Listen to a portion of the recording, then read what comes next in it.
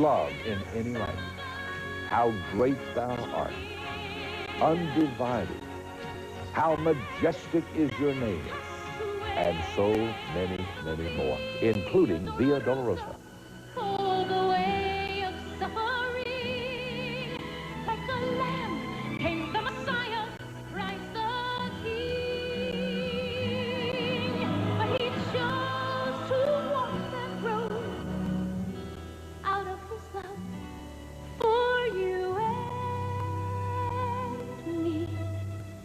Down the Via Dolorosa, all the way to Calvary.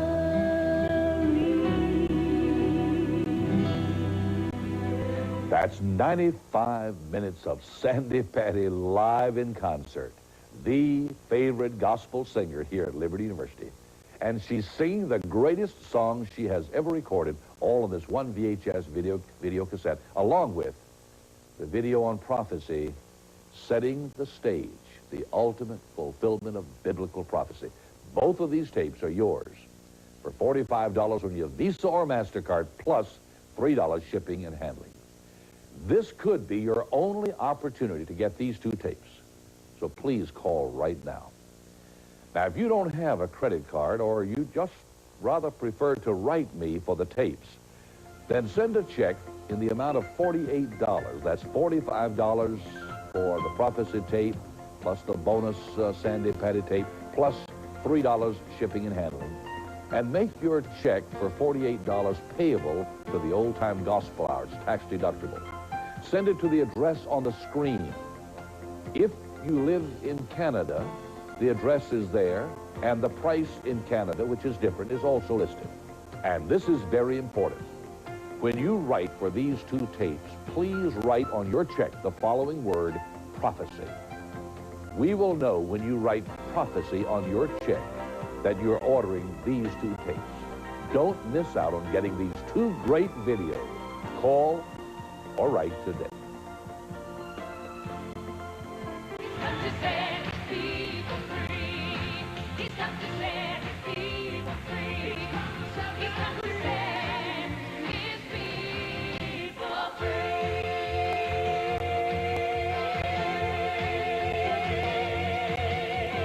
What kind of beds do active kids want? Daybeds! Kids Beds has a great selection. The Pauline Daybed frame is only $29.99. The Carnival is $79.99, or the Peacock Daybed is $79.99. Kids Beds next to Big Sur water beds. The weather outside might be frightful, but you can still sleep warm and toasty on a Big Sur waterbed. This bookcase bed is just $199.99. Or choose the Mirage or this daybed for $255.99. Sheet sets start at just $17.99. Big Sur waterbeds. We wanted you to appreciate the bold taste of cold filtered Pabst Genuine Draft and bright refreshing Pabst Light. So we made the first ever scratch and sniff commercial. We figure if you scratch the box and experience the aroma, you'll hear us when we say, if you can't taste the difference, why pay the difference? But we didn't find out until after we shot the film that technology hasn't yet made this possible. Sorry. We hope you'll try Pabst Genuine Draft and Pabst Light anyway. Thanks. Pontiac Grand Am challenges the imports. Grand Am offers driver's side airbag, anti-lock brakes, and power door locks, all standard. With Honda and Toyota, you only get this. Not to mention, Grand Am now has $500 cash back and is priced thousands less than Honda Accord and Toyota Camry. Our price didn't go up. Theirs did. So, do any of you imports still want to accept Grand Am's price challenge? We didn't think so. Pontiac Grand Am. See your Northeast Wisconsin Pontiac Performance dealers. John Mino, Eyewitness Sports.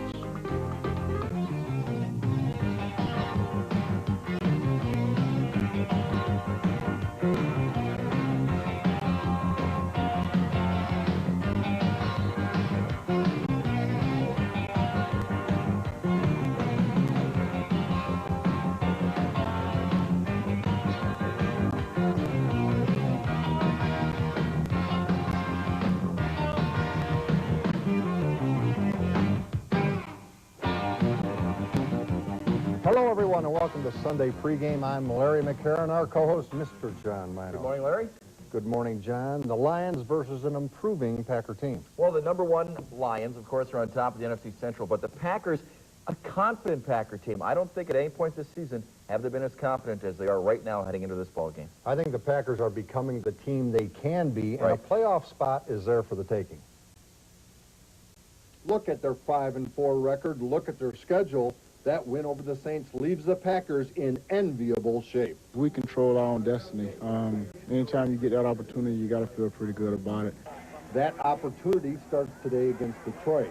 A team, some say, because of a last-place schedule, is not as good as its 7-2 record suggests. The Packers say otherwise. I give them respect. They are a good team. You're not a 7-2 team unless you can play well. Barry Sanders, he's playing well, and he presents the Packer defense with a unique challenge. He's going to be running, and he can cut, and while he's cutting, he can accelerate. So, and he can do that 3 times in front of you. To stop Sanders, or better put, slow him up, patience will not be a virtue. I hate to even hit it with a conservative. We can play aggressive no matter who it is. But the Packers are coming off a game where they did surrender 100 yards to Derek Brown. They're hoping to change that negative into a positive. That's one of the things that our front, they don't really like that. So, they're kind of angry going into this game. Barry Sanders a real test, but not the only one the Packer defense will face. They got a lot of other weapons, too. They got Herman Moore and Rodney Peete. They are great players in the offense. And so, we got to really pay attention to those guys, too. When the Packers have the ball, job one is simple, minding their own business. Let's do the right thing. Let's block the right person. Let's eliminate the mental mistakes. Those things are tough to do against a Hank Bulla defense. With the former Packer assistant, you can expect the unexpected. You just have to go out and try to, work hard on executing your own game plan and try not to worry about too much about what they might do, because you can't prepare yourself for something that you don't know anything about. But the Packers do know plenty about what's at stake in today's game. And it's Detroit. They're leading the division, and we're the ones who have to catch them. It's going to be a very important game for us, and plus we have them at home, so we're very excited about it. He's excited. I'm excited. Are the Lions excited, John? The Lions are very excited. They've got that week off. For the second week in a row, the Packers are playing a team that's coming off a bye week. Obviously, it didn't work for the New Orleans Saints to their advantage. Packers going into this ball game, obviously, they already talked a little bit about Barry Sanders, but when you talk about the Lions, no matter what, Barry is the first name that comes to mind. When you talk Detroit, you talk Barry, you talk running, you talk respect. I'm kind of hoping me and Barry don't get in the open field by ourselves, because I don't want to get embarrassed on television. He's quick. The thing that's going to be important playing against a guy like him is the game tackling. But this year an added twist, as Sanders, who's just 33 yards shy of the 1,000-yard marker, is also tops in the NFC among running backs in catching the ball. Sanders with 31 catches this year, 2 better than his total from last season. As for the Lions' main weapon via the passing lanes, Herman Moore, he tried practicing this week, couldn't do much more than jog on his sprained ankle. They won't know for sure if he's ready until game time. If he can't go, former Packer Smurf Aubrey Matthews will get the call. The Lions have been getting some calls regarding backup quarterback Andre Ware, with Rodney at the controls and riding a 4-game win streak. Ware's interest in staying with Detroit has waned, while Wayne himself has told Andre to be patient. Hank Bulla spent last year patiently looking for a job. He's got one, and what a job he's been doing. As the Lions defensive coordinator, the Lions have one of the best Ds in the NFC. Their main strength, rushing inside the 10. They've given up exactly 2 touchdowns on the ground so far this season. The leading scorer on this Detroit team, it's not Barry, it's Jason Hansen. He's just 2 field goals shy of the Lions' all-time mark of 27 set by Eddie Murray. If you like other obscure facts, try these on for size. The Lions have won 13 straight ball games when leading in time of possession. The Lions have won 8 straight when not turning the ball over. The Lions lead the league in turnover ratio at +7. And a Lion win today would give them their best mark since 1962, a year which ranks as the most frustrating in Lion history. They finished 11-3, losing 3 games by a total of 8 points and not even making the playoffs. Offensive execution, that's the topic for The Rock in the big picture. The Big Picture is sponsored in part by Team Bain.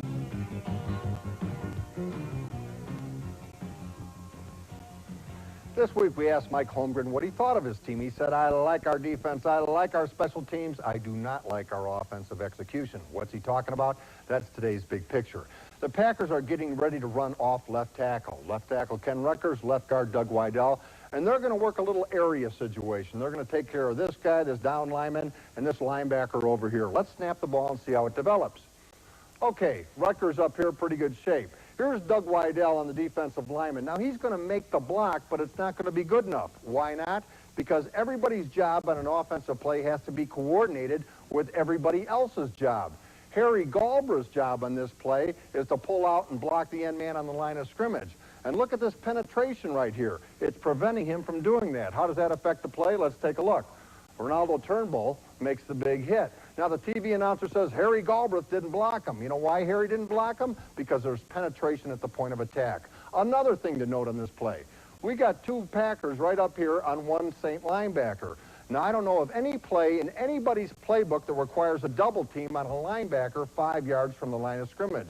So on one play, we had a mental error, and we had penetration at the point of attack. Either one will kill you. The Packers had both of them on one play, and that's why Mike Holmgren's upset with his offensive execution.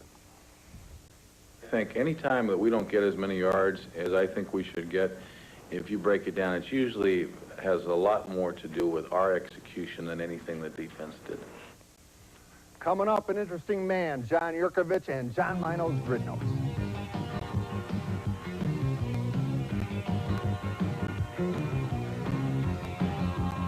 Sunday pregame is sponsored in part by Miller Genuine Draft Light, the cold filtered light with smooth draft taste.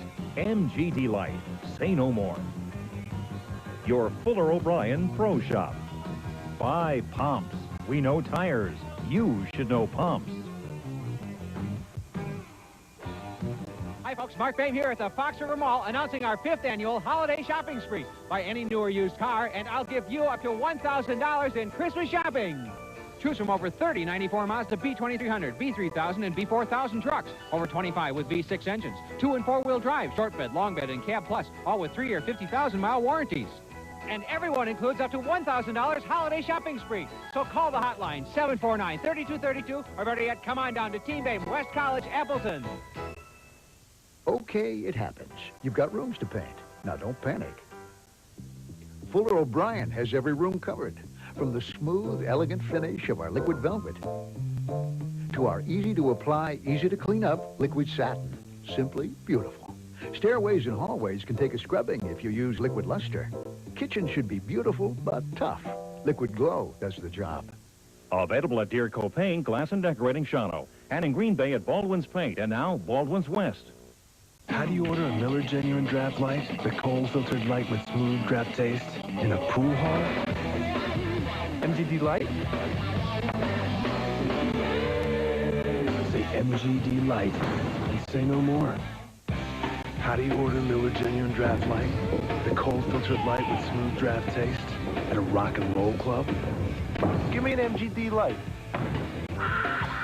Say MGD Light and say no more. Humps knows trucks. Humps knows cars. Humps knows Midwestern mud and asphalt, back roads, and open highway. We can get you there and back, wherever you need to go. Whatever your tire needs, Humps knows tires. For your own peace of mind, you should know Pumps.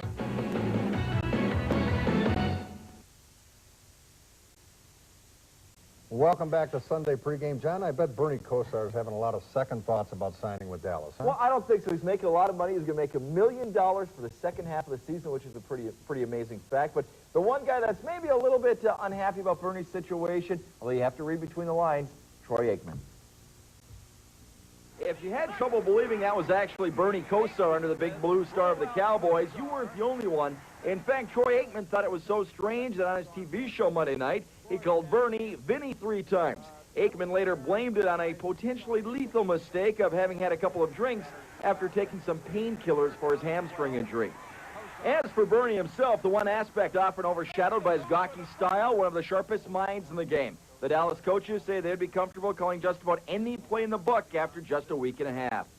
As for Bernie's old team, Bill Belichick is still under the gun and will be until the Browns start playing better than they did with Todd Philcox at the controls against Seattle. The Browns trying to hang on until the real Vinny comes back from his shoulder injury. Belichick hoping he's not hanging by the time he does. As for quarterbacks in the rebound, Bear fans have let up just a bit on Jim Harbaugh. Harbaugh had been playing more like Rusty Lish than a young Jim McMahon for most of the season. But 2 weeks ago, he put them in position to win. Last week, he looked at least pretty good in a win over the Chargers. Those factors, coupled with the fact that P.T. Willis has all the makings of another Bob Avellini, and Harbaugh is set for at least another week. With the Buffalo Bills looking extremely ordinary against the Pittsburgh Steelers on Monday night, and with their schedule not letting up any, the team looking to make a big jump in the AFC East to make a statement, the New York Jets. The Jets 5-4, but officially they had the NFL's toughest schedule in the first half of the season, and officially have the easiest from here on out. Have you noticed you don't hear quarterbacks officially retiring from football anymore? Why? Well, just ask Steve DeBerg. He's 39 years old, the oldest player in the league. Last week, he was looking for a job. This week, he's gearing up to start for the Miami Dolphins. His backup, 31-year-old Hugh Millen. Neither come close to having the arm of a Marino, but neither are on crutches. And with the way things are going around the league, that's about the best quality you can ask for. Quarterbacks going down left and right, guys like Yurko trying to knock him down. That is a tough way to make a living, Rock. Yurko, quite a man. When Bill Moss signed for big money, the starting nose tackle job was his, but somebody forgot to tell John Yurkovich. Bill got hurt. Yurko got his chance, and he made the most of it. Now he's the Packers' starting nose tackle, and we asked him about that earlier this week. I'm happy with the way I'm playing right now. Big keys to my game really are getting around the ball, standing the center up, getting around the ball, making tackles, trying to get some pressure on the quarterback, which is something I haven't done in the past. Consistent and sustained pressure throughout the ball game on the quarterback. Something I worked on in the offseason. Lynn had a special program, hired my old high school coach as a personal trainer. He does a little personal training on the side. He worked with me exclusively during the summer. And, you know, we did a nice, I like to think we did a nice job in what we did. I think it prepared me better for this year. As a player, I was labeled an overachiever, and it used to aggravate me, and I'm sure you get that label too. Does that ever kind of get your goat? I look at it as I've got a good work ethic, I like to think. My parents instilled it into me as a youngster. And I work hard. I'll fight you. I battle. You know, I ain't going to give up. And, you know, I'll fight to the final whistle. And if that's being an overachiever, I guess people say that I don't have the athletic qualities, the speed, the height, the size, that kind of thing. Well, if that's what they want to label me as, that's fine. I just go out and play. When I hear it, it makes me cringe a little bit. I don't like to hear it myself because what basically they're saying is you don't have much talent. But the little talent you have, you use well, and you even play above it a little bit every time, once in a while. Don't like to hear it, but if that's the way they want to label you, fine and dandy, it doesn't bother me. You know, you'll come off as the jovial guy all the time and that kind of thing, and yet somewhere in there, the way you play football, somewhere in there beats the heart of a lion. In the inner sanctum of a person's soul, I don't like, you know, I kind of like to take Coach Holmgren's theory. I don't like to let people know what I'm thinking. You know, on the outside, I'll let people see I'm pleasant, I'm jovial, and I'm a very happy man. But inside, I'm thinking, and in my mind, I'm thinking of what I want to get done, what I want to do, where I need to get, what I need to, you know, that kind of stuff. So while I may seem jovial, and I'm happy all the time, and there's certain situations you have no control over. And when you're presented with a situation, you can either fight it and bitch and moan about it and cry about it, or you sit there and you can handle it and you go on and you move on. But all in the while saying, hey, I need to, when I get the opportunity, I need to seize the opportunity and play ball, that kind of thing. So, yeah, you know, they present you with certain things and you've got to handle it and then you've got to go on. You obviously like your job. What do you like about football? It's better than digging ditches, Larry. No, I've always had fun playing football. I don't know why. It seemed that it always came easy to me understanding the game. When I was a kid, watching it on TV, I felt kind of freaky watching it because I kind of knew what they wanted to get done and why they were doing things against certain things. And I'm like, wait a minute, I shouldn't be knowing this kind of stuff. I'm only about 9, 10 years old, and I'm figuring this stuff out. It was like I was naturally drawn to it, and I could understand the game at a very young age.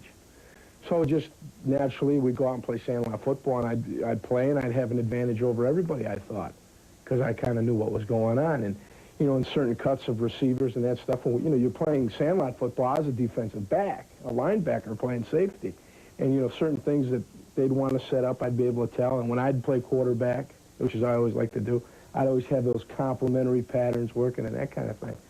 So I always enjoyed playing football, and it's always been one level to the other, grade school to high school to college, now to pro.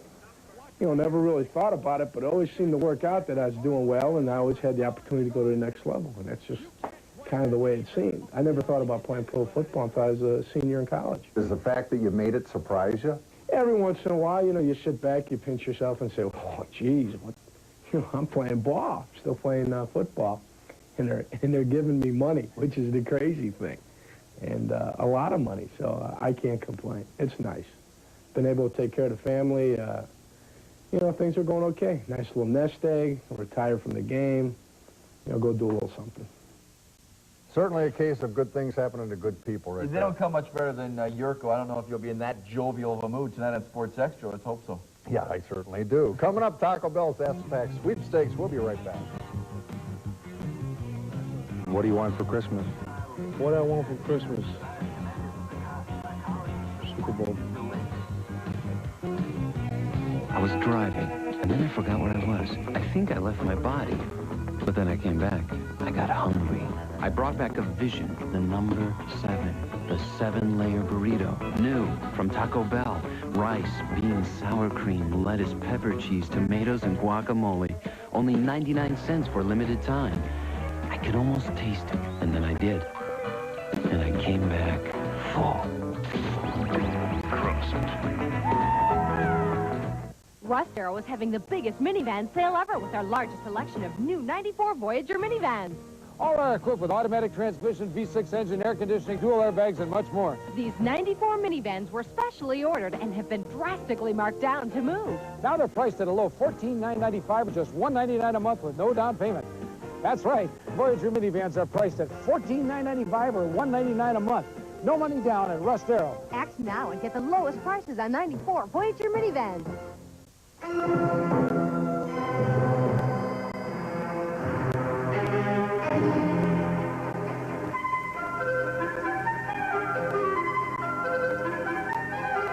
There's so much to see, so much to do, and it's all so near. So let yourself go. In Wisconsin, you're among friends.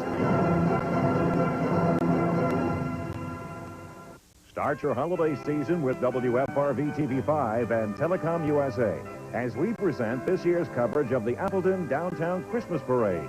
Join Aaron Davison and Tom Milburn as they bring you every float and marching band live from Appleton on Tuesday, November 23rd at 6:30 p.m. following Eyewitness News from Appleton at 5 and 6.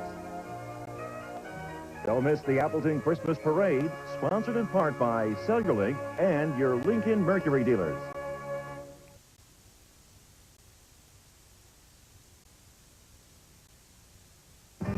Ask the Pack is sponsored in part by Taco Bell, home of the Ask the Pack sweepstakes. Taco Bell's Ask the Pack Sweepstakes is coming up next, but first a look at who's hot and who's not for the Green Bay Packers. Injuries and all, Sterling Sharp continues at a torrid pace. 6 catches against New Orleans gives him 63 for the season. He leads the entire NFL in that category and ranks 4th in the league with 719 receiving yards. Reggie White is now getting the numbers that go with his dominating style of play. 2 sacks against the Saints gives him 9.5 for the season. That ranks 2nd in the NFC. White was also named the Conference Defensive Player of the Week. Robert Brooks is the league's best at returning kickoffs. He's averaging just under 30 yards an attempt. Give a big assist on that ranking to Wedge captain John Yurkovich and the rest of the blockers on that unit. Speaking of special teams, Chris Jackie is 19 of 20 on field goal attempts. His 77 points, second only to Detroit's Jason Hansen. He has 91. What's not hot? The Packer running game. It ranks 11th in the NFC. As a matter of fact, the passing game isn't much better. It stands at 10th. Packer health, not so hot either. Matt Brock, Bryce Kopp, Sterling Sharp, Wayne Simmons, and Corey Harris are all questionable for the Lion game. Of course, Jackie Harris is out.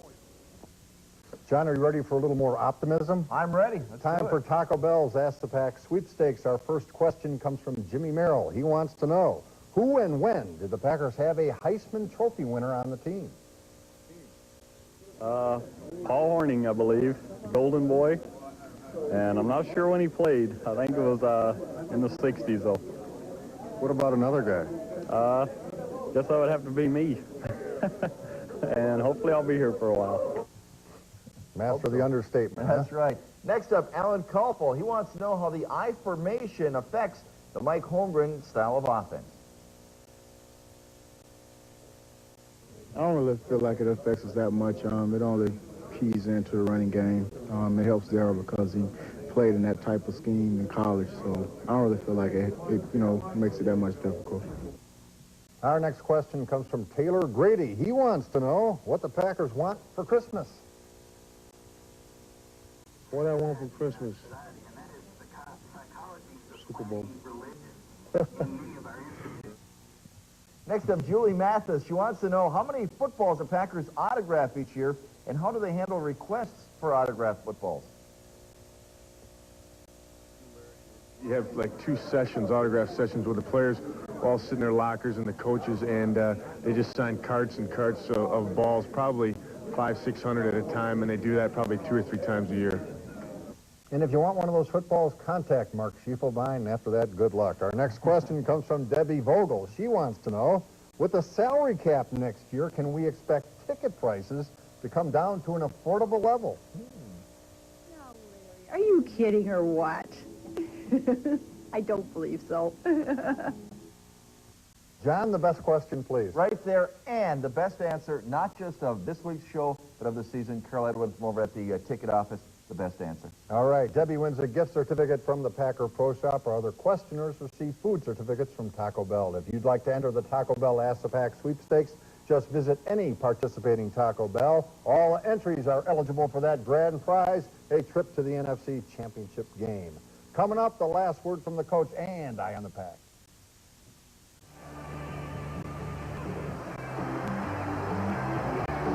Kopp's Food Center has the game plan for game day snacks and meals. Let Kopp's Deli take care of your party needs. With quick-as-a-wink party trays, hors d'oeuvre platters, deli salads. For tackle, a complete meal with Kopp's delicious bucket of chicken with fixins. Or take home a special order from any department at Kopp's. Sign up to win the best 4 seats in the house. Watch a Packer game at Lambeau Field from a Lazy Boy recliner rocker with game day refreshments from Kopp's. Only Kopp's Food Center has your party needs. Hi, I'm Jim Rubbis, part of the family tradition that built Algoma Motors.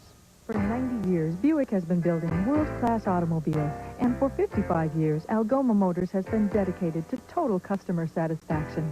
Buick is the new symbol of quality in America, and quality is what you'll find at Algoma Motors. We'll help you find the right Buick for your needs and treat you with respect and dignity when you walk through our door. Algoma Motors and your satisfaction, as important to us as our family's name.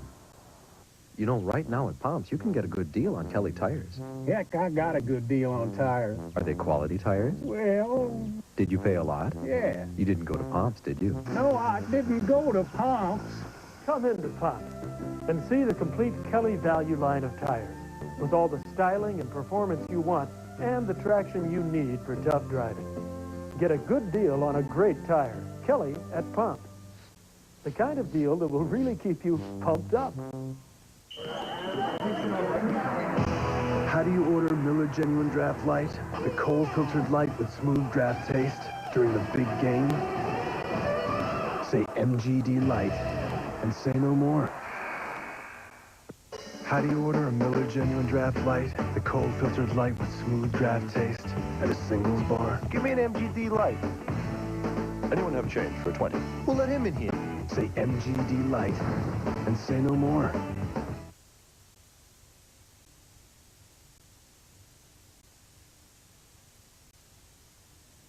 Controlling Barry Sanders, certainly one of the keys to a Packer victory. Oddly enough, what the Packers do when they have the ball could have as much to do with that as anything else. And that's our last word from the coach. We've had success because we've been able to keep, like last year, I think the time of possession was 40-20, you know, in one of those games.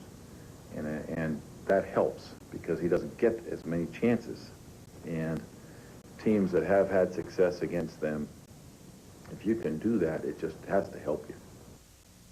That and a sprained ankle would be nice, wouldn't it? You know, the thing is, Barry has had some good days and bad weather against the Packers up here. The Packers, of course, won 2 in a row last year. This is a huge ball game. We've said that a lot of times, but this really and truly is. We really and truly mean it this time. John, our clock has run out. Okay. Thank you, and thank you for watching. Please join us again tomorrow night at 6:30 for the Locker Room Show. Reggie White will be our very special guest. We leave you with John Pigeon's Eye on the Pack. Until next time, take care.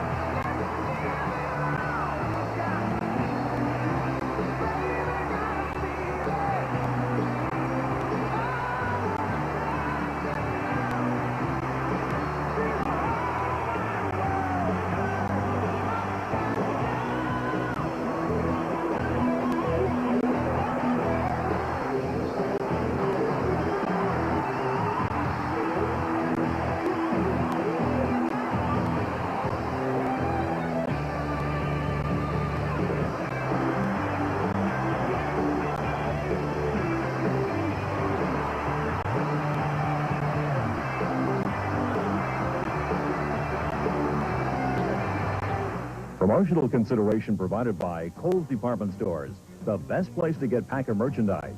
Get your official Packers and other NFL merchandise today, only from the pros at Kohl's. And by Helbros Watches, who have been making quality watches for over 75 years. Helbros offers watches for every occasion. Helbros, the new tradition in time. Sunday pregame has been sponsored in part by Miller Genuine Draft Light, the cold filtered light with smooth draft taste. MGD Light. Say no more. By Algoma Motors. By Pomps. We know tires. You should know Pomps. And by Kopp's Food Centers, where you can win the best seats in the house.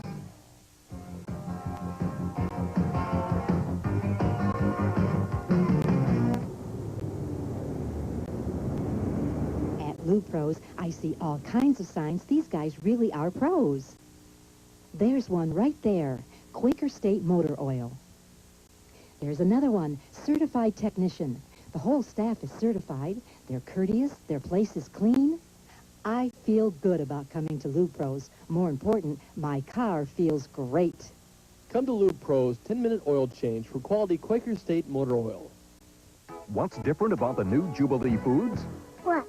Jubilee is a supermarket where Gold Tie service is their #1 priority. Neat. Jubilee Foods, where you'll hear things like, Can I help you? Thank you. Come back real soon. Jubilee's commitment to taking care of you is symbolized by the Gold Tie. Awesome, dude. Check it out. Announcing the grand opening of the new Jubilee Foods, where Gold Tie service makes you #1. Yeah, #1. Find out what John Mino really knows about sports. Enter the Miller Lite Stuff Mino contest. Send your sports trivia question to Channel 5. Then watch Sports Extra Sunday nights at 10:30. If your question is used, you'll win a Miller Lite Packer Stein and an America's Pack membership. Best of all, you're eligible to win the grand prize: 2 tickets to the Packer Charger game in San Diego or the Packer Bear game in Chicago. Transportation and accommodations courtesy of Sports Fashion Tours.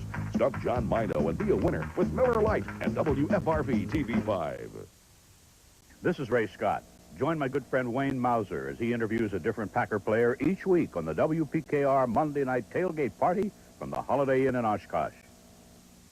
This is Ebenezer Scrooge inviting you to a Christmas carol, humbug. Coming December 17th, 18th, and 19th to St. Norbert College's Walters Theater. This will be Evergreen's 9th annual presentation of Dickens' celebrated ghost story. So call for your tickets to a Christmas carol, humbug. Jack Boston, Weather Center 5.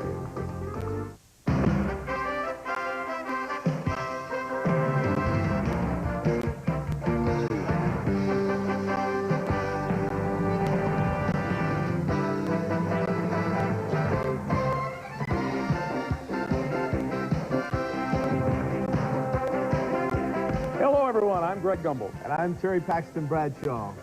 We welcome you to Week 12 here on the NFL Today. With half an hour to kick off, here is who's warming up. Emmitt Smith and his Dallas Cowboys are in Atlanta to take on the Falcons. Dallas has won 7 straight. Smith needs 41 yards today to reach 5,000 career rushing yards. The question is, who's handing him the ball today? Our Matt Millen has the answer on the field at the Georgia Dome. Guys, here in Atlanta, it's Weekend at Bernie's Part 2. Bernie Kosar gets the start this week, with Troy Aikman being the backup number 3 emergency quarterback. Now, if you remember last week, Kosar had about 70 plays on his wristband. Well, this week it's been cut back to about 15, and he'll take all the calls and signals from the sideline. When I spoke with Kosar, there were 2 concerns this week in practice. Number 1, ball handling. I don't want any fumbles like I had last week. And number 2, I want the offense to get comfortable with my cadence. Now, Kosar seems comfortable down there in Dallas, but there's one guy who seems to have been a nervous wreck. That's offensive coordinator Norv Turner. The reason? He's had to adjust the deep-throwing Troy Aikman-led offense to the short-range throwing of Kosar. That's been a concern. A concern for the Atlanta Falcons has been their quarterback also. Now, Bobby Hebert's elbow on his throwing arm has been very, very painful. In fact, he hasn't thrown since Wednesday, and he's going to have to play through the pain today. Fortunately, though, for the Falcons, they've come up with a running game and a running back who really has put the statistics together. When you look at the top running backs in the league, the name Eric Pregame may be a surprise to you, but he's not a surprise to the players and coaches who have to go against him. Matter of fact, Jimmy Johnson told me last night that the key to this Dallas victory today will be stopping Eric Pregame. That's it from here in Atlanta. Take it away, guys. All right, Matt, this could be a better game than a lot of people think. But Bernie's going to get a lot of help from his teammates. You know, I talked to Jay Novacek, the fine tight end for the Cowboys last night, and I just asked him a little bit about Bernie Kosar. And he said, and especially with the fact that he's getting the signals from the sideline now, and Jay said, well, what we're going to do is Emmitt Smith and I are going to be sneaking and peeking ourselves to make sure he's getting the right information so that we can kind of help him out. And he said, I said, what about his arm? You're not going to be able to throw deep. He said, Terry, he throws harder than Troy. So there you have it. All right. The AFC West leading Kansas City Chiefs host the Bears this afternoon. Kansas City is unbeaten at Arrowhead this year, and at 7-2 is off to its best start since 1969. Now, Marcus Allen gets his 2nd straight start in the Chiefs' backfield after a strong game last week against his old team, the Raiders. For more on today's game, let's head out to Dan Fouts. Thanks, Greg. The biggest story of the offseason was Joe Montana to Kansas City. That acquisition has heightened expectations to where the fans here talk of going to their first Super Bowl in 24 years, as if it were a lock. But funny things keep happening along the way. Joe Montana has not played in nearly 3 weeks, and the Chiefs are 7-2, which, if you haven't looked, is the best record in the NFL. Credit quarterback Dave Craig, who stepped into a new offense designed for Montana and won 3 games. He'll start again today. Credit Marcus Allen, who, as KC's leading rusher, has shown there are still yards and a lot of heart left in his 33-year-old body. And credit the Chiefs' defense, number 8 in the league, who week in and week out are the barometer of the Chiefs' success. All in all, the Chiefs have a 2-game lead in the highly competitive AFC West and are in a position to win the division for the first time since 1971. I think it's fair to say that the 93 season has been an unusual one, with free agency, parity, and injuries grabbing most of the headlines. But, Greg, these Chiefs have as good a shot as anyone at the AFC title, and they're getting it done in Joe Montana's absence. All right, Dan, thank you. They take on the Bears today. You talked with Dave Wanstead last night. What do you say? Yeah, you know, the interesting thing about the Bears, and the Chiefs will have trouble today, is they have one of the best defenses in the National Football League. The problem is, and Dave told me last night, is we've had to take our offense and move Harbaugh out of the pocket to give him protection, time to throw. It's called the waggle or the wiggle offense. He said, but the real problem is that we're having to do more things defensively, take more chances to create opportunities for our offense to score touchdowns, which their offense has not been able to. Most of their touchdowns are off of turnovers. Look for Worley from Pittsburgh. Look for him to play early today for the Bears. All right, Terry, the 7-2 Detroit Lions on top in the NFC Central play the second-place Packers today. League rushing leader Barry Sanders needs 23 yards to become just the 3rd back in NFL history to rush for 1,000 yards in each of his first 5 seasons. However, Green Bay has won 3 in a row against the Lions. Randy Cross has more on this matchup. Here in Milwaukee, where the Packers will meet the Lions. You know, the Lions are probably about the most underappreciated 7-2 team in the league, and the only thing less appreciated maybe might be the Lions star running back Barry Sanders. This guy almost has 1,000 yards, and nobody in the country really knows about it.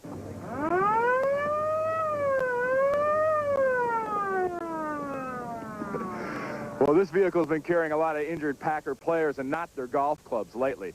because the Packers are hurting, and especially on defense. On offense, you look at Moran and Harris, their absence will hurt, but defensively, not having Simmons, the cat-quick linebacker against the run with Barry Sanders hurts, and getting after Rodney Peete, the quarterback of the Lions, would really come down to Bryce Pop, Reggie White, coming on the outside, putting the pressure on Pete. Pop won't be there today. That's a story here in Milwaukee where the Packers are battling to get back into this race in the NFC Central. Back to you in New York. Thanks, Randy. The Packers have to stop Barry Sanders. No secret about that. Flip things around. The Lions have to stop Sterling Sharp. When I talked to Wayne Fontes, head coach of the Lions last night, he said, Terry, we're going to double Sharp all day long. We're going to play more man coverage than we have. And the second thing is, I've told him all week, is don't get out of coverage when Favre scrambles. Remember what happened against the Saints? He got out, boom, hit Sharp for the 54-yarder that set up the game-winning field goal. All right, Terry, the Browns host the Oilers in Cleveland today, where most everybody loves a parade, except maybe Bill Belichick. A dozen upset Browns fans paraded in protest this morning, still angry over Belichick's decision to cut hometown hero Bernie Kosar. For more, let's take you out to Cleveland, where our Jim Gray is standing by live. Jim? All right, Greg. Well, this is the first opportunity that Cleveland fans have had to come down and vent their frustration over the waiving of Bernie Kosar. And there have been some mild protests, and there have been some pickets. We're told that there is also extra security here at Cleveland Stadium. Now, much of the criticism has fallen upon Bill Belichick, the head coach. Belichick has been criticized by both his past players and his current players for not being able to communicate. Well, we had the opportunity to speak to Belichick, and we asked him if he felt it was a problem. Anytime that you release players, it's always hard to get a lot of high compliments from them. And we've had that situation come up a couple times. But, you know, I feel good about our team and the chemistry of our team. And we've had some players that, in the Cleveland Browns and even going back to the Giants that at times have expressed some dissatisfaction. But I think any time you got 49 players and coaching staff and an organization, you know, you can't keep everybody happy all the time, but you've got to work those problems out. And I think for the most part we've been able to do that. You don't see it as an ongoing problem then? No, I sure don't. Belichick went on to tell us that he does not feel that there'll be much of a home field advantage for the Browns today, but in time, the fans will return because this is a good decision in the long term. Now, the game is not sold out. It's not on local TV here, but that's not a problem for Cleveland fans because their newest favorite team will be on television, Dallas against Atlanta. And you know, Greg and Terry, there's a lot of these guys walking around this stadium here today. All right, Jim, thank you. Kosar faces in Dallas. All those Dallas jerseys are in Cleveland. The communication thing that Jim talked about, that's a two-way street, especially between Belichick and Bernie Kosar. It is, but I honestly, God can't figure out, if you're trying to win football games, you want to put your best men out on the field. Bernie Kosar is the best quarterback there. Get rid of him at the end of the season. Two problems here. Belichick did not call Bernie in. A great leader would have called in his field generals and said, here's what I expect of you. And then on the flip side, Bernie should have gone in and said, look, I need to sit down, let's air this out. Neither of those things happened. All right, the college football bowl game picture is a little muddy following a Saturday where 3 of the top 10 teams lost, including top-ranked Notre Dame. The first poll out today has Nebraska #1, followed by Florida State, West Virginia. Notre Dame has fallen to 4th, and Tennessee 5th. Louisiana Tech nowhere to be seen. Still ahead, a special look back. The day they played football. NFL players and coaches remember what it was like to take the field just 2 days after the assassination of President Kennedy. Up next, a talk with Giants quarterback Phil Simms and the latest on Redskins quarterback situation. All of that and much more when we continue on the NFL Today. The NFL Today is sponsored by Lincoln Mercury and the complete line of Lincoln luxury automobiles. Lincoln, what a luxury car should be. It's time to get live on Prodigy! All you who pray to the pigskin, there's someone I'd like you to meet. A fan first and the leading sports guru second. Oh, let's hear it for Dick Schaap! We got Dick Schaap's expert opinions, picks, observations, and commentary all on your favorite sports. You can even send Dick Schaap your comments. He just might write back. And the crowd goes wild! Call 1-800-PRODIGY now and find out how you can get live on the Prodigy service. A boola, boola, boola! One of the things that sets Mercury Villager apart from the rest of the minivan crowd is its unique sliding rear seat. For those occasions when you need more room, slide the seat forward. More room? Slide it forward to the middle seat. More room? Remove the middle seat and slide all the way up. And if you still need more room, call Milo. The Mercury Villager. All this and the quality of a Mercury. That's your horoscope? Well, it says here to wear green to win, and I've been winning wearing green. I also noticed you got Duracell batteries in your bingo computer. Is that also a superstition? That's a fact. They last long. You used a tester, huh? I bet them. You leave nothing to chance. No, sir. That's the reason I use Duracell. Do you have any ideas why Duracell batteries last so long? What sign do you think the president of Duracell is? A Scorpio. Scorpio? Why? Definitely. Because the Scorpio are the people who knows how to make good sense. Duracell. No other battery lasts longer. With the moon and maybe in Leo and Taurus. Listen, it's a credit card. It does not make you a superhero. Actually, maybe it does. I mean, no card is more accepted on the planet, so you can use it for practically anything, like plane tickets. So you could fly like a superhero, or at the hospital, so you'd have x-ray vision. And you can use it to get cash at ATMs all over. So in any situation, you can just say, stand back, I'll handle this. So maybe MasterCard could make you a superhero. All you need now is a secret identity. MasterCard, it's more than a credit card. It's smart money. The miracle of the Meadowlands. 15 years ago, the Giants led the Eagles 30 seconds to play. And Pizarczyk fumbles the football. It's picked up by Herman Edwards. 15, 10, 5, touchdown Eagles. I don't believe it. I do not believe what has occurred here, ladies and gentlemen, when the crowd is shocked. That win propelled the Eagles into the playoffs that year. Later this afternoon, it's the Giants against the Eagles again. Leslie Visser is standing by with a report on Joe Pizarczyk's successor. Leslie? That's right, Greg. Hi, Greg, from Veterans Stadium, where it's cold and it's quiet here now, but it will be heating up in a few hours.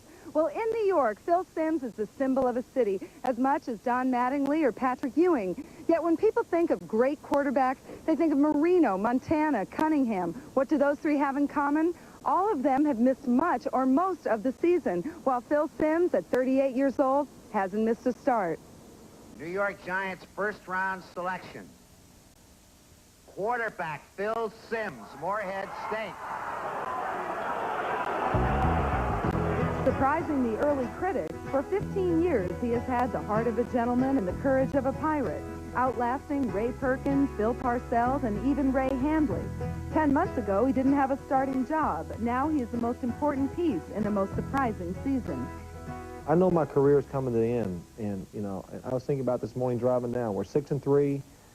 I might not ever get in this position again, so I hope things work out and, you know, I can enjoy what I'm doing right now. You've played your whole career here. Is it important for you to finish as a Giant? Yeah, it is important. I mean, I'm glad it's going to happen because it is going to happen. I'm not going to go anywhere else and play after I'm done here, and you never know how important it is to you until it happens. In other words, this offseason was very up in the air. I didn't know where I was going to play. When they decided they were going to keep me here, I remember the look on my wife's face and my son's face, who is 13 now, and how happy they were because they wanted me to stay here. They want to stay here, and they want to see me finish my career here. His career has included many up-close and personal meetings with some of his colleagues. For Phil Simms, there's been no joy of sacks. You've taken your share of punishment. What are the more memorable sacks? You still have that scar from Richard Dent? Yeah, well, I got a lot of scars from a lot of people, so, I mean, a lot of them are justified, you know. A lot of them I deserve because I held the ball way too long and didn't do certain things right, so that happens. And, you know, like, sometimes when you get hit like they say, I deserved it, to hell with it. But probably the guy I can remember putting the most heat on me for a short period of time would be Dexter Manley. I can remember for a period of 2 or 3 years that Dexter could really bring it around the corner. And you can hear him, too, you know. You could really hear him coming around the corner, but he's probably, from the outside, been the best pass rusher that I've had to worry about as far as a quarterback. How much longer do you think you'll play? I'm going to play as long as I can, probably play a little longer than I deserve to play. I had a taste of something that was really great years ago, and that was playing and being the best out there. And that's what drives you. I mean, that's all I can think about. That's why you keep playing. And I say that about, I remember when Joe Montana, 4 Super Bowls, 3 Super Bowl MVPs, I think, I'm not even sure. But why would he come back and play Kansas City? And he said, hey, you know, I want to do it one more time. Phil told me that when he looks at films from 1979, he said, that looks like a totally different person, but he is impressed. He said, that kid could run. Well, they told me that today is a bad day probably to judge whether the Giants' passing attack will improve. He said that they still have problems against the Eagles. It's the toughest man-to-man smothering defense that he has faced. It also won't help that the Giants are without left tackle Jumbo Elliott, one of the best tackles in the league. He's out with back spasms. He did not even make the trip here. The good news for the Giants, they will have Lewis Tillman, who will play on that sore ankle. Greg? Leslie, thank you. What do you look for from the Giants today? Well, you know, I agree with one thing. I think the Giants have got to throw the football to get confidence in it. They got to throw it deep to beat Philadelphia and not worry about high percentage completions. But the other bad side of that is Eagles are the #1 pass defense in the National Football League. All right, Terry, more quarterback news as the Rams host the Redskins in one of our late games this afternoon. Rich Gannon gets the start for Washington, assuming his sore right foot continues to hold up in warm-ups. He replaces an injured and ineffective Mark Rippon, who said all the politically correct things about the prospect of riding the bench. The way we're going right now, change is needed. Yeah, I'm first to say I'm not tickled to death about not being ready to go this week. I'm able to go. Our offense needs a little spark. I think Rip is all beat up, and you know, I just think that it might be something that sparks a football team. I am, you know, with the decision and it being made, it's been made. I'm not going to make a big stink about it. It's something you just got to deal with, and when called upon, be ready to act as properly. Two quarterbacks in turmoil here. Mark Rippon for Washington, Jim Everett for the Rams. You know, when you look at Mark Rippon, 2 years ago, the most valuable player in the Super Bowl, and you look at the Washington Redskins, he's a guy that I don't think can carry the football team, but if you put enough good people around him and give him Joe Gibbs, he can do what he did a couple of years ago. Everett, on the other hand, I think is a guy that has lost his confidence, doesn't, you know, he's pointing fingers at his coaches. I think he needs to move on. Maybe they've lost confidence in him, too. Probably have, Greg. Up next, we'll turn back the clock 3 decades and hear from the players and coaches who took the field just 2 days after the assassination of President John F. Kennedy.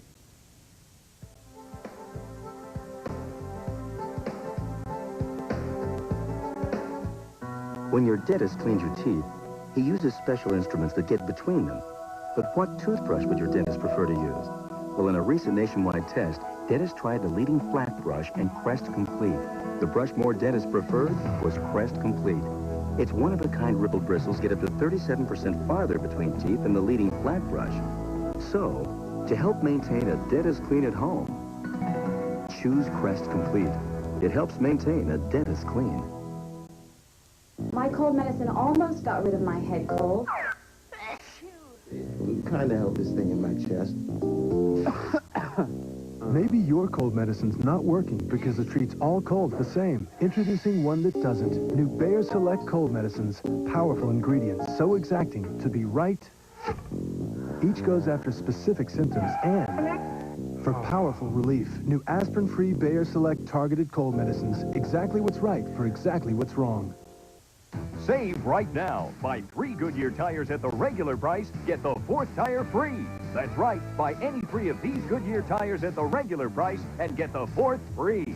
4 for 3 now. Hurry, sale ends soon. My dandruff shampoo is good. Better try something else. Mine really works. You'd better try something else, like Selsun Blue. Doctors recommend it more than all leading brands. Selsun Blue. Doctor recommended #1. Listen, it's a credit card. It does not make you a superhero. Actually, maybe it does. I mean, no card is more accepted on the planet, so you can use it for practically anything, like plane tickets. So you could fly like a superhero, or at the hospital, so you'd have x-ray vision.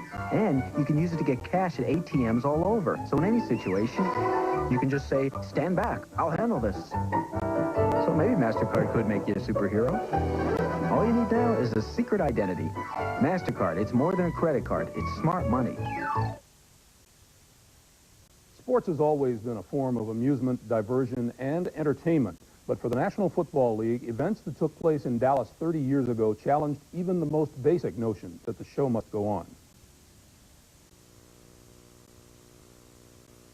Here is a bulletin from CBS News.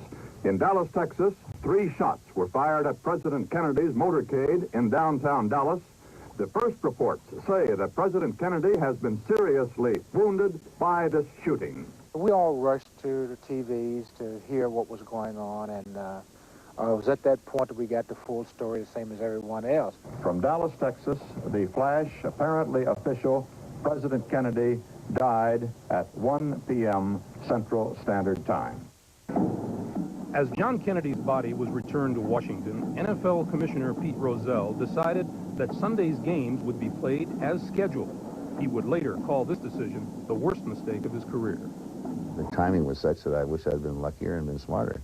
It was on a Friday, and I called my former classmate at USF, University of San Francisco, Pierre Salinger. Pete says, I don't know what to do. I mean, what are we going to do about the games on Sunday?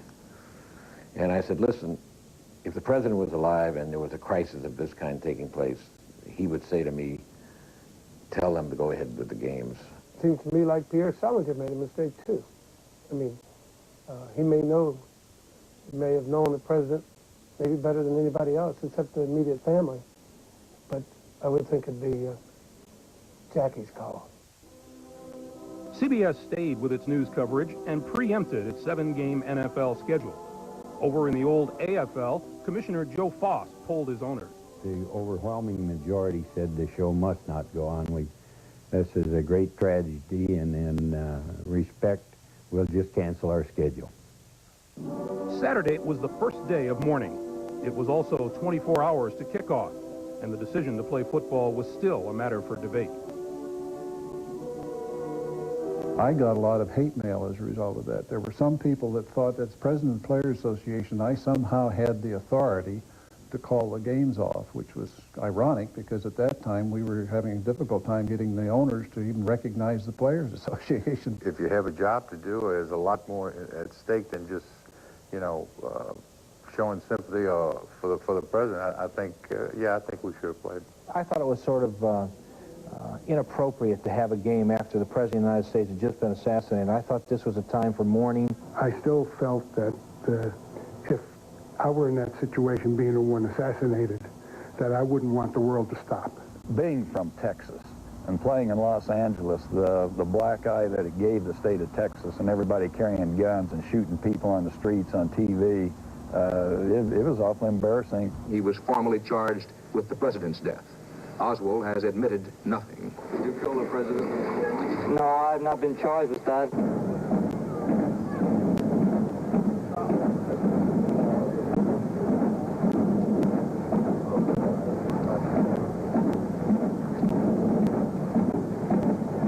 It was almost a surrealist type of thing. The sounds didn't seem as sharp to me as they normally do in another ball game.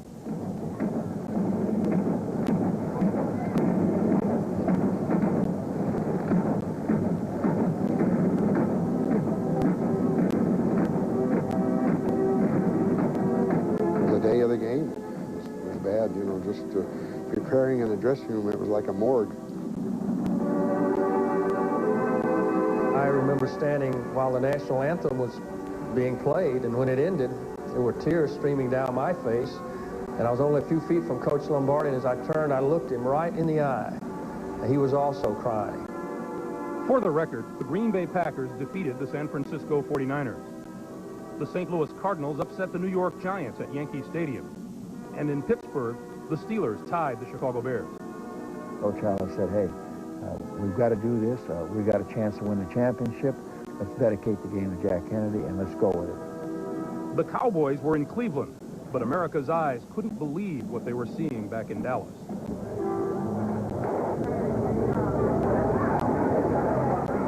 Here comes Oswald.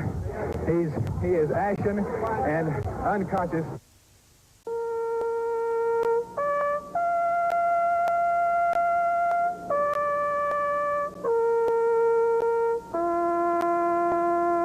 I felt very badly about it when I saw the whole weekend, the ceremonies and so forth, and I wished I hadn't done it. I was not aware of the fact that he now thinks it's a bad decision, but if I had to talk with him, I would say, no, it wasn't a bad decision, Pete. You made the right decision.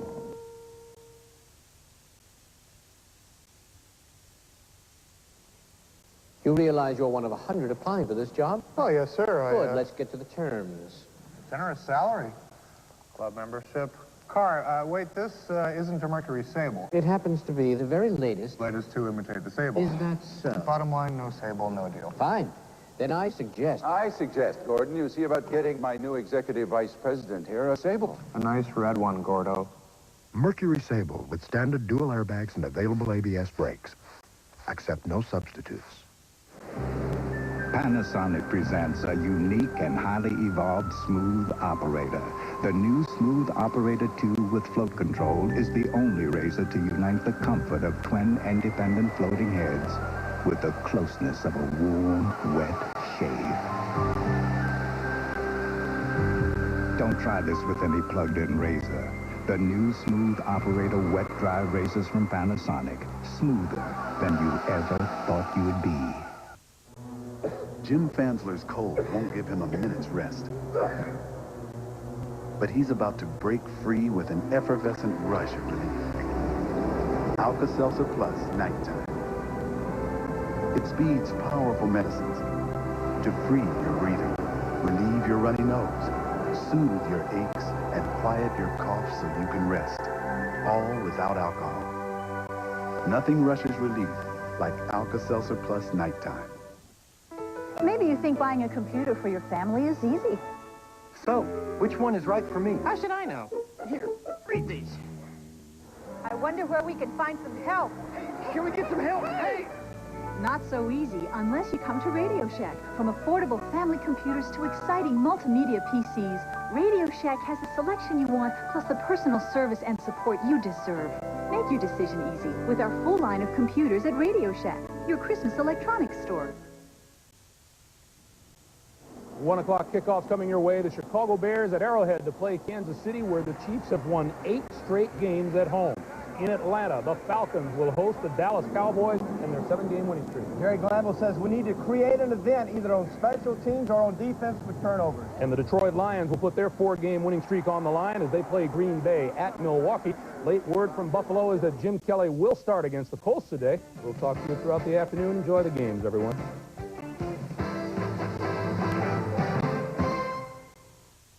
A ton of cocaine was smuggled into the United States of America in cooperation with the CIA?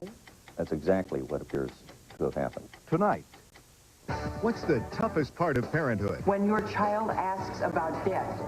I haven't even figured out how I'm going to explain the Reagan years. Murphy Brown. Then, everyone loves a Thanksgiving parade. What are you doing watching this parade on a 3-inch screen when it's right here in front of you? Casey Kasem and Donna Mills really bring it to life for me. Love and War after Murphy Brown, Monday. This is CBS.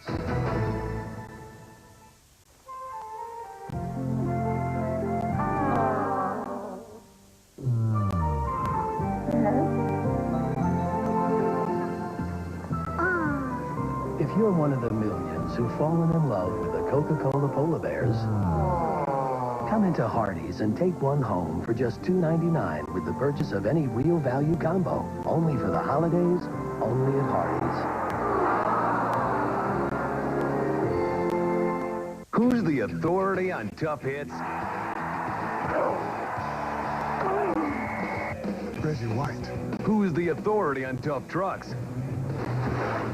Your Packerland Ford dealer. Right now, your Packerland Ford dealer can save you $1,700 on F-Series, $1,900 on Ranger, $1,900 on Explorer. There's hundreds of America's best sellers in stock. Hurry, there's only one place to get a new Ford truck. The authority. The Truck Authority, your Packerland Ford dealer. How do you order Miller Genuine Draft Light? The cold-filtered light with smooth draft taste during the big game? Say MGD Light and say no more. How do you order a Miller Genuine Draft Light? The cold-filtered light with smooth draft taste at happy hour. 1 MGD Light, please. Say MGD Light and say no more. Tom Mahoney, Weather Center 5.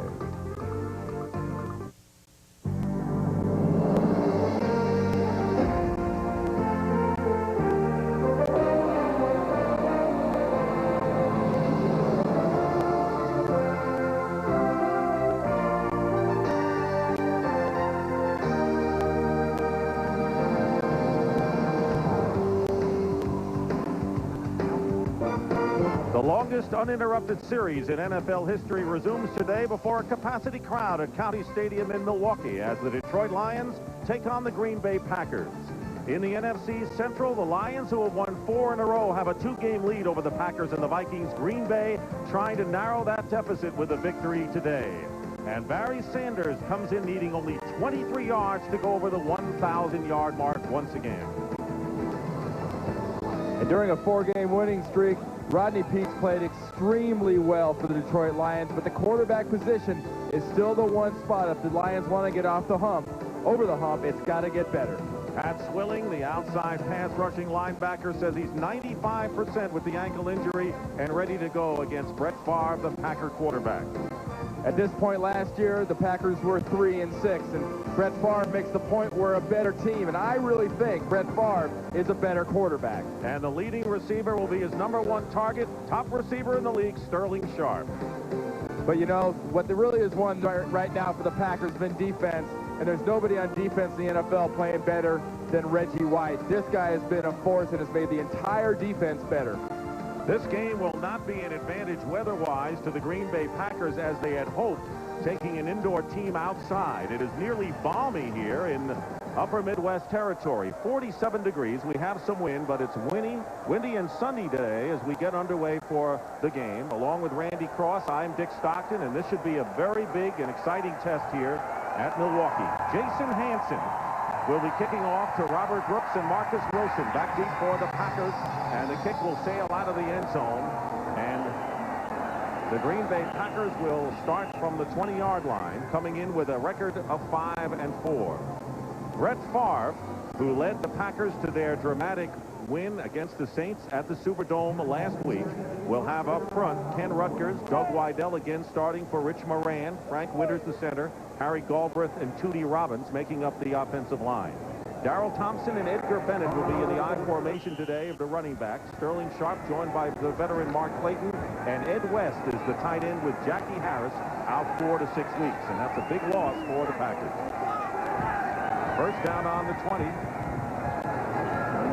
Green Bay starting with split backs and Darrell Thompson in motion. Here's Edgar Bennett trying the right side, and he is tackled just shy of the 25-yard line by Chris Spielman.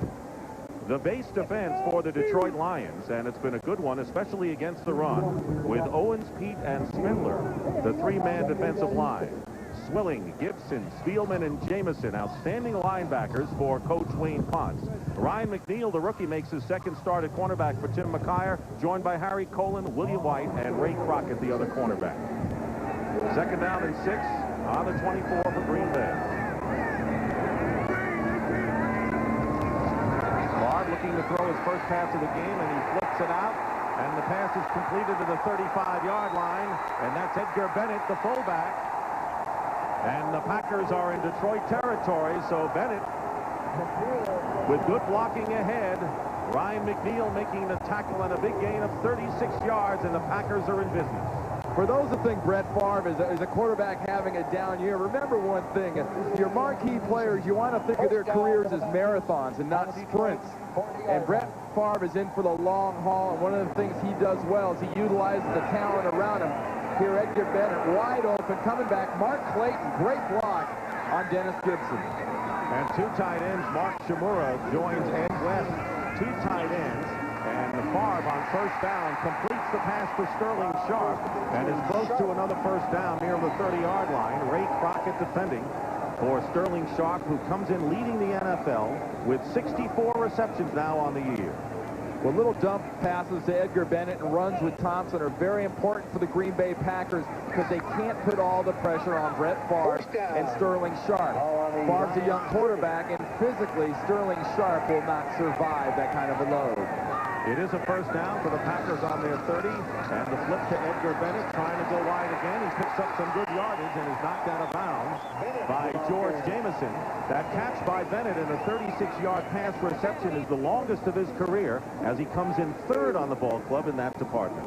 One thing Mike Holmgren loves to do is get running plays out wide. Look for the Green Bay Packers to try to take advantage of the corners of the defenses of the Detroit Lions. One thing the inside linebackers, Gibson and Spielman, don't do well, and that's flow outside. And Mike Holmgren's a coach that loves to cut the corners and get the guys outside. Here's the shifting by the Packers. They still have two tight ends. Barr flips it out. Again, it's Bennett. And he is knocked out of bounds at about the 16-yard line. And that will be another first down for the Packers with George Jameson defending on the play. First down. The Green Bay Packers offense inside the 20. They've had 27 possessions, only 13 touchdowns and 11 field goals. Lions, on the other hand, have had their problems defending inside the red zone this year. This is an area the Packers will miss Jackie Harris, the tight end, the most.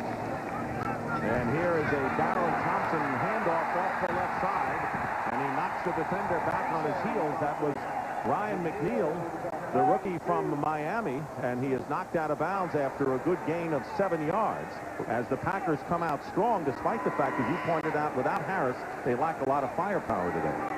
Brett Favre won't throw 25 passes today if the Detroit Lions defense does not bring their force on the corners of this attack against this Packer offense. You can't keep letting the sweeps get 4 or 5 yards down the field before the first defender hits a running back. Second down and 3 on the 9-yard line, and there's Thompson going out wide, and the pass is to Sterling Sharp, and he's close to the goal line. It'll be yet another first down, as the Green Bay Packers have made it look easy on their first possession. Ray Crockett makes the tackle on Sharp. Sterling Sharp, it almost seems when you watch him, he doesn't really have an assignment outside of the fact of getting to a spot where there aren't any defenders and then using that strength you can see there as he carries Crockett 2 or 3 yards to his advantage. His strength is his forte. He's got some speed, but he'll outmuscle any defensive back.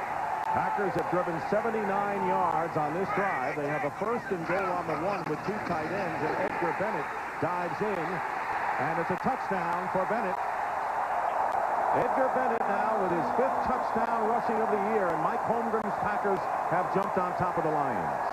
Earlier this season, this was the trademark of the Green Bay Packers, getting out your first series of the game and blasting it in for a touchdown. They had problems following it up, but here, as you see Thompson with a nice lead block, Winter, Galbraith, the entire offensive line, Tootie Robbins, everybody on that right side just drove everybody into the end zone for the Detroit Lions. It was an easy score, but the question for the Packers is, can they follow up success? Chris Jackie, who has been perfect in point afters, with Ryan Wagner, the punter, holding. This is a game today that features outstanding kickers and punters and return men on both sides, and Jackie's kick is good, and the Packers jump in front 7-0. And this is the best way to defense Barry Sanders. Have your offense hold on to the ball. 1993, we designed a new car. We created a new class. We developed new engineering. We created a new standard of performance.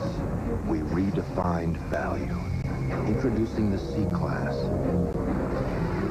It wasn't designed to compete with other cars. It was designed to replace them. The new C-Class starting at under $30,000. This is your life. This is your world. This is your chance. You gotta be there now. Since Sprint is the only global phone company that offers everything, local, long distance, and cellular, it means with Sprint, no matter where you go, there you are.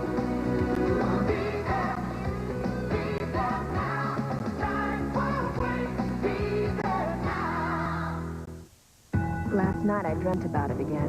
The number 7. It was everywhere like a cosmic signpost urging me on. Maybe it meant that the 7 layers of bliss were within reach.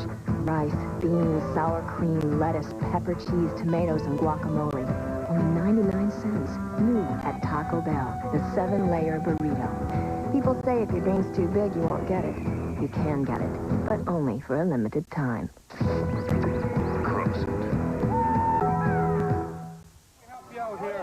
Well, in Wisconsin, you feast on bratwurst in the tailgating parties that start hours before the game and continues hours after. This is an event coming to a game in Milwaukee or Green Bay. That is one tough barbecue guy there. I think most guys use tongs. This guy just puts on a pair of gloves and slaps them brats around. And I'm sure they wash it down with something somewhere along the way. Little seasoning, and there's a way to keep things warm with a Packer helmet. Meanwhile, inside, the Packers getting set to kick off. Chris Jackie. He's got Vernon Turner and Derek Moore downfield. It's going to be Vernon Turner on a short kick at the 17-yard line. Turner bangs into his own man and loses some yardage back to the 21. Marcus Wilson makes the tackle on the play after Harry Colon got in his way. So Rodney Peete, who has engineered 4 straight wins for the Detroit Lions, comes out at quarterback. Up front, it's Lomas Brown, Dave Richards, Kevin Glover, Bill Fralick, and Dave Lutz improved in the pass protection area lately. Barry Sanders, of course, the star. Willie Green, Brett Perriman. Herman Moore, who's questionable with an ankle injury, is starting, and Rodney Holman, the tight end. First down on the 24 for the Lions, who are in an early 7-0 hole. Holman, the tight end, in motion, and Barry Sanders trying to go outside, and the Packers corral him early.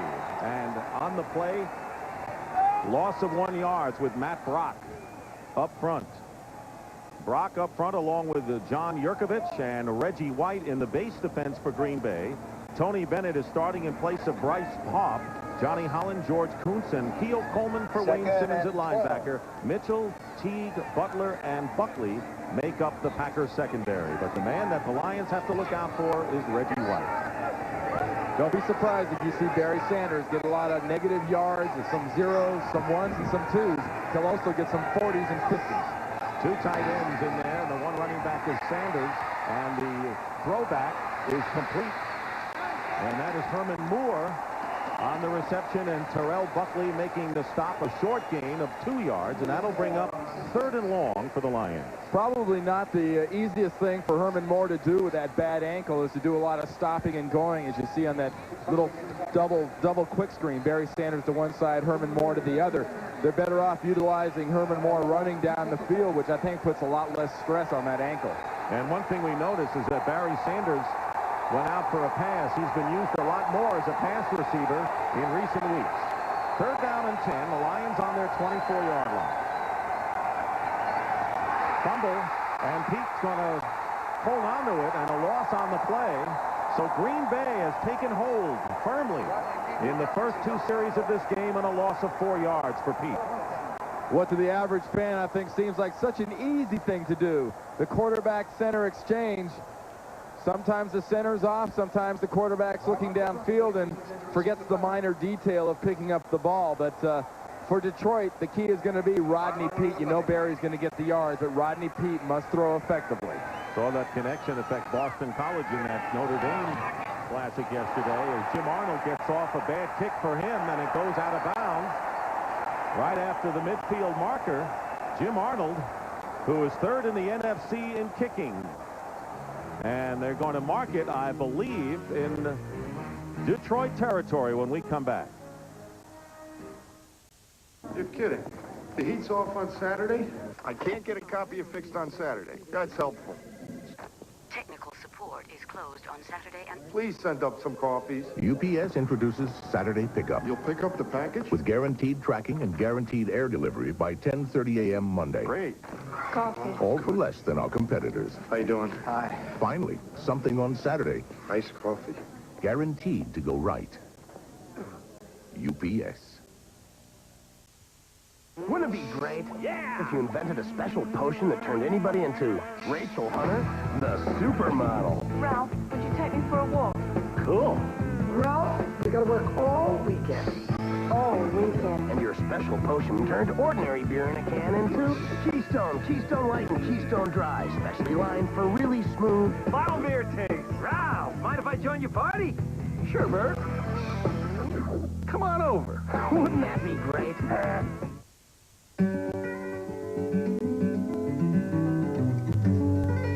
To build a Mercedes-Benz that's technologically innovative, safe, roomy, with exceptional handling is to be expected. But to do it for under $30,000, now that's a feat of engineering.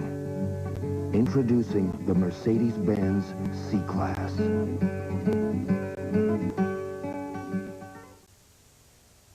CBS Sports coverage of the National Football League is sponsored by Mercedes-Benz, where safety, reliability, and performance are never optional. UPS, the official package delivery company of the NFL. RCA, #1 with the toughest critics in the world. and by Keystone, Keystone Light, and Keystone Dry. Dick Stockton and Randy Cross, and that's Mike Holmgren coming off a tremendous victory, and he hopes the Packers are on their way after beating the Saints on the road last week.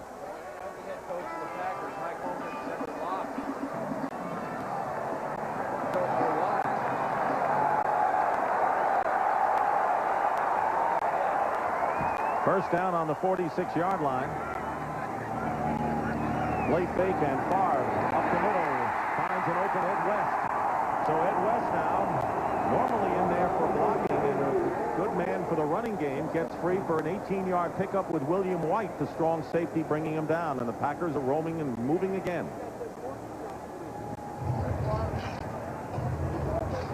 And here is the replay to West as he found the hole in the zone defense, and Randy's headset not working right now, so we're endeavoring to fix that up. Here is Thompson diving inside the 25-yard line on first down. So the Packers threatening again. They average 10 yards per play on their first drive to take a 7-0 lead. Spindler and Owens making the tackle that time on Darrell Thompson. Atlanta leading Dallas 3-0. Norm Johnson with a field goal, so the Cowboys trailing early in that game. 8:05 remaining in the first quarter, 7-0. The Packers lead, second down and 6. Once again, here's Thompson going outside, being chased by Swilling, and Ryan McNeil coming up from the cornerback position to make the tackle. And a gain of 5 yards on that play. And again, we're seeing those corners being very soft for the Detroit Lions, and Mike Holmgren is not so proud that he won't just pound the ball. You know, he's got the reputation of being the passing type of a coach, but if you're going to give the corners this soft, Mike Holmgren's going to take them. You know, Thompson's very comfortable running out of that I formation, but one of the drawbacks of the I, if it takes longer to get there, Detroit is just not forcing and filling. Two tight ends again with Shimura and West, third down and 1, and diving up the middle is Edgar Bennett. And he appears to have enough for another Packer first down. And it is a first down for Green Bay, a gain of 3 yards. Packers have gotten off to a good start all year and have outscored their opponents by a rousing 70-19 margin in the first quarter of their game. And really the problems that Mike Holmgren and the Packers had in the first month of the season was kind of handling that early success, how they follow things up. Here the defenses come out strong when they have their chance, and Brett Favre and his offense are just pounding the ball back down the field. First down on the 16-yard line for Brett Favre and the Packers. He gets a pass rush, and he gets the ball away to Bennett. And again, it's McNeil riding him out of bounds. So Brett Favre did a fine job of getting away from the sack. Dan Owens very nearly had him for a loss, and instead they pick up 2 yards. You know, a play like that, I think, to me, illustrates one of the problems you have when you have early success as a quarterback. When you're good and you're a leader your first year or two, people expect you to make miracle plays like that every single time you get out. You go out, you're supposed to lead a comeback. You throw a long bomb, it's supposed to be complete. I think Brett Favre's dealing very well with that pressure. He's a second-year quarterback. He's kind of come back to earth a little bit this year and playing like a second-year man. Here's the draw play to Bennett, dives inside the 10-yard line, and it'll be third down and short for the Packers after a gain of 4 yards. Lawrence Pete making the tackle, and so far in this first quarter, Randy, no question that the Packers are driving off the ball and beating the Detroit Lions off the line. Well, all the way across the line, you've got to say Detroit's losing the physical battle of this game, and probably nowhere more than any other than Pat Swilling, who basically is back from the bad ankle, playing against Ken Rutgers, the left tackle, having a very good season so far, and so far, physically, it's been a mismatch. 3rd and 3, and Favre firing away. The Lions have brought in Porcher and Scroggins, and so they had Swilling and Scroggins as the pass rushing outside defenders, and Porcher and Owens inside, and the pressure worked as Favre had to get rid of it and throw it away, and that'll bring up 4th down, and Chris Jackie, who has connected on 14 consecutive field goals, will come on for Green Bay. The guy to watch for Detroit on these field goals and extra points is Mark Spindler, one of those guys, not a whole lot of quick physical foot speed, and you don't worry about him being real fast, but somehow, some way, number 93, Mark Spindler, finds a way to block kicks. A 27-yard attempt for Chris Jackie. And the kick is good, and Jackie now has tied his own team record with 15 consecutive field goals, and the Green Bay Packers have jumped in front again, 10-0 over the Lions.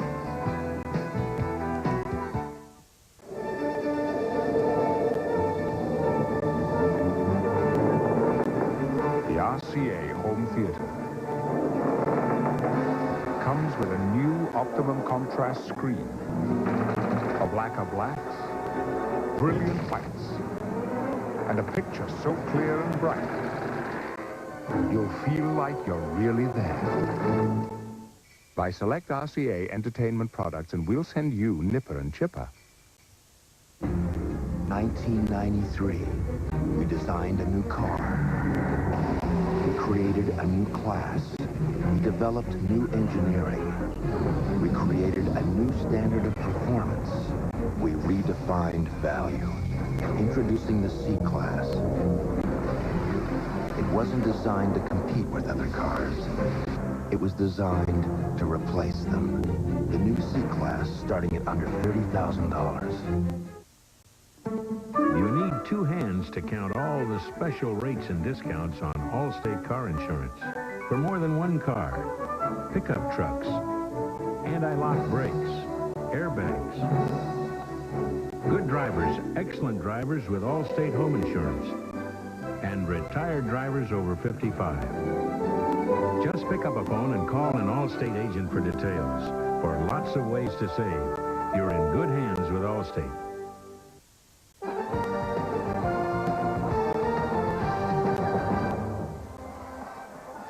Well, the Lion players talk about Wayne Font's positive atmosphere with the Lions, and now he's got to get this team back in the game, trailing 10-0 early. Otherwise, he may find himself with a one-game lead in his division race. Well, probably the key for Wayne Fonts and these Lions is they've heard a lot so far this year about, hey, no one's giving us respect. No one thinks we're playing anybody. We've got the 5th place easy schedule.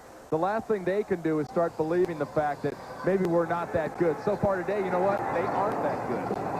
There is a short kick, and it is taken at the 31-yard line, where the Lions will start out with good field position, considering that was Victor Jones who retrieved that kick. Now, that kick is against the wind.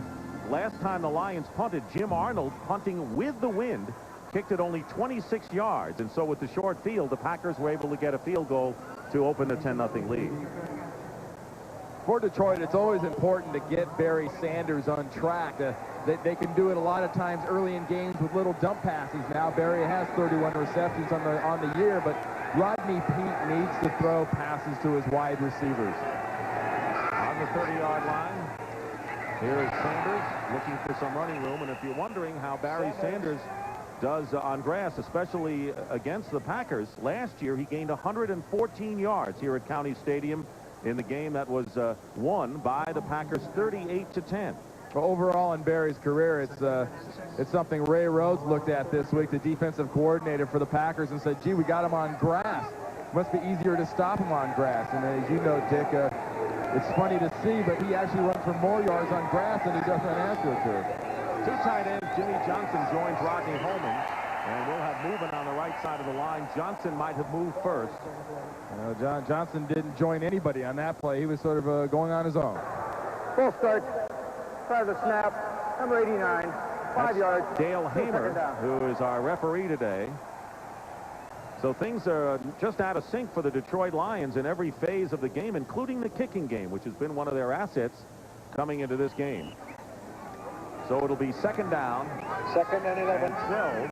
Ball on the 28 for the Lions. We have 4:38 remaining in the first quarter. 10-0 Green Bay. They go to Sanders. He gets a burst up the middle, and Barry Sanders has the first down. And just as you were saying, Randy, he may get the minus, may get no gain, and all of a sudden he'll burst it, as he did there, for 15 yards. You hear the term guys in the box awful lot of times. Look at all the people inside on this running play. Normally you'd say, well, all those people in the box, what you do is you throw. But when you have a guy like Barry Sanders, I think you can throw that in the box, out of the box, in the stands, out of the stands, in the parking lot kind of stuff away. He breaks all codes. Keogh Coleman and Leroy Butler making the tackle. First down on the Lions 44. Rodney Peete gets some time, but can he find a receiver? And his pass is incomplete. He got a big pass rush that time from Tony Bennett, who is starting in place of Bryce Popp. And that'll bring up a 2nd and 10. Once again, that term, the box. How many guys are in the box? Here's the box right here. Look at that. You got 7 guys right in there. That's the box. If they're in there, you throw the ball. But what Green Bay did, and a lot of that credit goes to the coverage guys, they covered everybody. Tony Bennett comes around and gets a lick on Rodney Peete. And at this point, Rodney Peete cannot be a very confident quarterback in his game plan. 2nd down and 10 for Peete. And his pass complete to Herman Moore on a slant pattern right about the midfield mark. Gain of 6 yards. And it was George Kuntz, the linebacker, making the tackle. So the big story, Reggie White and what the Lions are going to do to keep him out of their backfield. I would say the Lions are willing to do anything. Let's see what anything entails. You have Lutz, one-on-one, Freilich giving him a little help inside. That's something Reggie sees the whole time, but Reggie's come to understand what he does is not always physically making tackles and making sacks. He makes everybody play better around him because they think they're better for being near him. 3rd down and 4, and here is Barry Sanders trying to beat the defense, and he is knocked out of bounds and has the 1st down for the Lions. So Barry Sanders, as well as he is fast, hitting the hole, picks up 4 yards. Barry Sanders has the kind of abilities that cannot be taught. You can't teach someone to see something that really physically isn't there, and you definitely can't teach a running back to just be faster than everybody else. You know how fast Barry Sanders is? Barry Sanders is faster than anybody that's chasing him. And look at the numbers he's put up against these Green Bay Packers on the road. Mentioned 114 last year right here at County Stadium. He's got 22 yards so far.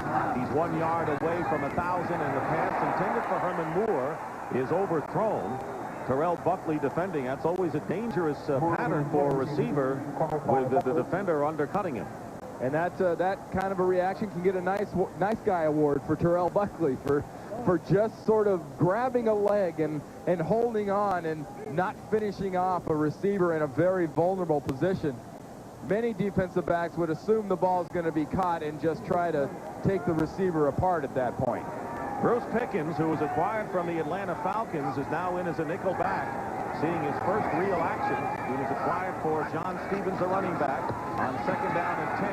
Sanders looking for running room, and Barry Sanders doing a terrific job in close quarters and very close to another 1st down, and he does have a Detroit 1st down with Johnny Holland chasing him out of bounds, and a good block up front from the veteran Lomas Brown. I think everybody grew up playing a little sandlocks football on Saturday mornings before the college games. Can you do this? Stop, start, stop, start, stop. You know, if you don't see Barry Sanders on a regular basis, you start thinking that maybe Emmitt Smith is the best running back in the league. Maybe Ricky Waters has got potential to be. I tell you what, this is the best running back that's played in the NFL in the last 10 years. On the Packers 34, and we may have a false start on the right side of the line with Bill Fraley. Here's Dale Hamer with the penalty. Number 79 of the offense. And it's Bill Fraley's penalty. By the way, Barry Sanders going over the 1,000-yard mark. Only the 3rd player in NFL history to go over 1,000 yards in each of his first 5 years. Tony Dorsett and Eric Dickerson just the other 2. This guy's amazing. He's on a pace to be one of the all-time greats. He's a running back that is a very patient, first-class guy that knows he has to wait for the Lions to build this team around him. 1:52 remaining in the 1st quarter. 1st down and 15. Pete's pass is caught by Brett Perriman, and Johnny Holland was all over him, and a short gain underneath for only 3 yards.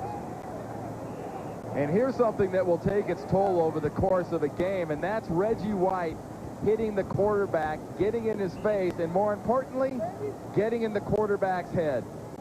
Last week, Wade Wilson of New Orleans was constantly visited by Reggie White. And I mean constantly, especially in that second half. Every time he released the ball, Reggie White was in his chest. And Right now we have a down Packer on the field, John Yurkovich. The starting nose tackle gets up and appears to be all right. We'll take a break.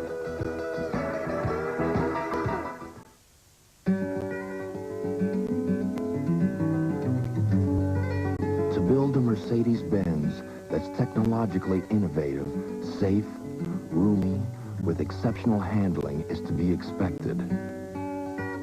But to do it for under $30,000, now that's a feat of engineering.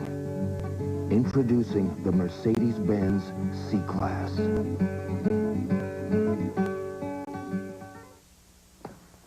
Come on, push yourself. Put your heart into it. Be tough. I'm not going to pay a lot for this muffler. More feeling. I'm not going to pay a lot for this muffler. Now that I'm in the monarchy corner, if anyone says you have to pay a lot to get high-quality muffler service, you know what to tell them. I am not going to pay a lot for this muffler. By George, I think he's got it. Now more than ever, at Meineke, you're not going to pay a lot, but you'll get a lot. I guarantee it. It's the story of Jack, the Great Pumpkin King, and 4 cool new watches at Burger King. To get a watch for $1.99 from the everyday value menu, order each time. New lower prices on food that's delicious, and see Tim Burton's The Nightmare Before Christmas. 4 watches to choose from. Isn't that fine? Each one is different for $1.99. Watches from Burger King, just one more case of everyday value. I love this place. Chuck Norris hates waste. Can he save a headstrong rancher from toxic polluters? This is the part where I ask you to stay behind, and you say, no way. Walker, a special night, Wednesday. Bill Moss, the veteran nose tackle who's been bothered with an Achilles injury, was once the starter at the nose tackle, replacing John Yurkovich, who's on the sideline now. 2nd down and 12 for the Packers, or for the Lions, on the Green Bay 36, as the Lions trying to come back from an early 10-0 deficit. A deadly combination would be a vertical passing game and Barry Sanders. Right now they got the Barry Sanders part, but the vertical is absent. They haven't thrown long at all, and here is Sanders trying to get some room, gets away from Tony Bennett, but he can't get away from Johnny Holland, who wrestles him down. Short of the 1st down yardage. We'll see where they mark the ball, a gain of only 1 yard. Meanwhile, the Kansas City Chiefs lead the Chicago Bears. For those interested in NFC Central action, 7-0. Marcus Allen scored the touchdown for Kansas City. Atlanta still leading Dallas 3-0. Cowboys have won 7 straight games. There is that Kansas City score we just told you about, and bringing you up to date on all the action. Bruce Pickens has replaced Keel Coleman as an extra back. This is the 10th play of the drive coming up for the Lions. 3rd down and 10, and a play action. Pete going up the middle, drills it, and the pass is knocked down, intended for Herman Moore, and a fine play by Leroy Butler, who had to go up high against a strong receiver and made a terrific play. Watch the job that the Green Bay Packers defense does on this play. And look at the crowd that Rodney Peete throws his ball into. Very fortunate. George Kuntz is there. Leroy Butler is there. I know Herman Moore's there, but there's a lot more green than there is silver and Honolulu blue in that picture. Jason Hansen will attempt a 52-yard field goal. It would be his longest of the year. He's got the wind at his back, though. Arnold is holding. It's a line drive kick, and it is no good, off to the left. So the leading scorer in the NFL, Jason Hansen, the 2nd-year whiz, misses the field goal, and the Lions come up empty. 52-yard try, and it is still 10-0 in favor of Green Bay. And I think right now the pressure on controlling this football game, now that the offense has failed for Detroit, goes over to Hank Bulla, their defensive coordinator, and this defensive team. Somehow Wayne Fonz's defense has to find a way to stop down the running game of the Green Bay Packers. That's the surprising part. That's been the ingredient missing from Green Bay's offense, has been the running. But so far, they've gotten the corners when they wanted to with the ball running. They don't have a real running back threat, but they found the spaces against the Lion defense. Here's the give to Thompson. And Thompson trying the left side. That's been effective so far. Picks up 4 yards. Chris Spielman making the tackle on Darrell Thompson, who has averaged 4.1 yards per carry coming into the game. That'll be the final play of the 1st quarter. And on that particular play, again, another I formation, variation of it with a lead blocker offset and Edgar Bennett. And the Packers right now are coming off the ball, and they're gashing them inside, and they're walling them off to the outside. And that's the end of the first quarter here in Milwaukee with the score, the Packers 10 and the Lions nothing.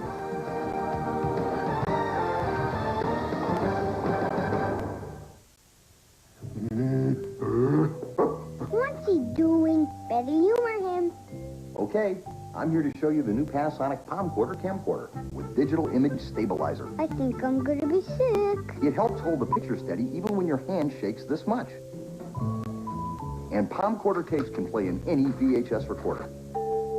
So why buy a camcorder whose tapes can't play in your VCR?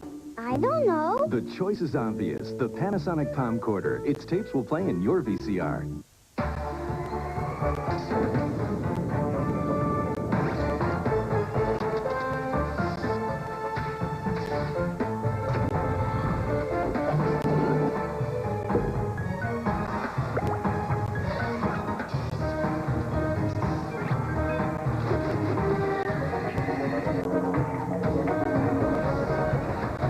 With desk-jet printers from Hewlett-Packard, it's easy to make it happen. I was driving, and then I forgot what I was. I think I left my body, but then I came back. I got hungry.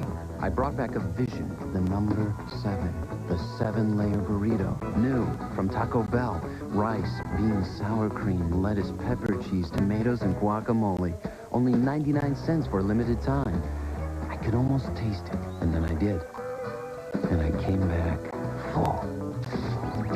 Cross it. Tuesday Rescue celebrates its 200th life saved with a special episode. Rescue 911 is why my son is here today. A special 911 Tuesday. They hope it's a big weekend here in Wisconsin because the Packers are leading. The Badgers need a win over Michigan State in Japan to go to the Rose Bowl against who? UCLA, and I'm presenting you with the Rose. The Bruins are going to the Rose Bowl. It's been a long time, Dick. I'm very happy. We won't talk about Syracuse, though, but how about that Boston College, though? BC against Notre Dame was a great one yesterday, but UCLA is in the Rose Bowl. And now the Packers, as we start the second quarter, have a second down and 6 on the 39, and a pass out to the flat, and a late hit put on that time by Ray Crockett on Robert Brooks. And that will be a first down as Brooks in the game as the third wide receiver for the Packers. Pass interference, defense, number 39, first down, is part of the foul. Well, we said what the Detroit Lions needed to be was a little more aggressive, sealing off things on the outside and filling up on their defensive tackling and coverage. But Crockett's timing right there was just a hair off. Got there a little early. First down on the 45 for the Packers, leading 10-0. They look for the slant in, and they overthrow Brooks, and it's intercepted by Harry Colin, the free safety. And Colin down the sidelines, and the first turnover of the ball game. Harry Colin, who is playing free safety in place of Benny Blades, who the Lions sorely miss. He's out with a broken ankle. He picks up a big interception, and Detroit has it in Green Bay territory. This play was set up. Watch Brett Favre with a pump fake going to Brooks. Definitely a bite on the outside by McNeil, and definitely a bad throw by Brett Favre because Harry Colin's the only one within 5 yards of that ball. Watch it again. The pump. Now the throw. That was a combination of Brooks getting a little bang, not coming clean out of that break, and Colin being the guy that Favre hit in the numbers. On the 39-yard line, Pete looks one way, looks the other, and finally tries to go up the middle, incomplete to Jimmy Johnson, the tight end. So for Colin, that is his first interception of the year. Coach covering the play. Second and 10. Brett Favre now with another interception that gives him 14 on the season. You know, one thing with this Detroit Lions offense, you've got to say that's become very obvious in the last, I guess, year or so. A wide open run and shoot team previously. Now it's a team that would appear to have a hard time playing from behind as they are now by 10 points. Here's the draw play to Sanders, runs into a crowd and gets maybe one, and that's all. And that'll be 3rd down and long. He ran right into Evans, the backup cornerback, and Reggie White. Reggie White and Barry Sanders, maybe hard to believe, are facing each other for the first time in their respective careers. Reggie White has been in the league for 11 years, Barry Sanders for 5, and this is the first time they have gone against each other. And I don't think neither one is terribly disappointed that it hadn't happened up to this point. Certainly not Barry Sanders right now. It'll be 3rd down and 10 on the Green Bay 39. Early in the 2nd quarter, Pete slips and starts to run, and he is sandwiched and hit hard, short of the 1st down by about 5 yards. And it was Tony Bennett and George Kuntz who made a Rodney Pete sandwich, and that'll bring up 4th down for the Lions. How many times do you see a quarterback run and they do one dreaded thing, and that, Dick, is look for the cutback? Watch him look for the cutback. He doesn't get a cutback. He gets a Tony Bennett. Here's the cutback. There's the hit. Front, back. And Barry Sanders next to him saying, Rodney, give me the ball. They wouldn't hit me like that. Jim Arnold's first kick went 26 yards, and he had the wind that set up Green Bay's 2nd score. Hooch kick, and Robert Brooks is back down there. There's a penalty marker down as the kick goes into the end zone, just barely. Nearly went out of bounds at the 1, but there's a penalty marker upfield, right about the line of scrimmage. And the penalty will be against the Detroit Lions, and that might be declined by the Packers. And it will be, as Green Bay will start from the 20-yard line. Illegal formation on the kicking team, the entire left side of the line, penalty declined, 1st down. So the Lions could not take advantage of the turnover, and now with 13:07 remaining in the 2nd quarter, the Pack with the lead have the ball again. You build a new razor with precision heads to shave below the skin in comfort. And what do you get? Cut a precision groove to help the Norelco lift and cut system shave even closer. And what do you get? Build a razor that shaves closer, smoother than ever before. And what do you get? The new Norelco razors, our closest shave ever. Lurgents, and they make lures for fishing. It's a family company that's been manufacturing lures for 60 years. It's like a family. We're like a family. My first call, the response was, we're using AT&T and we're happy. One day he called me and said, now I got to talk to you about this because I'm going to save you some money. I learned that there were some business solutions we could provide. I didn't realize some of the things that could be done. Nobody ever explained it to me before. AT&T is so large with MCI, I feel like we're their #1 customer. There is a sound you can hear on the new Riviera. It's the sound of German being spoken by those who converge on Ocean Drive. In your town, America, and the world. Beck, the #1 imported German beer. When you order a Bigfoot pizza from Pizza Hut, remember to order some Pepsi, or you'll be making a mistake. A very big mistake. So when you order Bigfoot, don't forget to ask for plenty of Pepsi. Bigfoot Pizza, a legendary value. This game summary is sponsored by Pizza Hut. Barry Sanders over the 1,000-yard mark for the 5th consecutive year, and Bennett with 20 yards. When you look at the rushing yards in the game with the Lions and the Packers each with 40 yards rushing, that's a victory for Green Bay. If you're even with the Lions in rushing, then you're doing all right, and they certainly are on the scoreboard, leading 10-0. Well, the Packers coming into this game averaging 95 yards a game, and at the rate they're going right now, they're going to get in excess of 150, I think. First down on the 20 for the Packers. Here's Thompson going right and getting a block. And he moves it up to the 25, 26-yard line. And a good gain on first down. Harry Colin on the tackle. Another good job of getting out on the corner. The Detroit Lions defense just had him outmanned there. That was what Mike Holmgren brought from San Francisco, what's referred to as a bob play, where you pull both guards, and only one guard, Harry Galbraith, got out there. And we keep seeing time after time Mike Holmgren's theme and philosophy of using speed and going to the corners with your running game. 2nd down and 5. Sterling Sharp, after a delay, goes in motion. And the give is to Thompson again, and this time he gets nothing, and coming on in is Pat Swilling. Mentioned Swilling had been bothered with a high ankle sprain. Good pass rusher, but he got Thompson for a loss of 3 yards that time. With the offense performing poorly outside of Barry Sanders, what the Lions need are big plays from their defenders. And if Reggie White's the key for the Green Bay Packers, a healthy, effective, and forced Pat Swilling is really the key for the Detroit Lions. He has got to make plays for the Lions to be successful defensively. He missed 2 days of practice during the bye week and was fined by Wayne Fonts. He said it's been an awfully tough year for him. He lost his father, who lived in Georgia earlier in the year, and he says, that death hurt me more than anyone will ever know. Timeout, Green Bay. Ever wonder why a hamburger costs $10 in Tokyo? Or why a cab to the airport there runs about $120?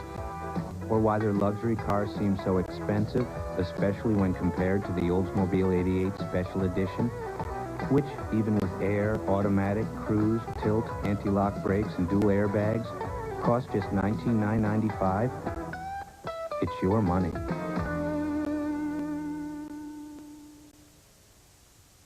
You can see these new movies at theaters and head for McDonald's Holiday Film Festival, where you can pick up the original videos, The Addams Family, or Wayne's World. Just $5.99 each when you buy any large sandwich at McDonald's. Cool. Also available, the children's classic Charlotte's Web, or Ghost. Just $5.99 each when you buy any large sandwich. I was not aware of that. But hurry, because they'll be gone in a snap. What you want is what you get at McDonald's today. How does this sound? Now you can have all the crisp, refreshing taste of a great beer without all the alcohol. Miller Sharps. Great beer taste anytime. New garage door opener, huh? What kind of batteries you got in here? Duracell. That's what I use in everything. Really? No kidding. Hey, any idea why Duracell batteries last so long? I don't know why they even work, but I know they're good. Duracell. No other battery lasts longer. Yeah, but why? Celebrate Thanksgiving Day the traditional way. Turkey. Family. Watch the Bears battle the Lions on CBS. Now that's beautiful. We're big fans. Coming up next on CBS Sports, the Franklin Funds Shark Shootout, hosted by Greg Norman. 10 two-man teams compete in a best ball alternate shot and scramble rounds. Players expected to shoot it out include Nick Price, Paul Azinger, Arnold Palmer, Davis Love III, Ray Floyd, Payne Stewart, Corey Pavin, and Tom Kite. Now, Tim McKyer, who's been out with a concussion, is back in as a nickel back. 6 defensive backs, 5 men up front for the Lions. It'll be 3rd down and 8 for Brett Favre on the 22, and his pass is caught by Brooks. And he is short of the first down yardage, and that was William White, the strong safety, and that'll force Green Bay to punt. It was a nice job by William White of forcing up and making that tackle. And if there's really one ingredient these Lions are missing on defense, it's the presence, the force, and the hitting of Benny Blades, out with the broken ankle, expected back sometime in the next month or so, according to Wayne Fonts. Vernon Turner has done a very good job in place of Mel Gray. Brian Wagner, who's leading the NFC in punting, gets off a fine kick. And here is Turner back on the 30-yard line. And he runs into his own player, Crockett, and is down to the 40. That's the second time today a Lion has run into his own man. There's a lot of ways to get on the old tackle chart after the game, but the one thing coaches really hate to see is when you get on the tackle chart for bringing your own guys down. So the Lions get another chance, trailing 10-0, and don't those look adorable? Oh, my back hurts and I had a game this afternoon. So I'm taking Advil. I know I'll feel better soon. More doctors recommend Advil by name to relieve backaches than any other brand. And you know, just one Advil is as effective relieving pain as 2 regular strength Tylenol. With Advil, there's no reason to let a sore back keep me from swinging. And for a cold, try Advil Cold and Sinus, advanced formula for the cold season. Just try Black & Decker's Power Driver with torque control. You'll notice one major difference, the clutch.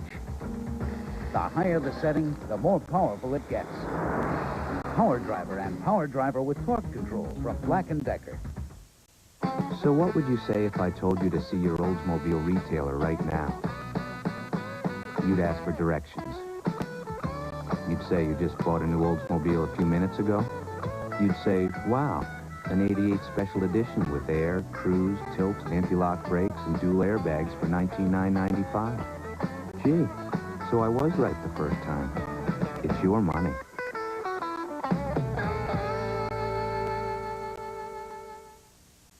Carlito's Way. Action that rivals the best gangland shoot-'em-ups in cinema history. Gangsters, girls, guns. It's Pacino the way you want to see him, guaranteed. Carlito's Way. Rated R. Now playing at theaters everywhere.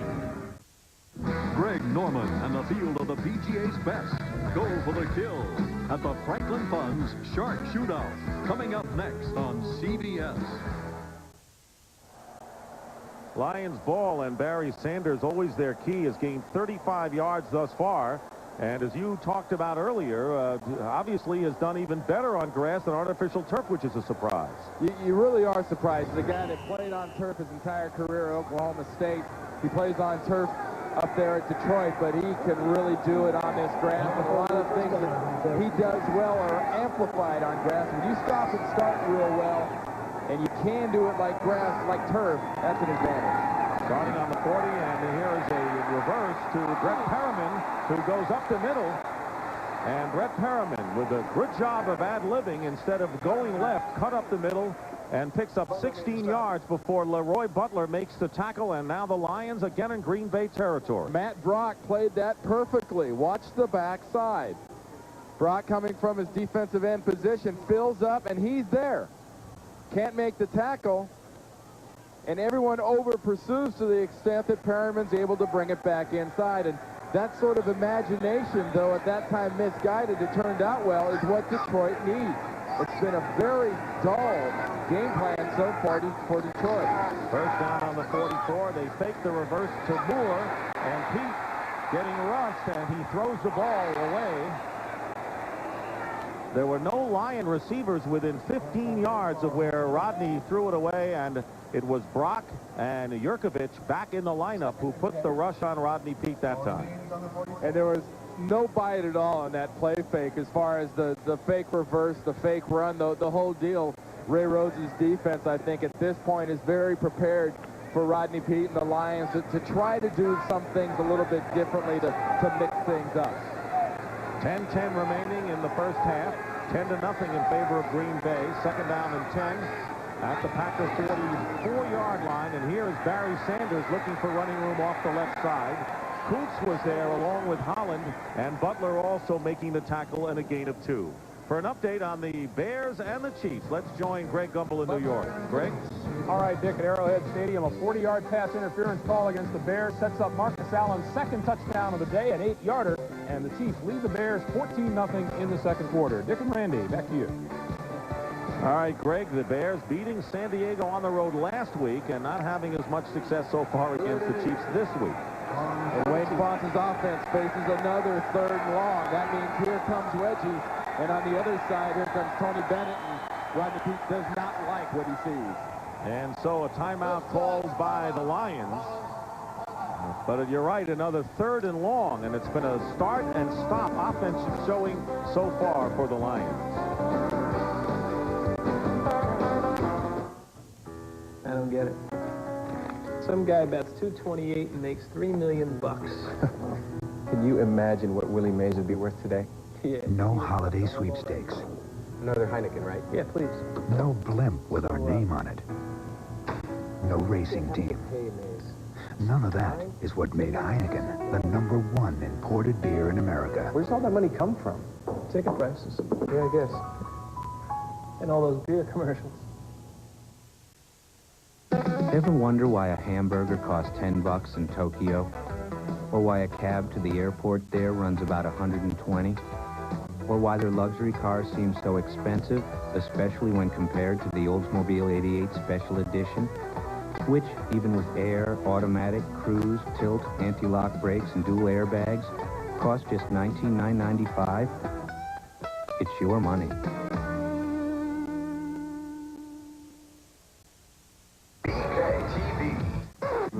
It's the story of Jack the Great Pumpkin King and 4 cool new watches at Burger King. To get a watch for $1.99 from the everyday value menu, order each time. New lower prices on food that's delicious, and see Tim Burton's The Nightmare Before Christmas.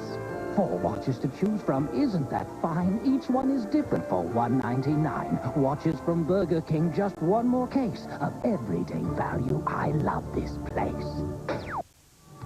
Well, coming up this Thursday at 12 noon Eastern, our special Thanksgiving edition of the NFL Today. A cornucopia of holiday treats, including a look at Barry Sanders, who we're seeing today, through the eyes of his mom and dad from his hometown of Wichita, Kansas. Then, in a big NFC Central battle, Barry and his Lions, who have their hands full against the Packers today, host the Chicago Bears.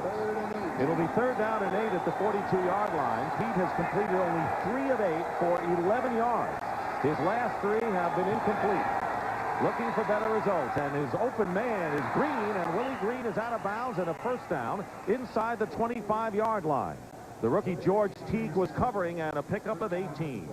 And a little bit different wrinkle for Detroit than maybe everybody's used to seeing from them. They've seen him in the past, and that's leaving a tight end in for protection purposes and only using 3 wide receivers. And even with just 3 wide receivers, to get a receiver like Green that wide open, you have to think you're looking at a blown coverage.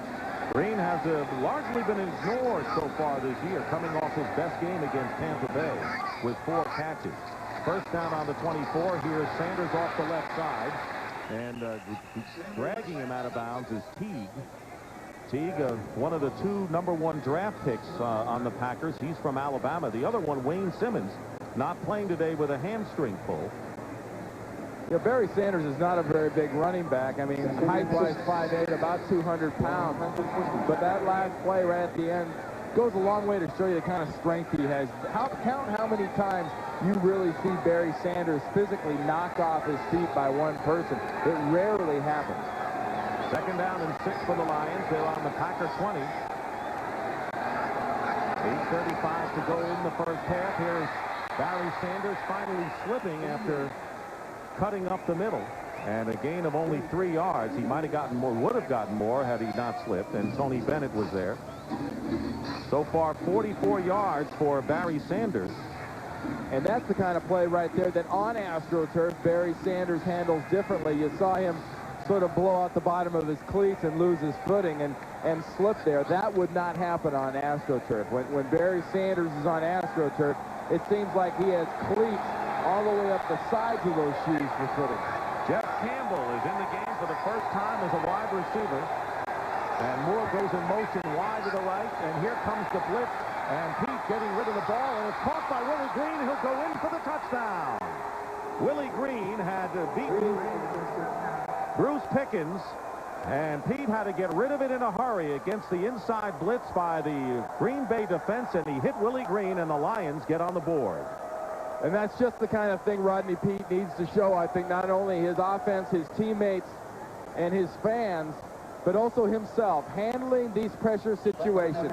Look at the blitz, inside with the safeties, outside with the linebackers, and then just a physical mismatch when you're looking at a wide receiver like a Willie Green at 6'2", 181, clearly knowing where the ball is, and Pickens didn't. Jason Hansen adds the 7th point. So the Lions, who were trailing 10-0, now have cut the margin as Willie Green catches his first touchdown pass of the year.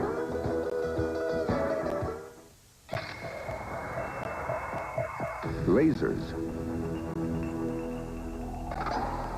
Satellites. Cellular data networks. What exactly have we launched here? UPS Total Track. The only tracking system that can confirm delivery of your air and designated ground packages coast to coast in seconds. Package was signed for at 9:26 this morning by Mr. The arms race may be over, but the package race is just heating up.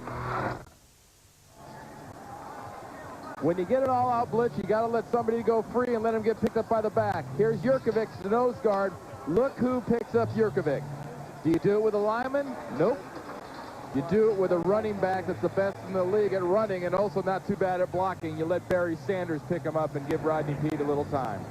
That's the 5th touchdown pass of the year for Rodney Peete, a 17-yard strike to Willie Green. So the Lions now trail 10-7, and Jason Hansen will be kicking off. Back deep will be Robert Brooks and Marcus Wilson for Green Bay. It's a short kick, and it's taken by Wilson. And he is down at the 29-yard line, so it is a stiff wind. We told you at the beginning of the game, upwards of 25 to 30 miles per hour. And it's moving.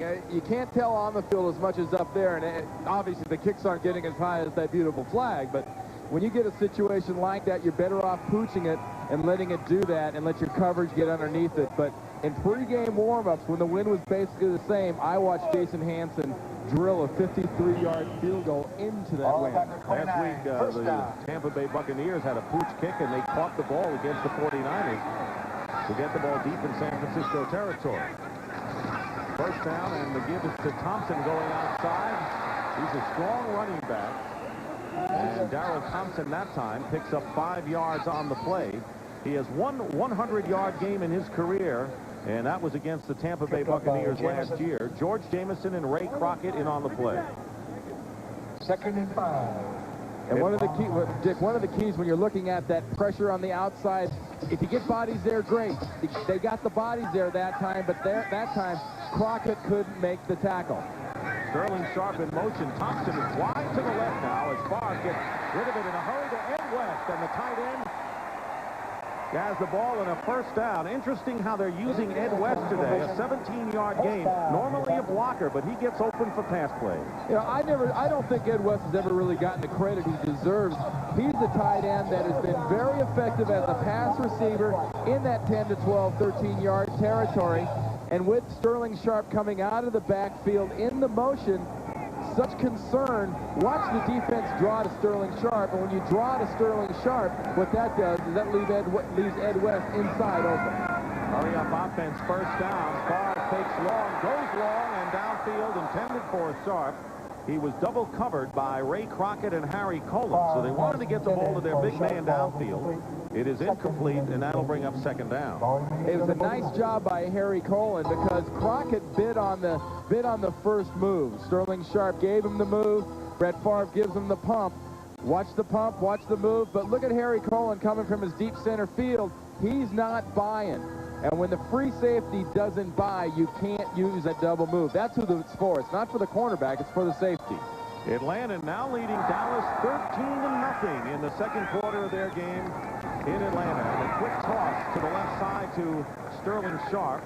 And a good gain on second down. They picked up 8 yards on that short pass play. Willie Clay making the tackle. So Pritchard on the receiving end of a Bobby Hebert touchdown pass, and the Dallas Cowboys' 7-game winning streak could be in jeopardy. The way for Atlanta to upset those Dallas Cowboys, Dick, is to get turnovers, something Dallas doesn't normally do, but if they can force them, they can hold on to the ball and keep it away from Emmitt Smith and Michael Irvin. Under 6 minutes to go in the first half, and off the right tackle goes Darrell Thompson, and he may have the first down. Now, it may be a fumble on the play, and it is not. The whistle had blown, and the Packers will have a first down at the 40-yard line after some of the Lions were signaling the other way.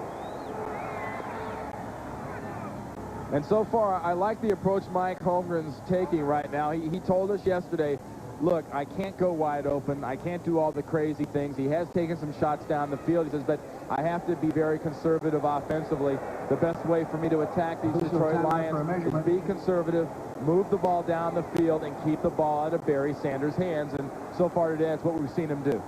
They're going to measure to see whether the Packers had the first down. This is an unusual maneuver for Mike Holmgren to go to the I formation. He normally is a wide-open offensive mind, and but when you're losing your second-best receiver, good tight end, Sharp not 100%, no running attack per se, you've got to go with what you've got. And I think if there's a division in the NFL, you can run an I formation. It's here in the NFC Central, where I don't think this division is not gifted with the fastest defenses in the NFL, and if you can do it, you can do it here, and Holmgren knows that. He's a sharp guy, but against the Dallases of this league, you can't run that I because your back does not have that long to make the decision. Even if you have Barry Sanders. You can run anything with Barry Sanders. I don't care. I'll qualify that one. First down on the 40-yard line of Detroit, and there is a reverse to Brooks. Brooks with good running room. He's got a blocker in front, cuts inside the 25, and wrestled down by Crockett inside the 20. So a little razzle-dazzle by Mike Holmgren, despite His firepower problems in a gain of 21 yards on the end around by Robert Brooks. Well, just when we say he's going to be conservative, what's he do? He runs the reverse. The lead blocker, Big Harry Galbraith, watches coming around. This isn't pretty. This isn't Olympic sprinter-type form by Galbraith, but you know what? He's in front. He's making blocks, and that's what gets Brooks the extra 10 yards. And a penalty marker down as Sterling Sharp on the quick toss, and there'll be illegal procedure, man in motion called against the Packers on first down. We have 4:31 in the first half. Illegal motion, number 39 of the offense, 5 yards, still first down. Darrell Thompson, so that'll bring up a 1st and 15 for the Packers. Been a relatively penalty-free ball game. Packers penalized for only the first time on that last play. 10-7 in favor of Green Bay. They trail the Lions by 2 games in the NFC Central race. Bob toss, nearly picked off. It is intercepted. And it's Pat Swilling, and he'll go out of bounds. And the second turnover of the ball game. 2 interceptions by the Lions. First Harry Colin, and now Pat Swilling. And the Packers, who are close to the red zone, have coughed it up again. And that is a situation where Brett Favre stared at Sterling Sharp the whole way. Watch Sharp run his pattern. But right there, see that shadow? That was Pat Swilling standing between Brett Favre and Sterling Sharp, who was just looking at Brett Favre. Watch Favre. Take the snap, turn, look. You're not going to do that to a Pat Swilling. He's too smart. He's too good. He's going to make you pay. Second interception of the year for Pat Swilling, and a first down Lions on their 30. 2 turnovers in the game, both committed by Green Bay. Here is Sanders, breaks 1 tackle, and he goes around Buckley, and Barry Sanders will have a first down with a brilliant bit of running on the natural grass. George Teague knocked him out of bounds. There's not another running back in this league that can give you so much and take it away so fast. Watch, he's dead. Reggie's got him. No, he doesn't. Okay, here we go. Terrell, no, you ain't going to go under. You're not getting him either. Can you believe the people that get within arm's length of this guy and do not get an opportunity to follow up? What the Packers didn't do is they didn't gang tackle. One guy won't get him. He didn't get the first down. They marked it at the 40, so he's short by about a yard. But here is Sanders, and he's got it now. Barry Sanders driving toward midfield has a first down for the Lions. Continuing the amazing story of Barry Sanders, he has now touched the ball 253 times this year as a receiver and a rusher without losing the ball, without coughing up the ball. Quick quiz. Not where's Waldo, where's Barry? There he goes. It's unbelievable. Look what he's done so far. You can figure this anywhere you want, but I don't think anybody's more valuable to their team, receiver, running back, quarterback, defender, than Barry Sanders is for Detroit. On the Lion 48, drilling the pass, caught by Green, and he is pushed out of bounds by Roland Mitchell. So the Lions, for the first time, are in sync offensively. It was Willie Green who caught the touchdown pass to put the Lions on the board a few moments ago, and now Detroit is moving with 3:04 on the clock, and they've got a first down on the Green Bay 37. Dick, when Barry Sanders is running the ball and Barry Sanders is effective, it's amazing how much more bounce there is in the step of the other 10 offensive players for the Detroit Lions. They think they can perform. They think it's their turn to do something when they know Barry's on. Bruce Pickens was beaten again. That's the second time Willie Green has had his measure. And here is Sanders trying to go right. And steps out of bounds with 4 Packers right in the neighborhood. Johnny Holland was closest. And Sanders picks up 2. Now remember what Green Bay didn't do on that one run where Buckley had a shot, and White had a shot, and Holland had a shot? They didn't pursue as a team. They didn't tackle as a team. Watch Barry Sanders coming at you, and watch all the green jerseys that are in between him and the goal line. That is team tackling and pursuit. Tony Bennett and Reggie White are now outside pass rushers with Moss and Grant inside. It'll be second down and 8 at the 35. Pete gets some time, and his pass is caught by Sanders, his first reception of the game. Underneath pattern, just a short gain of 4 yards, and that'll be a bring up third down at about 5 with George Kuntz making the tackle. And our 2-minute warning here at County Stadium. Packers and Lions advertised to be a close one, and that's what we've got. So what would you say if I told you to see your Oldsmobile retailer right now? You'd ask for directions. You'd say you just bought a new Oldsmobile a few minutes ago. You'd say, wow, an 88 special edition with air, cruise, tilt, anti-lock brakes, and dual airbags for $19,995. Gee, so I was right the first time. It's your money.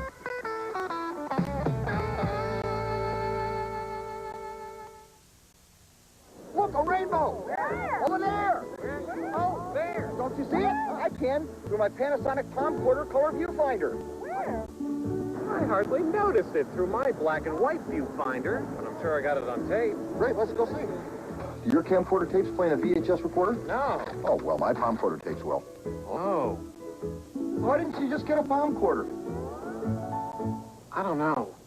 The choice is obvious. The Panasonic Palm Quarter. Its tapes will play in your VCR. Hey, MCI friends and family basic customers, want to see how you could save more with AT&T? Look, you're currently getting discounts to just one person or a limited list of people, but look at how many people you call. Well, if you spend $30 a month on long distance, AT&T will give you 15% off to everyone you call. Now, write down this number. It's how to get 15% off to anyone, anywhere, anytime.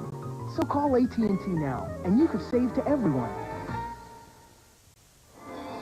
Moments ago, Randy told you that Barry Sanders had over 40% of his team's offense. Right now, he has 45%, having gained 68 yards. Rest of the offense, 82, as the Lions are driving, trailing 10-7. You just sort of quick cipher that up in your head? Yeah. I like that. 40, 45 is good. We have computers, we have calculators, we got all sorts of modern equipment up here. Well, here on third down, third medium, the player that I think you have to feature in this situation would be either Willie Green or a Barry Sanders on a swing pass. 2 wide receivers to each side on 3rd and 5. The ball is to 32. Pete fires, and it's dropped. Herman Moore was there, Buckley defending, and Moore is upset with himself because he felt he should have had the ball. Reggie White put pressure on for the first time today on Rodney Peete.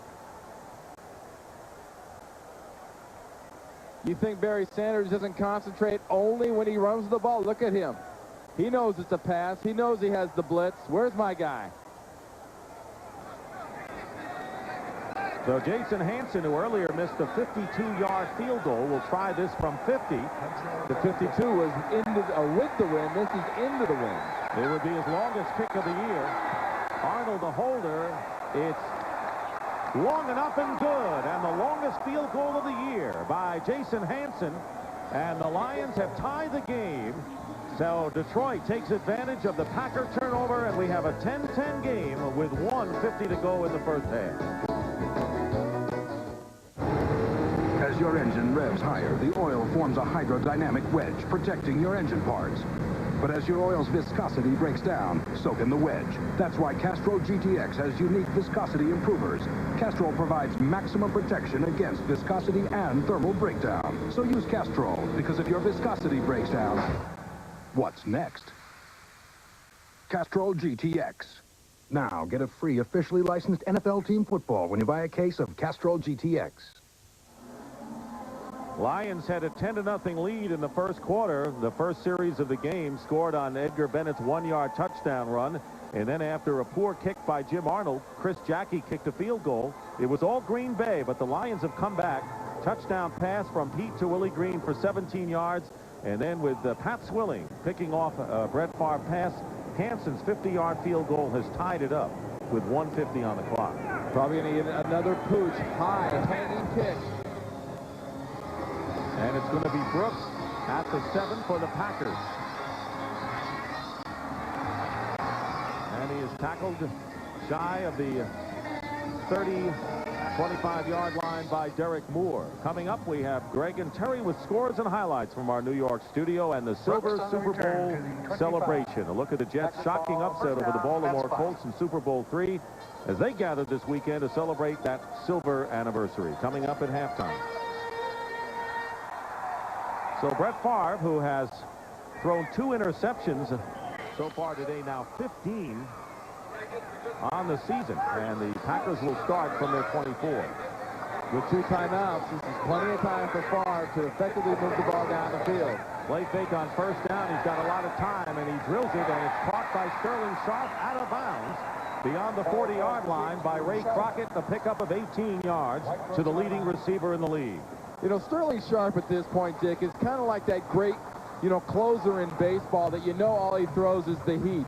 All that Green Bay wants to do in critical situations is get the ball to Sterling Sharp, and sort of like you can't hit that 95-mile-an-hour fastball in the 9th inning. Most teams just can't stop Sterling Sharp from catching the ball. And he's bothered by that turf toe. The vision problem with the blur that affected him last week in New Orleans has disappeared. So a first down on the 42-yard line, and a quick toss out again to Sharp. And we'll have a penalty marker down, and the Packers may be called for an illegal procedure penalty. Well, they got Pat Swilling. Looked like a mutual jump on that play. Pat Swilling, anticipating the snap, was called into the neutral zone. So it is against the Lions.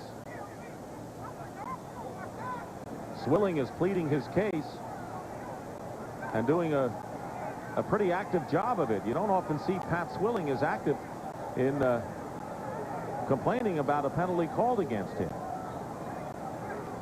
Officials are conferring right now, and they're going to be 4 striped shirts before this one's over.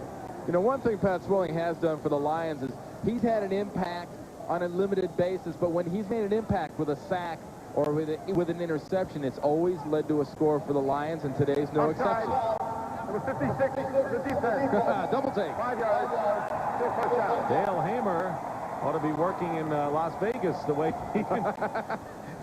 he's got some quick hands there. The penalty is against Pat Swilling, so he was overruled in his protest. Well, he's thinking right and going left, and thinking left and going right. You know, my 3-year-old son's in preschool, and they put the little R on one hand and the L on the other. That's what they do with headsets when you jog. First down and 5 now. The Packers still in their territory on the 47. And there's Favre, and he goes to Sterling Sharp. He's got the first down out of bounds, and he is in Detroit territory. Gain of 6. And this, you know, Sharp is just going to slowly eat you up unless you sit on him. You have got to give him a chance defensively. You got to stay next to him. You can't take the chance of letting them getting 8, 9, 10 yards at a crack. Remember, they're going with the wind, and Chris Jack, he can kick a 50-plus type field goal. Sharp has caught 5 passes already in this half. And on first down, a rollout by Favre, and he is trapped and will be stopped for no gain, and it was Pat Swilling. Remember, we told you Swilling, who has been bothered with an ankle injury, 95% he says, and this is the best that Swilling has been off the ball in the last several weeks. Well, you saw in that last play a very good reason why at Southern Mississippi and here at Green Bay that the option is not featured on a regular basis with Brett Favre. Running is not his forte, and Swilling did a nice job of forcing up and maintaining his contain. You saw all the scores coming up at halftime. Emmitt Smith, by the way, was shaken up in Atlanta, and he was taken out of the ball game. More on that. Brookson is an extra receiver, and the quick handoff to Edgar Bennett runs right into Harry Poland, but not before the Packers very close to another first down, and they do have it with 47 seconds. Green Bay still has 2 timeouts remaining, and they hurry it up. Plenty of time. The consistent play comes from Sharp. The big play may come from Brooks. Favre gets rushed, and he goes to Brooks, but he is out of bounds, despite the fact that he made the catch. And a great pass rush by both Porsche and Pat Swilling inside against Brett Favre. Oh, that thing, that got Brett Favre. That was a world-class shot put right there. Because he threw that shot put all the way from the hash marks all the way out of bounds before Brooks could get to that thing. Pretty good form, and a nice little reverse, little wrist flick. Clock with 34 seconds remaining in the half. Sharp will go to the top of your picture. Second down and 10 on the Lion 36. Tied 10-10 here in the waning moments of the first half. And he dumps it off to Edgar Bennett out of the backfield, and a gain of about a yard. Chris Spielman making the tackle, and it looks like the Packers are going to be conservative enough to play for 3. As Green Bay calls a timeout, they have 1 left. Well, if they're going for a field goal at this point, they're going for a long field goal. And Mike Holmgren, with this 1 timeout remaining, knows now that he can throw the ball for one of those 7 or 8 yard passes to Sterling Sharp that the Detroit Lions defense has been willing to give up, and that puts his kicker, Chris Jackie, even into a better situation. So it's very conservative for Mike Holmgren. He tells Brett Favre, if the quick, easy one isn't there, throw it away. We're still within Chris's range. Because, I mean, from here, you're looking at 51, 52 yards for Jackie. He has made 15 in a row to tie his club record, 15 consecutive field goals. A bruised quadricep is the word on Emmitt Smith, who is removed from the Cowboys lineup in their game with Atlanta. Falcons leading, and we'll bring you up to date on the scores and highlights with Greg and Terry coming up momentarily. Favre has completed 12 of 17. What has really hurt the Packers has been his 2 interceptions. Well, that's 14 of 17, then, right? Right. 14 of them, unfortunately, 2 to the wrong guy. And the Lions capitalized on one of those hits. 3rd down and 7 at the 33. On the screen pass, here's Thompson and Harry Colin with a big tackle. Tell you, he has come up and played big at free safety for the Lions with an interception and a big tackle to force the Packers to try a long field goal here. George Jamison rushes up and calls timeout for Detroit. This leaves them in a situation where Mike Holmgren now is looking at a 53-yard field goal. Timeout called by the Lions, so Detroit now has 1 timeout left. So does Green Bay. And they're going to bring in the extra tight end. So they're going to power this one, it appears, to get set to try a field goal before the end of this half. Here's Chris Jackie, who amazingly has missed only 1 field goal this year. He is 20 of 21, connected on a 27-yarder earlier in the game. And this, I think, is going to be about a 53-yard field goal, which would equal Jackie's all-time best if he wants to maintain his consecutive streak for the Packers. So a long field goal, keep in mind, attempt by Jackie coming up. The wind is at his back, so he's got an edge there. A 53-yarder coming up with Brian Wagner holding. 15 seconds remaining in the half. And with the wind, if you push it right, it'll be emphasized right. If you start hooking it, it'll hook harder with the wind. It's a 52-yarder officially. Jackie's kick is long enough, and the kick is good enough. Chris Jackie with a 52-yard field goal, and the Packers have regained the lead. And he's got 16 in a row, and now Chris Jackie continues with his club record of consecutive field goal attempts. And a nice job by Mike Holmgren and Brett Favre of collaborating and getting this ball down the field. Minute 45 they had, 2 timeouts, looking for any kind of a score. Very conservative, going to Sterling Sharp, eating up the yards. The big play of the drive was that draw play to Edgar Bennett right up the middle. Think he knew he had it? Watch this. What do you think? Yes, I made it. Had it all the way. Yeah, never in doubt. Never in doubt. Well, the wind helped them, but it's still a 52-yarder, and Jackie gives the Packers a 13-10 lead after they squandered a 10-point lead that they amassed in the first half. There's Derek Moore and Vernon Turner back deep for the Lions. Turner, number 44, as Jackie prepares to kick off. 10 seconds remain in the first half. And if you're Chris Jackie, you try to make either an incredibly long kick or you just sort of pooch it so there's no chance of a mistake, and it's the pooch. It's the pooch, and it's Turner on the 18. He's hemmed in and down at about the 25-yard line, and that was Doug Evans for the Packers, and not much time left for the Lions to try anything here. It's about enough time for the Lions to fall on the ball. I think you kneel down, you go inside, you figure out a way to get more consistency and imagination out of your offense. Take some of the pressure off of Barry Sanders, and Wayne Fonts has to figure out with his offensive coordinator, Dan Henning, how to get the ball in the receiver's hands more. They've gotten into the hands of Willie Green pretty well, but they need time, and that's going to be critical for the Lions to make sure Rodney Peete has time to throw. So that will be the assignment of the offensive line, but the Green Bay Packers will run off the field with the lead.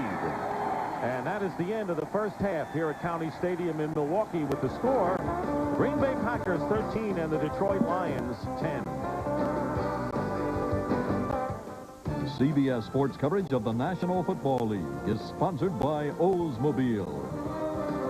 Burger King and its everyday value menu. Have it your way. I love this place.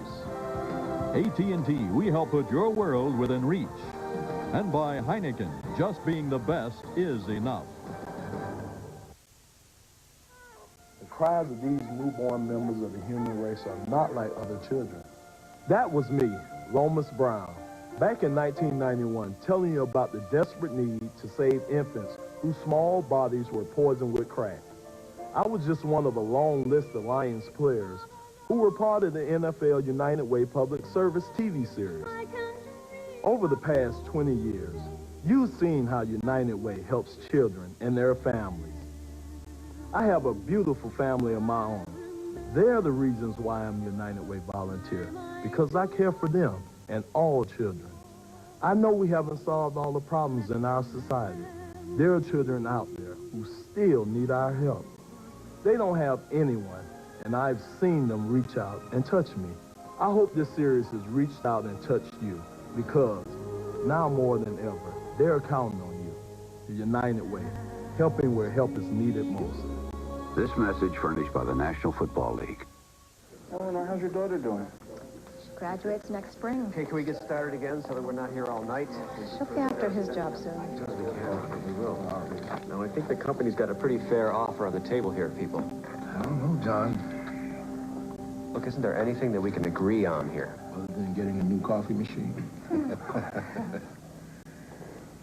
I know one thing. Warsaw for group health and workers' compensation. One thing employers and employees agree on. Your Valley area Buick dealer has great news.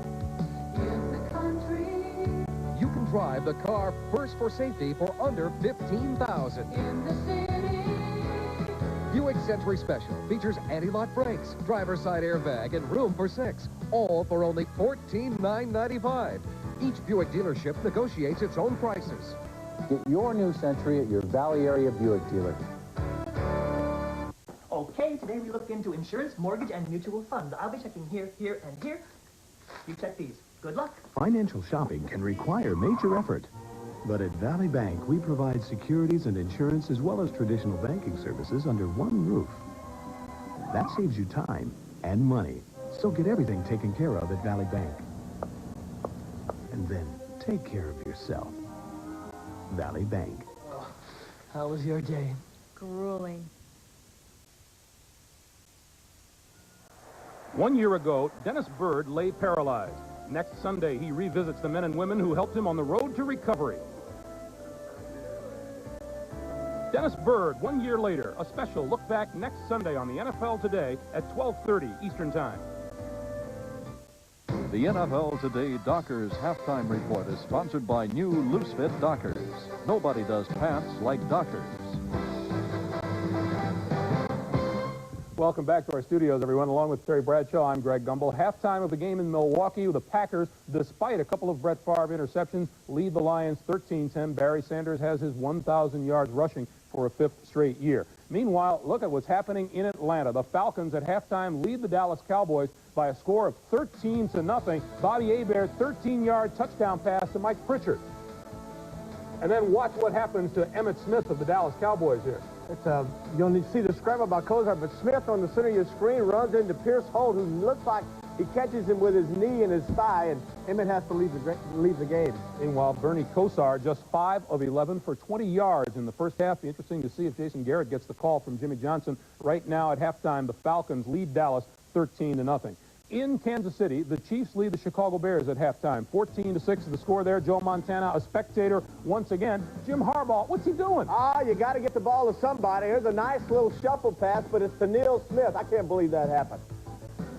Meanwhile, Marcus Allen, a couple of touchdowns today. 1 yard out, this one an 8-yarder, 107 for his career. And the Chiefs are leading the Bears at halftime 14-6. In Buffalo, the Bills with a 16-6 lead on Indianapolis. Jim Kelly did start this game. He's thrown a touchdown pass to Bill Brooks. In Miami, the Patriots lead the Dolphins at halftime 3-0. At the Meadowlands, 2 rushing touchdowns for the New York Jets. They lead the Bengals 14-3. Warren Moon with a touchdown pass. Todd Philcox has one for the Browns. The Oilers lead it 14-10 as they approach halftime in the Dog Pound. And the NFL Today continues here on CBS after this word from your local station.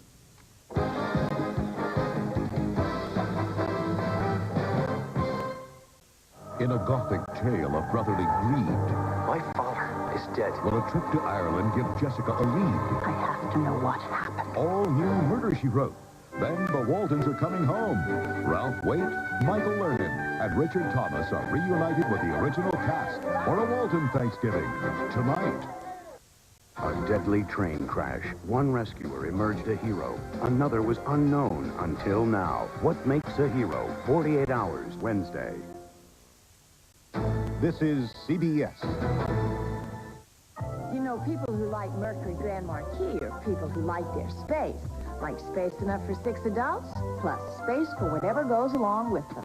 And this is the perfect space for some very interesting facts. And the fact is, now Mercury Grand Marquis is priced at just $19,990 and offers a powerful V8 engine, standard dual airbags, available ABS brakes, and more. Grand Marquis.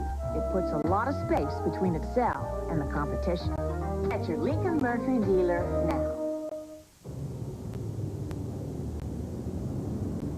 At Lou Pros, I see all kinds of signs these guys really are pros. There's one right there, Quaker State Motor Oil. There's another one, Certified Technician. The whole staff is certified. They're courteous. Their place is clean. I feel good about coming to Lou Pros. More important, my car feels great. Come to Lube Pro's 10-minute oil change for quality Quaker State Motor Oil. Hey, the Miss Perfect pageant. Yes. We're watching hockey. Hockey. Let's watch both. Miller Lite presents the Miss Perfect Face-Off. Okay, Bob, Miss Georgia goes to the corner. She pays the price. Here's the puck coming loose. The shot. She scores. Brought to you by Miller Lite. If you can combine great taste and less filling, you can combine anything. Oh, that'll be sashing. 2 minutes for Miss Congeniality. Bad call. Good beer. Great taste, less filling. Can your beer do this? This is WFRV TV5.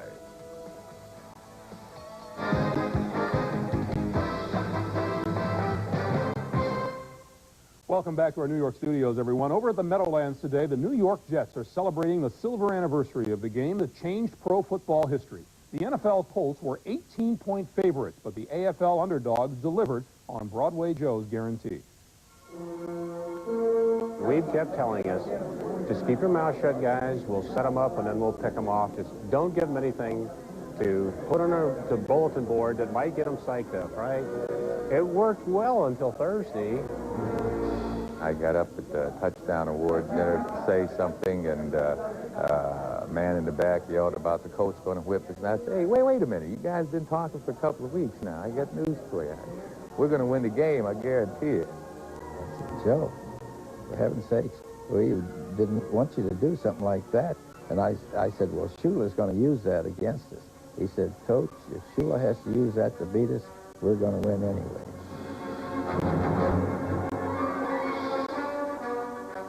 I remember a picture of Earl Morrill, who was the quarterback of the Colts, kicking the turf in disgust. And to me, that depicts the fact that we were pretty well dominating the football team that day over the Baltimore Colts. We get another score, though. We need another score.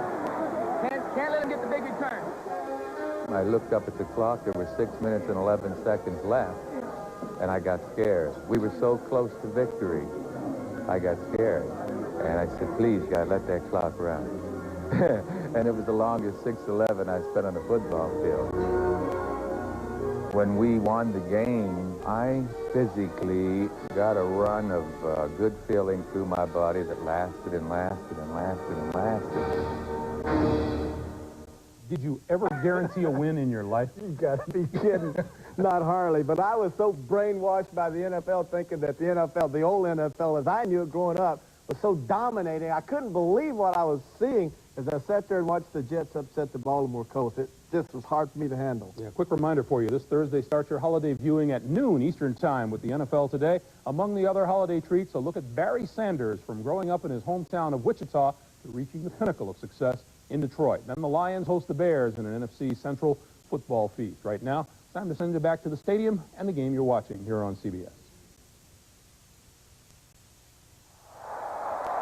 We're at halftime here at County Stadium in Milwaukee. The Packers lead the Lions 13-10. Back with the second half kickoff after this. At Compaq, we realized that buying a computer raises a lot of questions. So we came up with the answer, Compaq Presario. Powerful computers that come preloaded with software that can correct your spelling or balance your checkbook. In fact, the Compaq Presario can even answer your computing questions. Oh, and if you happen to have a phone, it can answer that too. Hi, we can't answer the computer right now. Please leave a message. The new Presario from Compaq. Hi, everybody. Dave, we're all worried. About what? You haven't ordered your holiday ham from my store. Or the cookies I made for you. Oh, your turkey. Or your eggnog. Or your fruitcake. Yeah, what gives? Nothing. Wendy's is making a new Big Bacon Classic Combo. It's a quarter pound of fresh beef, 3 strips of bacon, and the works with biggie fries and a cold drink. So this holiday, save your appetite. And I thought you forgot my prune tart. Who could forget that? Try Wendy's Big Bacon Classic Combo today. Monday, Herman's got big news. I guess free. Evening shave, then. It's Thanksgiving. And Dave gets an early holiday gift from Florence Henderson. You got a burial plot? Santa got our letter. Can America's favorite mom be Dave's favorite mother-in-law? Jeez, is that you or the broccoli? All new Dave's World after Evening Shave Monday. This week, Dave welcomes Father Guido Sarducci, Coach Bobby Knight, Mary Lou Henner, Dwight Yoakam, Brian Gumble, and Penn and Teller this week. CBS Sports coverage of the National Football League is sponsored by Ford and your Ford dealer. Have you driven a Ford lately? Black & Decker, the source of powerful gift ideas. Miller Lite, great taste, less filling. Can your beer do this? And by Transamerica for life insurance and financial services. The power of the pyramid is working for you. And a beautiful fall afternoon in Milwaukee as we welcome you back to County Stadium along with Randy Cross. This is Dick Stockton. The Packers lead the Lions 13-10. Chris Jackie with a 52-yard field goal, 10 seconds from halftime, the deciding margin. Looking at the halftime statistics, Detroit and Green Bay even in rushing. That's a big story as far as the Packers are concerned, but they have turned the ball over twice, and one of them hurt them, Randy. Exactly, and the other disappointing factor in this game is the fact that Detroit has not been able to pass the ball very effectively. It's a team that was known as Barry Sanders right, Barry Sanders left, and we'll try to trick you with a few other things. Right now, passing-wise, it has not been that effective. When they've gotten big plays, they have not been able to follow them up. Sanders with 63 yards, 13 rushes. Pete, 7 of 13 for 65 yards and a touchdown. The Packers have not gotten to Rodney Peete. He has been hurried and rushed a few times, but no quarterback sacks. So Reggie White still looking to get to Rodney Peete for the first time. On the other side of the field, Brett Favre with good percentage passing thus far, but has thrown 2 interceptions.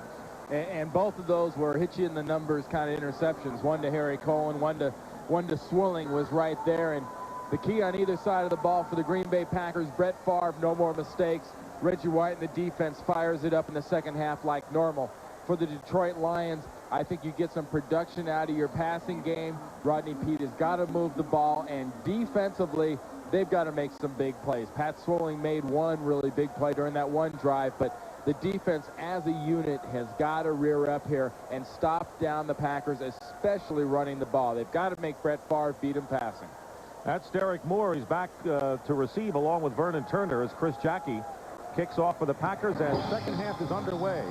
Temperatures in the high 40s, maybe low 50s by now. Here is Moore returning from the 5-yard line, breaks to the middle. There's a penalty marker down. Moore is still going, and he's got 1 man or 2 men in the kicker to beat, and he stiff arms one and finds himself on the 30-yard line of Green Bay. But a penalty marker may bring it all back. A 68-yard return by Derek Moore. And let's wait for the official call from Dale Hamer. The initial signal is against the Packers. And Chris Jackie has been shaken up, and that's a big weapon for the Packers. Well, here's a tough decision. Dale Hamer is saying, Mr. Glover, would you like the ball way down here, or do you want to have him kick it again, or do you want it way back the other way? It's like Glover's saying, wait a minute, well, give us the ball. That was a great return. The initial sign was like an illegal use of hands into the face. against the Packers, who were the covering team.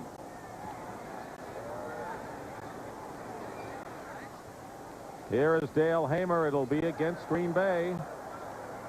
Illegal use of hands, grasping the face mask, number 30 on the return, 5 yards from the end of the run, first down. That's Corey Harris, and they're still working on Chris Jackie, who is on the sidelines. Here's that return again by Moore. It was just a nice job of setting up the return. It was a return right. Moore has got the block, and now he's on his own. Go for the big play right away. First down. The big play could be Barry Sanders. He breaks it, and Sanders gets to about the 5-yard line. A big play could be a pass play to one of the many receivers or break one open to Barry Sanders. And Sanders gets 20 yards before Terrell Buckley and Leroy Butler prevent Barry from getting in the pay dirt. And we watched Barry Sanders, and we mentioned it earlier, Dick, about, you're going to get 1, you're going to get 2, you'll get -3, you'll get 0, and then suddenly, out of nowhere, he's going to pop it. And here's an example of the pop.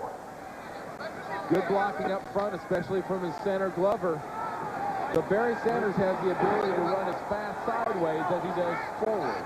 Chris Spielman, the linebacker, is the up back here on first down and goal on the 6-yard line. And here is Moore, and he charges and gets in for the touchdown. Let's see where they signal. And now they say that Moore did not get in. Moore has scored a big touchdown against the Vikings on the road and then scored against Tampa Bay 2 weeks ago and is stopped short of the goal line with Chris Spielman, the blocker, up front. Well, this is going to be second and extremely short. And there's the guy to watch right there. Chris Spielman's still in the game, and he is. Let's keep an eye on Chris Spielman and what he does, because one thing he won't be doing is going backward when he hits somebody. And he relishes that roll. Second and goal at the 1. And here is a fake, and Pete's pass is caught for the touchdown. And it's Ty Halleck, the rookie third-string tight end out of Michigan State. And Ty Halleck with the touchdown, and that is his first NFL score. And the Lions, for the first time today, have moved in front of the Packers. Watch the reaction of the defense. They're following Chris Spielman. They're expecting the run. George Kuntz fills. Everybody fills. You know there's some serious filling going on when your third-string tight end's that wide open in the back of the end zone. And here is Jason Hansen on board to try to give the Lions a 17-13 lead with Jim Arnold holding, and the kick is good. So for the first time today, the Lions have taken the lead, and Ty Halleck, with only his second NFL reception, but his first NFL TD, and Detroit is in front.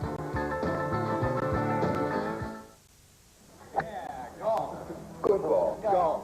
Now, football. Let's watch both. Miller Lite presents Full Contact Golf. Yeah! We're still on the first hole, Bob, and this is Davis teeing it up. Here's the drive. It is blocked. Brought to you by Miller Lite. If you can combine great taste and less filling, you can combine anything. Oh, he's got daylight going for the green. Here's the putt. There's the blitz. It's good. Yeah! Oh, good beer. Great taste, less filling. Can your beer do this? When regular drills hold you back, send in the Ranger cordless drill from Black & Decker. It goes anywhere to handle all the tough jobs. No strings attached. The Ranger cordless drill, a powerful gift idea from Black & Decker. Ford announces the news truck buyers have been waiting for. The best lease ever on Ford F-Series pickups. Now you can lease America's #1 pickup, Ford F-Series, for $229 per month for 24 months, but only for a limited time. These trucks are loaded with features including driver's side airbag, V8 engine, automatic transmission, air conditioning, and the XLT package. Get the best of terms on the best-selling trucks in America. Drive home this loaded F-Series XLT for $229 per month. See your Ford dealer now. Everybody thinks programming a VCR is so incredibly complicated. Record Channel 3, Sunday, 7 p.m., 8 p.m. What's the problem? Magnavox, the only VCR with Smart Talk remote. Smart, very smart.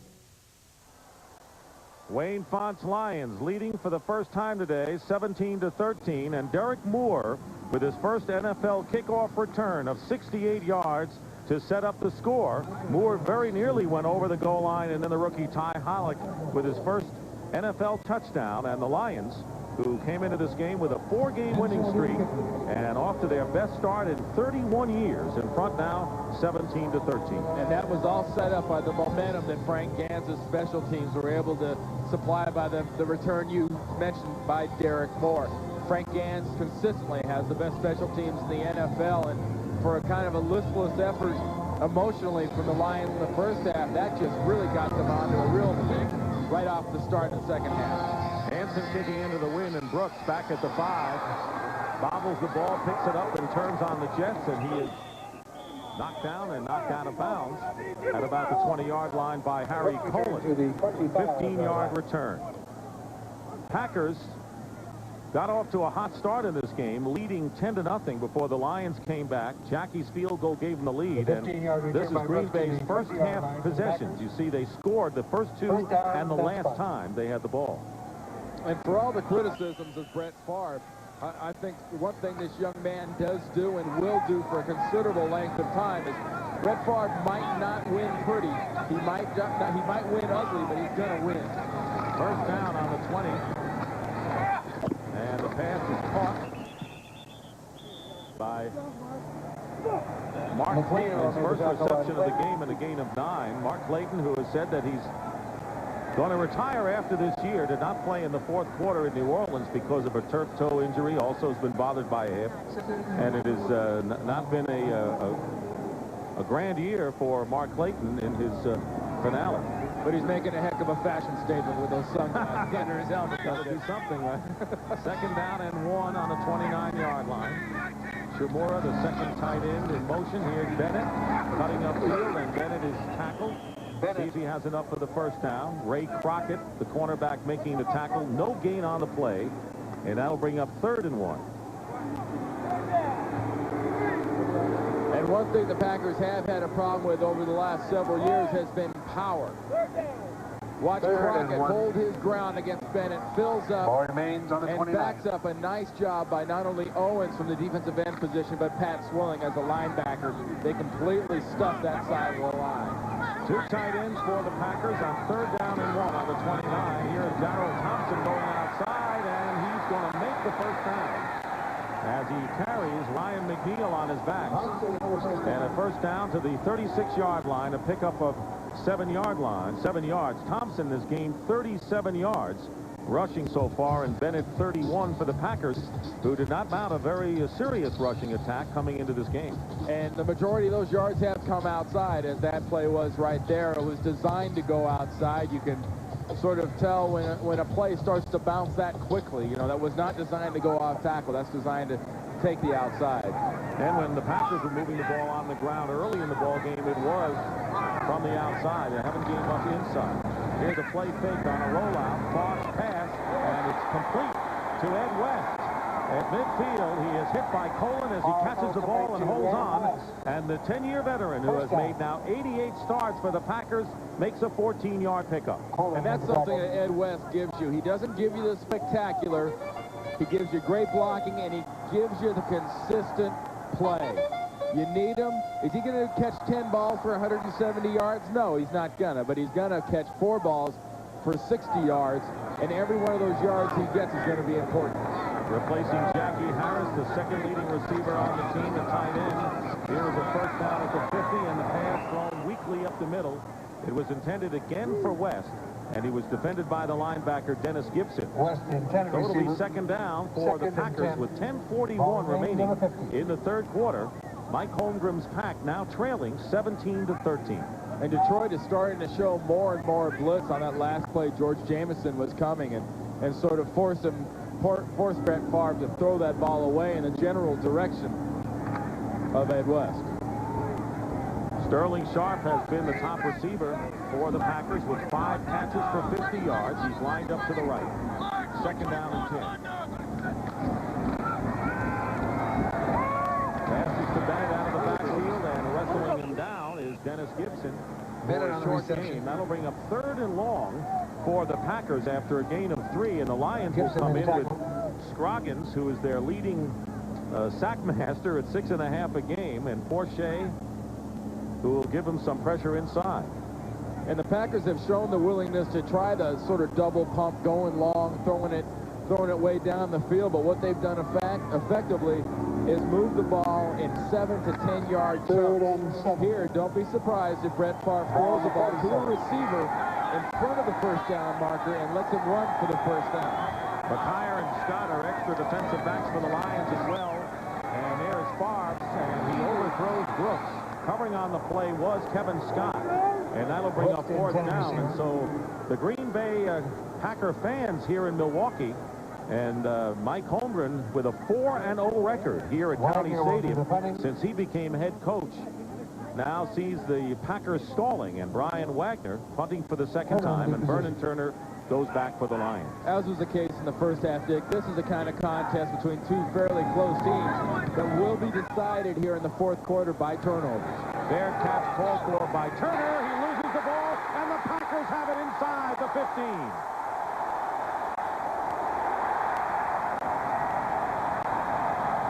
That's the first turnover of the game by the Detroit Lions, and it's a hugely critical one inside the 15-yard line. And Doug Evans recovers the fumble for the Packers, who have a chance to regain the lead. Well, it wasn't the fourth quarter, but it is a very important turnover. And just an example of that gusting wind, because Turner's underneath the ball. Watch. He's got it.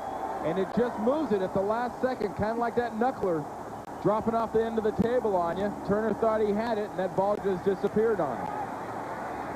The Lions took advantage of one of two Green Bay turnovers in the first half. Now let's see what they do here with a 1st and goal on the 8 following Vernon Turner's fumble. What do you think, Dick? Sterling Sharp, maybe? Eventually, here's Edgar Bennett, and it's Thompson, not Bennett, who gets inside the 10-yard line. Chris Spielman making the tackle. Less than 9.5 to play in the third quarter. Meanwhile, the Atlanta Falcons have taken a 20-0 lead over the Dallas Cowboys. Pritchard again on the receiving end of a Bobby Hebert pass there in the third quarter as the Dallas Cowboys 7-game winning streak in trouble. This is the part of the field with Mike Holmgren's offense. Look for the little picks to open up the receiver. They go to Bennett, inside handoff, and he is stopped at about the 4-yard line, and that'll bring up 3rd and goal.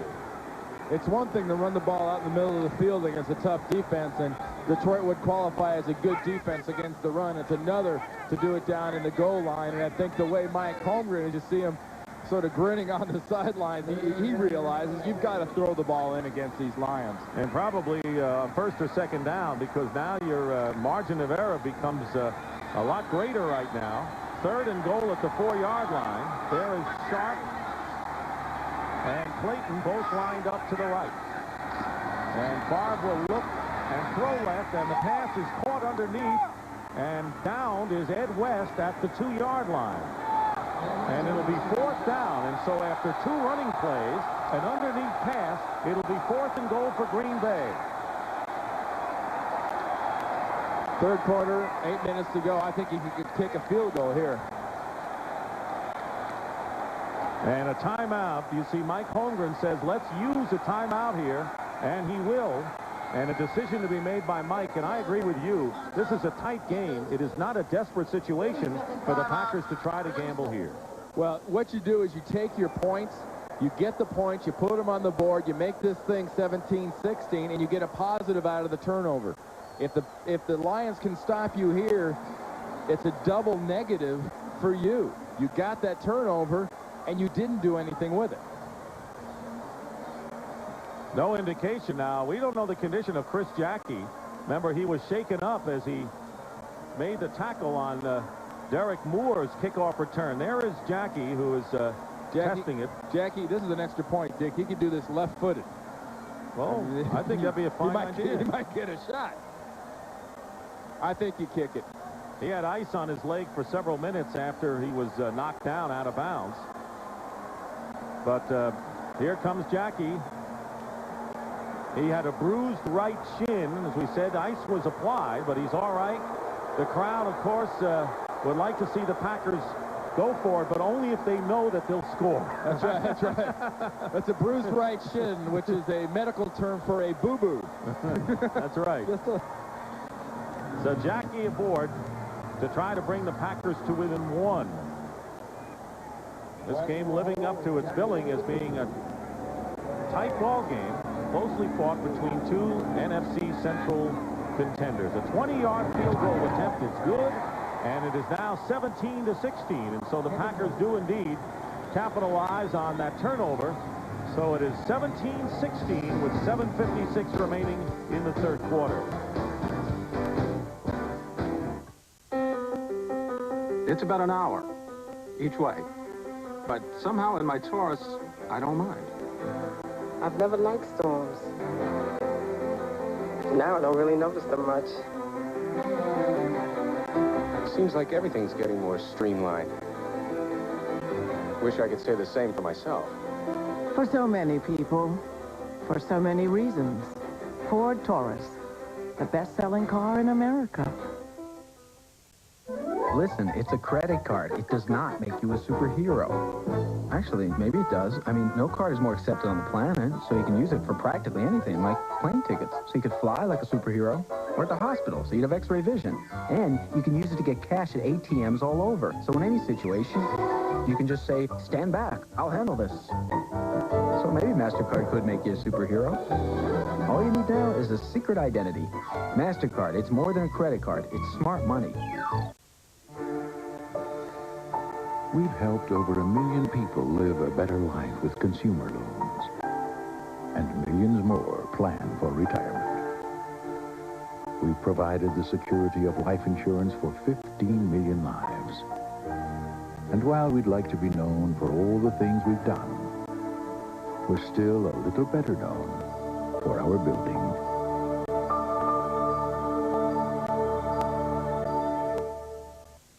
Greg Norman and the field of the PGA's best go for the kill at the Franklin Funds Shark Shootout, coming up next on CBS. Story here in Milwaukee. The Lions lead the Packers 17-16. The story in Atlanta, Emmitt Smith has been hurt, has not returned to the game, and the Falcons lead the Packers 20-0. There is Turner and Moore back. Falcons lead the Cowboys, that is, 20-0, and Dallas all of a sudden has some problems. Kick headed over toward Vernon Turner. He stayed in bounds. And here goes Turner, and he is finally tackled at the 40-yard line. That really illustrates how much Detroit is missing Mel Gray. Turner's doing a good job, but Gray is the best in the NFL at returning. Out here isn't the only place our Ford F-Series pickups have blazed new trails. Our engineering labs are filled with constant improvements like our new standard airbag, a new convertible console seat, and yet along with all these new ideas, there's one that's not new for us at all. Toughness. Because when you design a truck for the future, it better be built to last that long.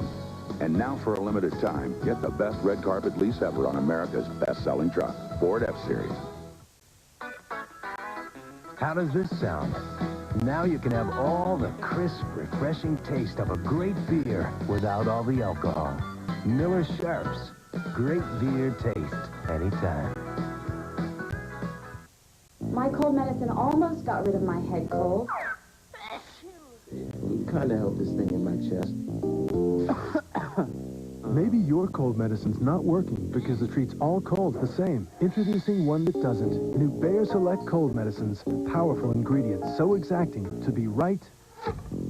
Each goes after specific symptoms and for powerful relief. New aspirin-free Bayer Select targeted cold medicines. Exactly what's right for exactly what's wrong. You know the possibilities of toppings on that deal? Yeah, 10. 1,048,576.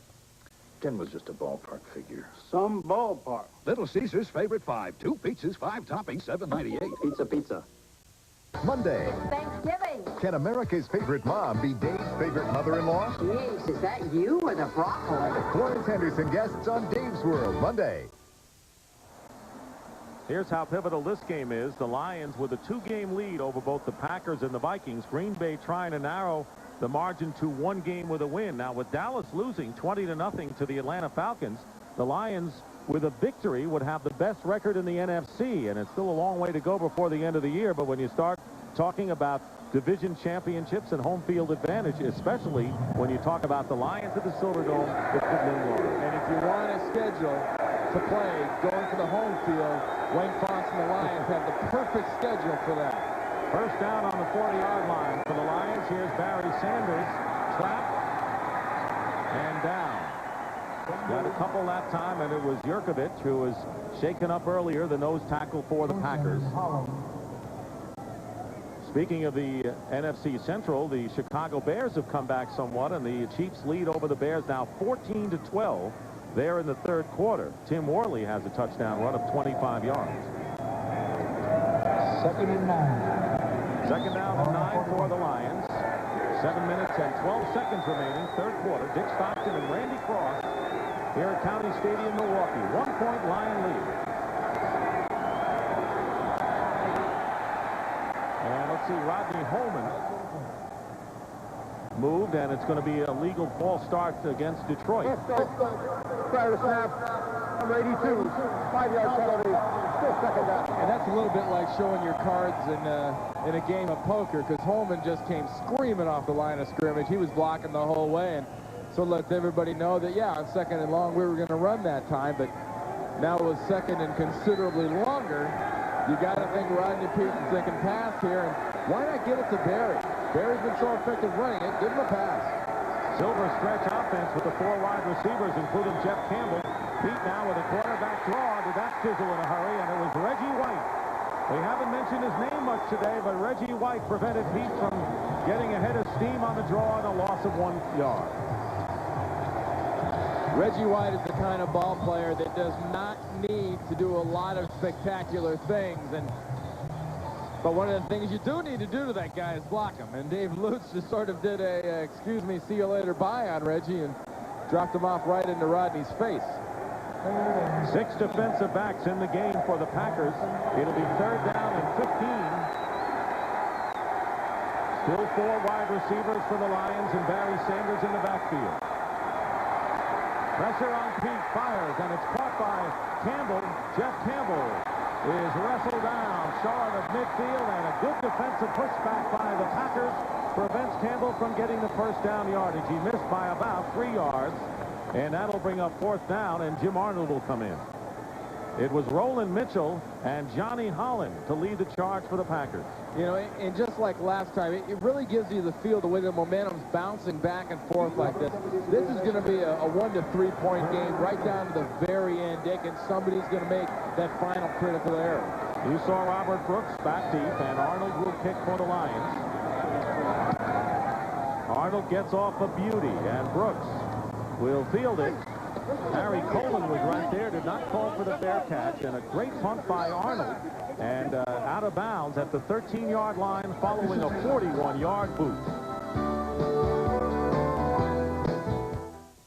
Sure, you've got a car, got a dog, even got some fun-loving friends. But have you got what it takes to be a mountain man?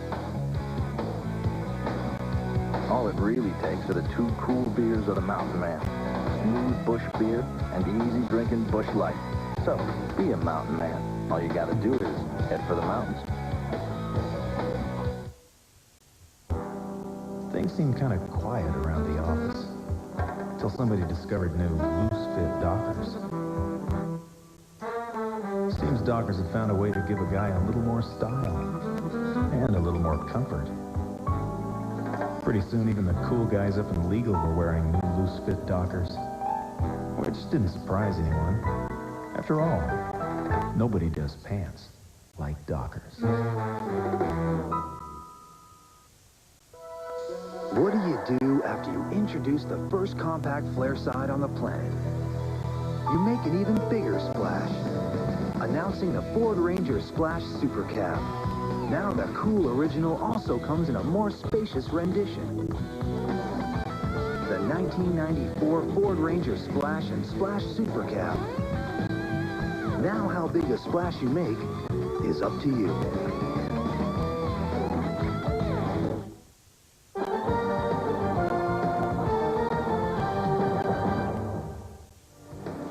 You'll see that man Barry Sanders in the traditional Detroit Thanksgiving Day game on CBS, the Bears and the Lions.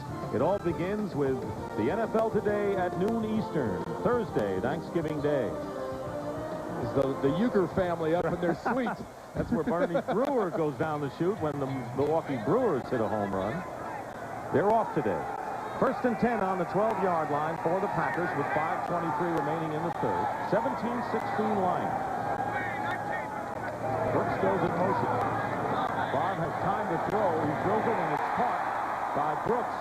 Fumble, but it's blown dead. It was blown dead by the officials, and a gain of 18 yards. It was William White who forced the hit. Right there, you see both officials pointing to the ground. As soon as you see that pointing to the ground, that means he was down. It was not a fumble. Don't get so excited. Let's take another look at it. Nice call by Mike Holmgren. Brett Favre executes it just perfectly. Brooks is wide open. Now watch. He's down. It's out. That's why you see the officials pointing so emphatically to the ground. On the Packers 31-yard line, Favre again going to the air. He drills it, and it's caught. Penalty marker down. Ed West, the tight end, and he's got William White all over him, and a penalty is thrown. This West has had a terrific game now with 4 receptions on the day. William White was all over him before the ball ever got there. Pass interference, number 35. I know. He knows. He knows. As long as he knows, we're in good shape here. Well, see, I think the other official wanted him to give him credit. You know, that penalty called by defense, number 35. Penalty declined. First down as a result of the play. Well, now we know what he knew. Yeah, he knows. He knew it. Now we know. Hey, when you know, you know. You know? Right? First down for the Packers. So a couple of passes to Brooks and to Ed West, and a first down at the 44-yard line. Thompson in motion, and the pitch goes to Edgar Bennett. Off the right side, breaks the tackle, and Bennett charges into Packer territory and out of bounds at the 37-yard line. Edgar Bennett showing pretty good running skills today, gets 19 yards before Harry Colin gets knocked back on his heels. We talked earlier about Mark Spindler, the defensive end / defensive tackle for the Detroit Lions, 93. Watch him working against Galbraith. He gets away and just can't get there. Nice execution by the Packers and Bennett. They used their other off-back Thompson as a second point guard and got that corner. It is a first down on the 37 of Detroit. Here is Darrell Thompson off the left side. And he's got Ryan McNeil to contend with, and a gain of 4 yards. Let's check in with Greg Gumbel in New York. Greg, what do you have? In Atlanta, Bernie Kosar to Scott Galbraith from a yard out. 2 ex-Cleveland Browns team up to get the Cowboys on the board in the final minute of the third quarter. It's still a 20-7 Atlanta lead. Dick? Well, that margin wasn't too much for Notre Dame to come back against Boston College yesterday. They were 3 touchdowns behind. When you're used to losing a lot of times, fans... Uh-oh. Here is Favre on first down. Flips it out to Bennett, and Crockett gets a hold, and Bennett gets away for another yard. It'll be third down, and they still have a bunch to go. Third down and about 6.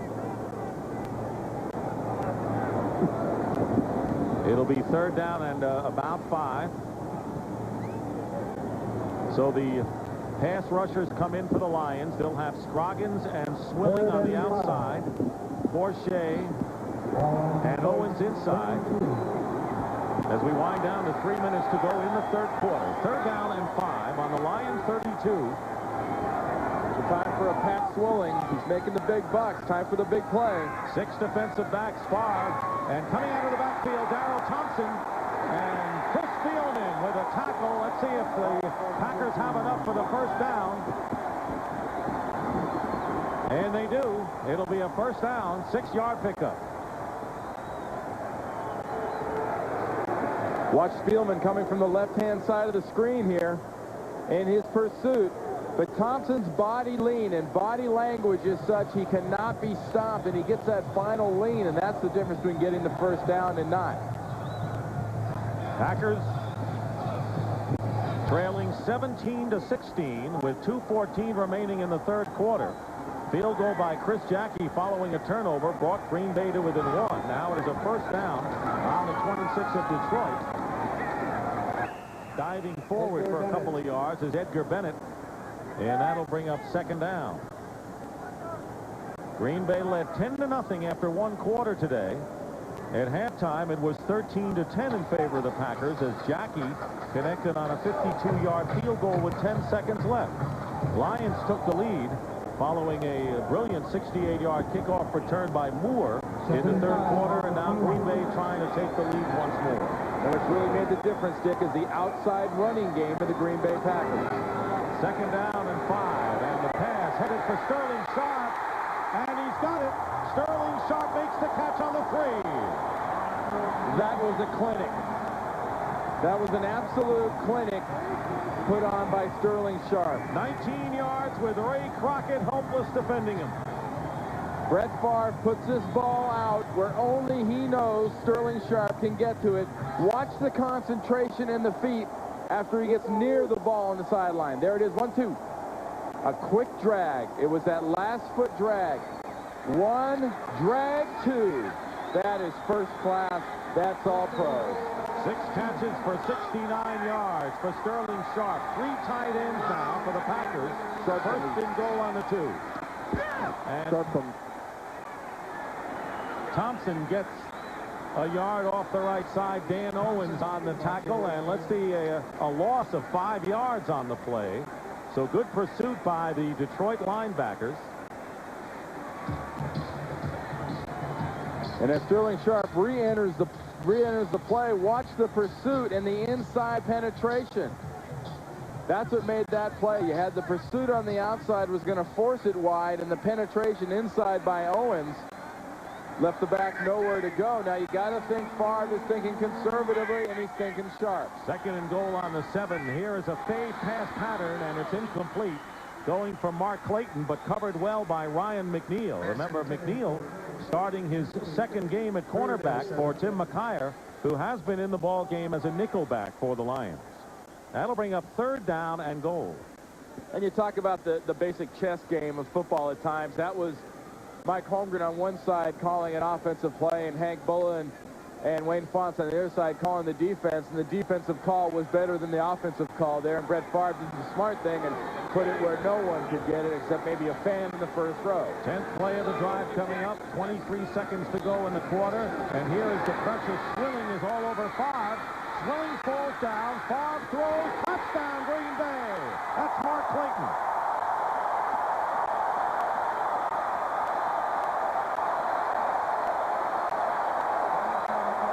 And a penalty marker is down. We may have a taunting penalty against the Packers. Clayton in the end zone. As long as that took to happen, it could be a taunting. It could also be a lineman downfield the way he was running back and forth, and as long as that took to happen. It would be a 7-yard touchdown strike for Favre if it goes. Clayton slammed the ball down in a manner not like the normal spiking move. 5 officials talking this one over, and Favre wants to lend his 2 cents. There's Mark Clayton, who has been banged up, and the former great Miami Dolphin star who said this is his last season. And let's see if the Packers did indeed regain the lead in this ball game with 15 seconds remaining in the quarter. This must be a very complicated call as long as this is taken. They have a noticeable downfield, number 52 of the offense. That penalty's declined. We got an unsportsmanlike taunting foul, number 82, dead ball foul on the offense, 15 yards from the previous spot, lost it down. That's Clayton. He means 83, Clayton. But Frank Winters, the center, was an eligible man.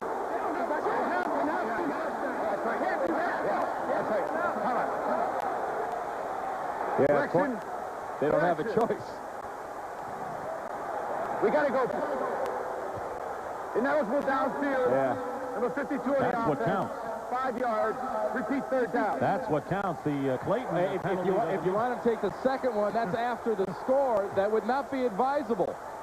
Young, strong-arm quarterback Brett Favre doing a nice job evading Pat Swilling. But what really killed that play was the penetration of Pat Swilling, making the play drag out, and Winters, 52, is called for an ineligible receiver downfield. There's the in your face, which results in a flag in your face. It's a 15-yard taunting foul with a dead ball foul. A foul that occurred after the play. It must be enforced from the succeeding spot, which is 5 yards behind the previous spot. It'll be third down, 20 yards behind the previous spot. That's going to get the crowd a little upset.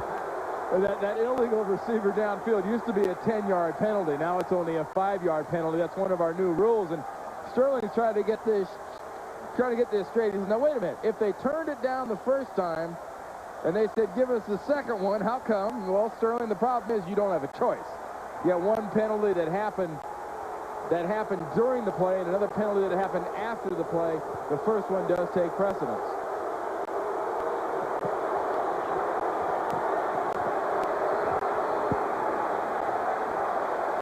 And it's a long run here in Milwaukee to get all the way to that far bench. Both teams on the opposite side of the field. It's one of the reasons you don't see very many messenger-type plays sent in on this field, because it is such a long distance. Randy, they had a first and goal at the 2-yard line.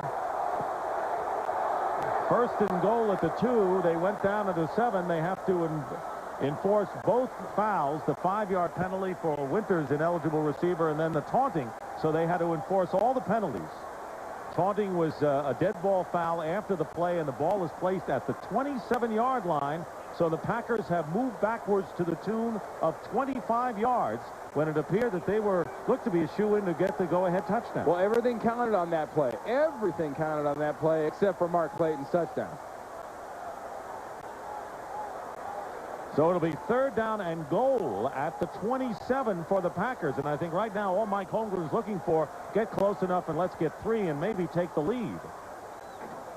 Meanwhile, the Lions come in with Porcher and Scroggins, and they'll be trying to tee off against Mr. Favre here.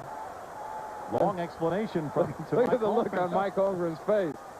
It's like, now wait a minute, if you weren't sure for the last 5 minutes, why are you so positive right now? He says, hey, they got talked into this. Maybe I can talk them out of that. Is there a vote? No, there's no vote.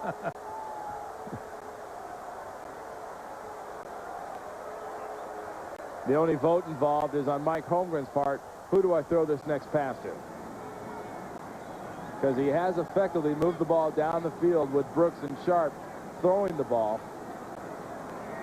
It's a tough break for the Packers with Sharp making a tremendous play on a out pattern. 5 yards. Downfield.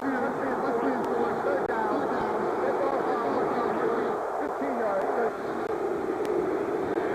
Telling the crowd what we've just told you. The crowd obviously displeased with the ruling, but that's the rule here. It'll be third and goal at the 27. 15 seconds left in the quarter with which the Packers will have the wind at their back. So that's another factor for Mike Holmgren to consider here. Third and 27. Brooks comes out wide to the right, Clayton to the left, and Sterling Sharp in the slot to the left. Pressure, Swilling, and Favre is down. There's 2 penalty markers down, and we may have a face mask as Pat Swilling got in there first and Robert Porcher second, and it'll be against the Packers holding, and the Lions are going to end up big time after all this. Number 75 of the offense. Penalty decline. Fourth down. Well, the holding is against Rutgers, working against Swilling. Watch this. Right there. Left hand working inside. Doesn't take much for an offensive lineman to hold, especially when the referee's right there. You might say, gee, he didn't pull his jersey. But just using that arm and hooking that arm inside on a defender is literally holding. 53-yard field goal attempt with time running out. And they get it off, and the kick is no good, off to the left. So Chris Jackie trying to take advantage of the wind as the seconds were ticking off, misses the 53-yarder, and that is the end of the third quarter with the score, the Lions 17, the Packers 16. What a game. CBS TV calls A Perfect World amazing and unforgettable. We got an armed killer and an innocent boy out there. One of the best American films in years. You know, Philip, you have American right. He caught Kenny ride roller coaster. Masterfully directed by Clint Eastwood. This is not a penal escape situation. This happens to be a manhunt. Kevin Costner's finest performance. You're not bad, are you, Bert? Oh, yeah. A Perfect World. Rated PG-13. Starts November 24th everywhere. Think of all this as a large block of ice. Think of this as a chip off the old block. Coors Light's aged ice cold. So when you think of ice, think of the silver bullet. The only way to chill.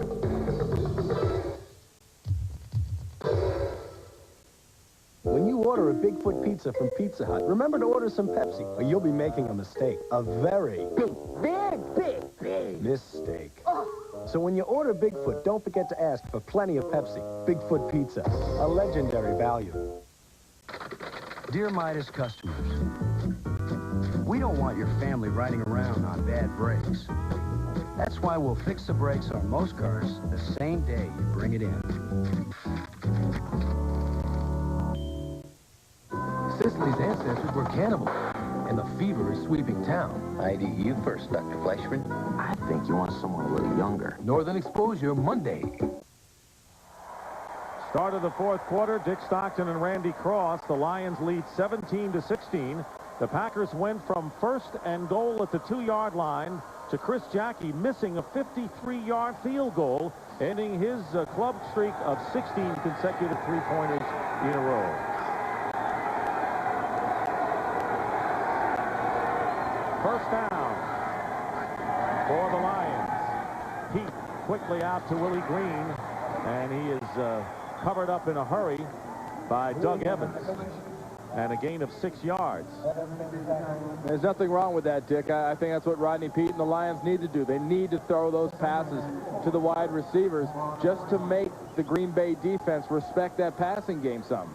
Critical mistake by Clayton with the 15-yard penalty. The rule, of course, you have to get both of those calls, and the 15-yarder really knocked him out of anything of close field goal attempt with the win. Now the Lions will have to win at their back. Green again, he's got the first down. Willie Green, who has come up big today with a touchdown reception. 9-yard pickup there, and it was Doug Evans on the tackle.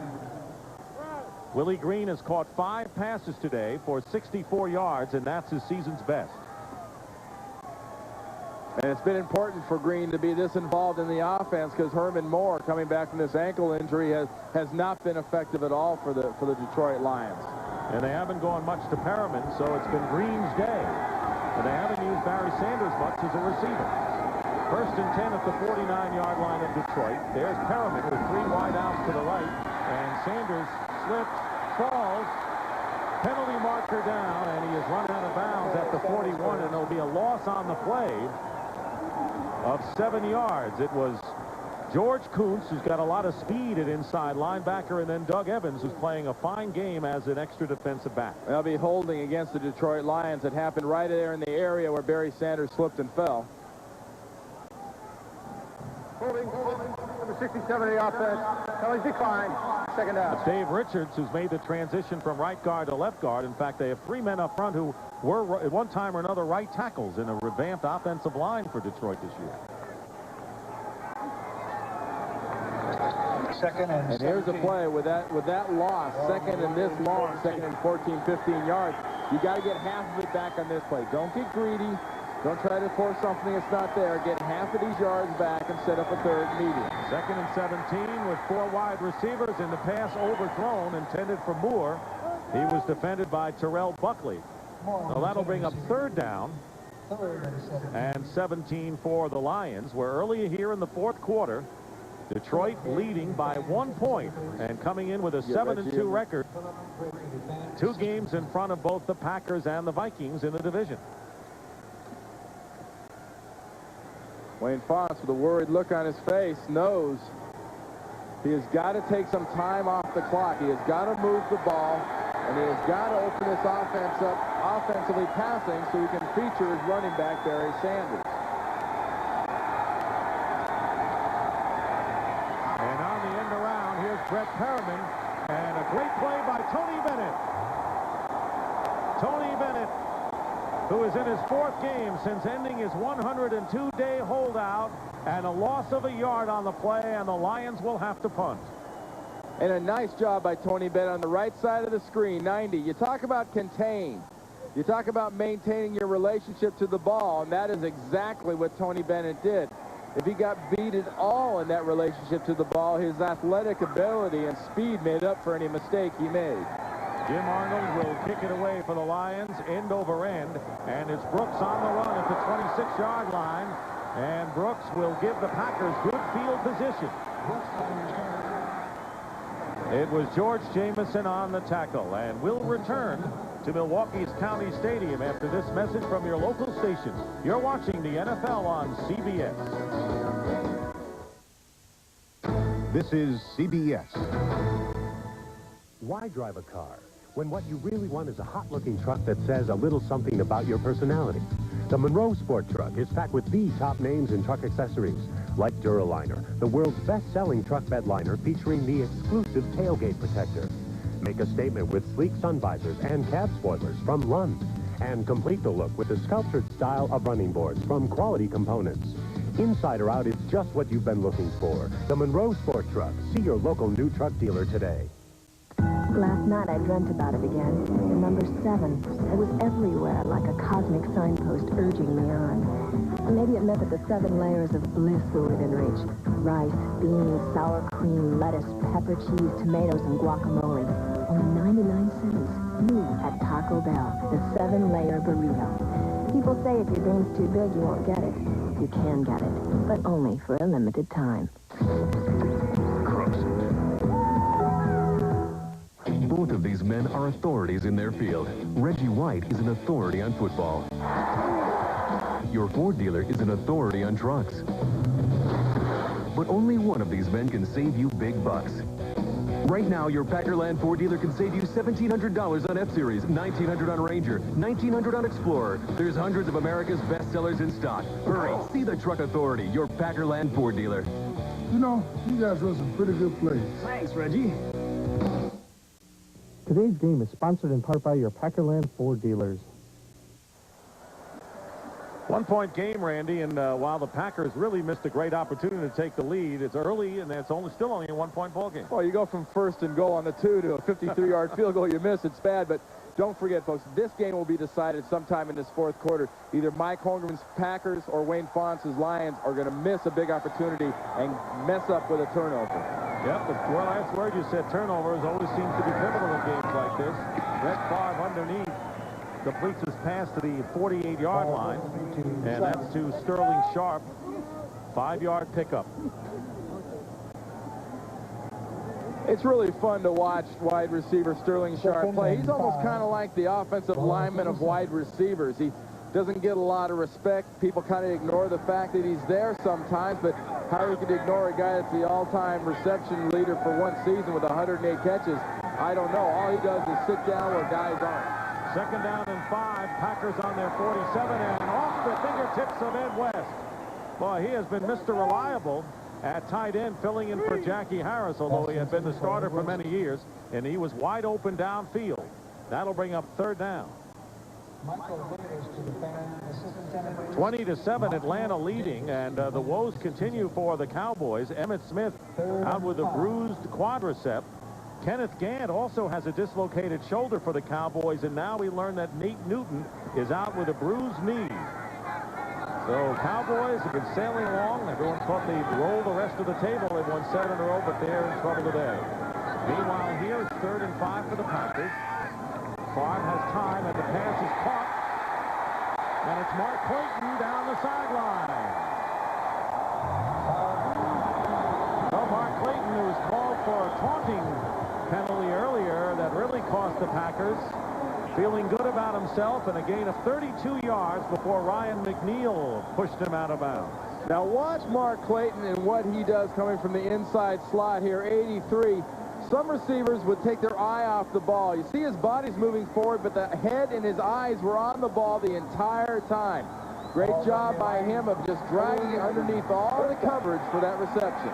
Big 32-yard play. It'll be first down on the 21-yard line. And the give this time is to Edgar Bennett. And Bennett drives to about the 16-yard line. A gain of 5. The Packers did not go in with a formidable rushing attack, but they have run effectively today.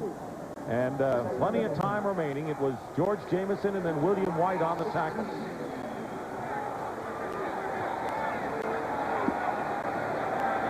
Lions defense coming in today, second in the NFC against the rush, allowing only 92 yards rushing. It is second down and 5 on the 16. Mark Shimura is in as a second tight end. He goes in motion, and the fake, and Favre loses the ball. I think the Packers have recovered. It was Robert Brooks who ran into Brett Favre, causing Brett to lose the ball, and I believe it was Brooks who recovered the ball. Well, take a look at this. This looks like something out of the Three Stooges. You got that the snap comes, and now you're going to go to a handoff, which isn't a handoff. Where's my reverse guy? Oh, there he is. And there's the possible fumble, that possible turnover we keep talking about. The ball maintenance and maintaining it in these tight games is extremely critical. And you see, I'm sorry, Mike Holmgren's watched his Green Bay Packers in the last 4 weeks have a serious problem with ball maintenance. And we'll take a timeout. The Packers have 1 timeout remaining in this game.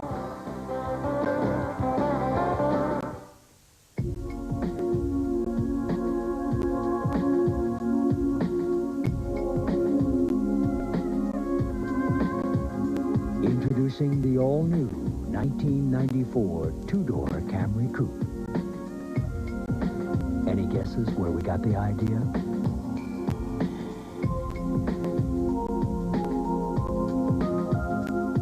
The new Toyota Camry Coupe, developed and built in America.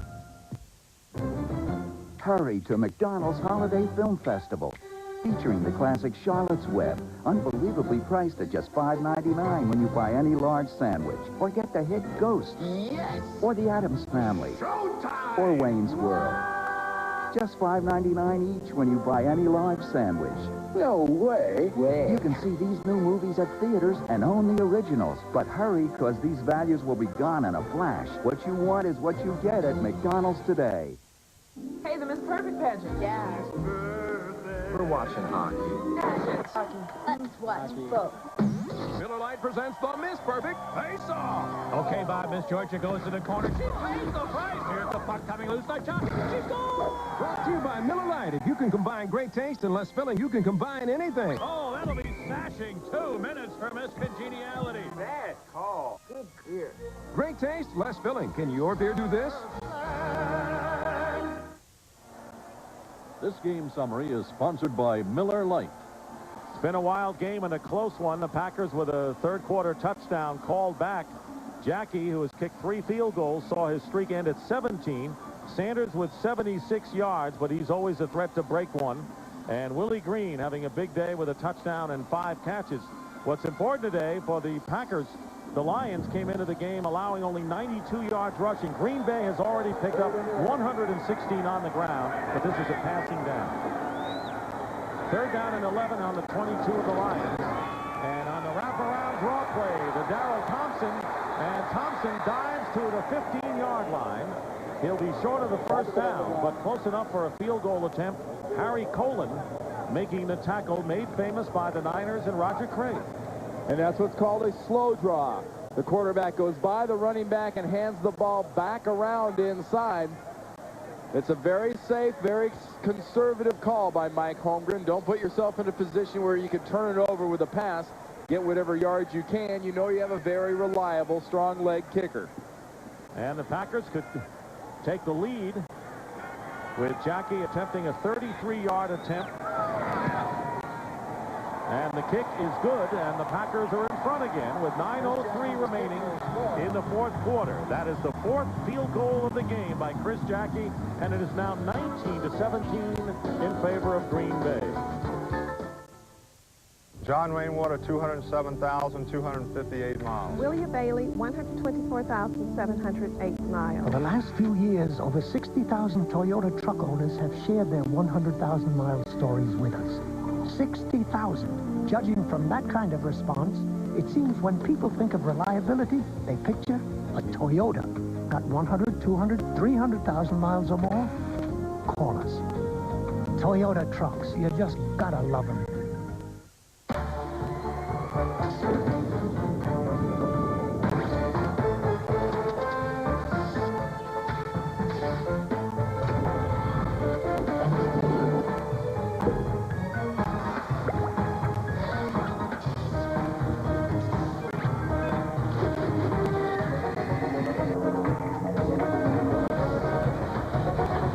Jet printers from Hewlett-Packard.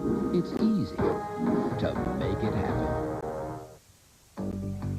This may seem like any other day, but it's not. Because now people will be able to talk to one another in a brand new way. That's because across the U.S. and Canada, leading cellular communications companies have joined together to create MobileLink, a new standard in cellular service. So now, whenever you need to stay in touch, MobileLink will make it as simple as a phone call. MobileLink. Hello? I'm glad you called. It's simply the way to communicate. To order, call 1-800-995-4000. CBS Sports coverage of the National Football League is sponsored by Toyota, maker of the all-new two-door Camry Coupe, built in America and every bit of Camry. Hewlett-Packard DeskJet and LaserJet printers. McDonald's, what you want is what you get at McDonald's today. And by MobileLink Cellular Service, it's simply the way to communicate. Dick Stockton and Randy Cross back in Milwaukee. This is the same score. The Packers beat the Saints last week, 19-17, and it was Chris Jackie with his fourth field goal with 3 seconds remaining, won the game for the Packers. So it's a carbon copy to this point as Moore and Turner go back deep on the kickoff into the wind, a short kick, and it's going to be Vernon Turner at the 15 for the Lions. And a good return out to the 32-yard line. And that's where Detroit will start. Corey Harris made the tackle. That was a 17-yard return by Turner. Green Bay has had a big edge in yardage from the first half. This is only the second half. And you never know that it was just a 2-point game looking at the total yardage. And it's been the mistakes, it's been the miscues that have really kept this game the way it is. Reggie White's job right now, don't let Rodney Peete and his offense throwing the ball get on a roll against you. No sacks yet by the Packer defense. First down at the 32. They swing it out. And Barry Sanders with a couple of moves finally brought down. It took Terrell Buckley and a few others after a gain that time of 4.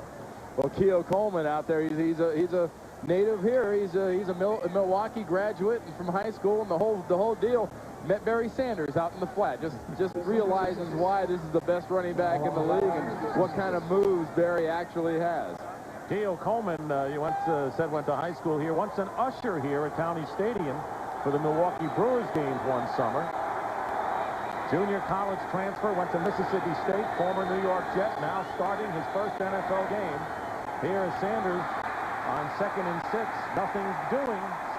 And it'll be third down for the Lions with 8:15 showing on the clock. No gain on the play. It was Reggie White and George Kuntz combining that time. And not having an effective Herman Moore is really hurting this Detroit Lion offense. As much as Willie Green has done so far, if Barry doesn't do it, it does not get done for Detroit. 19-17 in favor of the Packers. Chris Jackie, who has now kicked 23 of 25 field goals this year. The difference, third down and 6.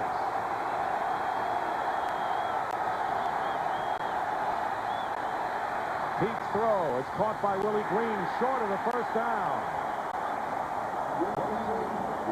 It was Doug Evans and Bruce Pickens. Roland Mitchell also in on the play, and they stopped Green short of the markers. Good defensive sequence by the Packers. And this is going to provide a nice jolt of emotion for the Green Bay Packers. Rodney Peete throws this ball well in front of the first down markers. In a situation like this, I'm always amazed, and I can never quite understand why the receivers are not throwing the ball past the first down. Well, I'm amazed with you, because that's the standard operating procedure. Short kick by Arnold takes the Detroit roll and goes out of bounds inside the 20-yard line. We have just under 7 minutes remaining in the fourth quarter, and the Packers lead by 2. A look behind the scenes as sports and science converge, brought to you by AT&T. Football players who must undergo rehabilitation now have an alternative method of therapy. 3 NFL teams, including the Cleveland Browns, rely on hydrotherapy to help get their injured players back on the field more quickly. The current in the flume can be increased to provide more resistance for the injured limb or joint. Underwater, the athlete's weight is greatly reduced, allowing him to support his body during the workout. Hey, MCI friends and family basic customers, want to see how you could save more with AT&T? Look, you're currently getting discounts to just one person or a limited list of people, but look at how many people you call. Well, if you spend $30 a month on long distance, AT&T will give you 15% off to everyone you call. Now, write down this number. It's how to get 15% off to anyone, anywhere, anytime. So call AT&T now, and you could save to everyone. With the Toyota Touch Lease, there's never been a better time to lease a Toyota, and never a better time to lease a Toyota Corolla. For only $189 a month with no down payment, you get Corolla's legendary reputation for reliability, dual airbags, air conditioning, power steering, 4-speaker stereo, and more. For only $189 a month, the Toyota Corolla and the Toyota Touch Lease. In today's economy, it's perfect timing.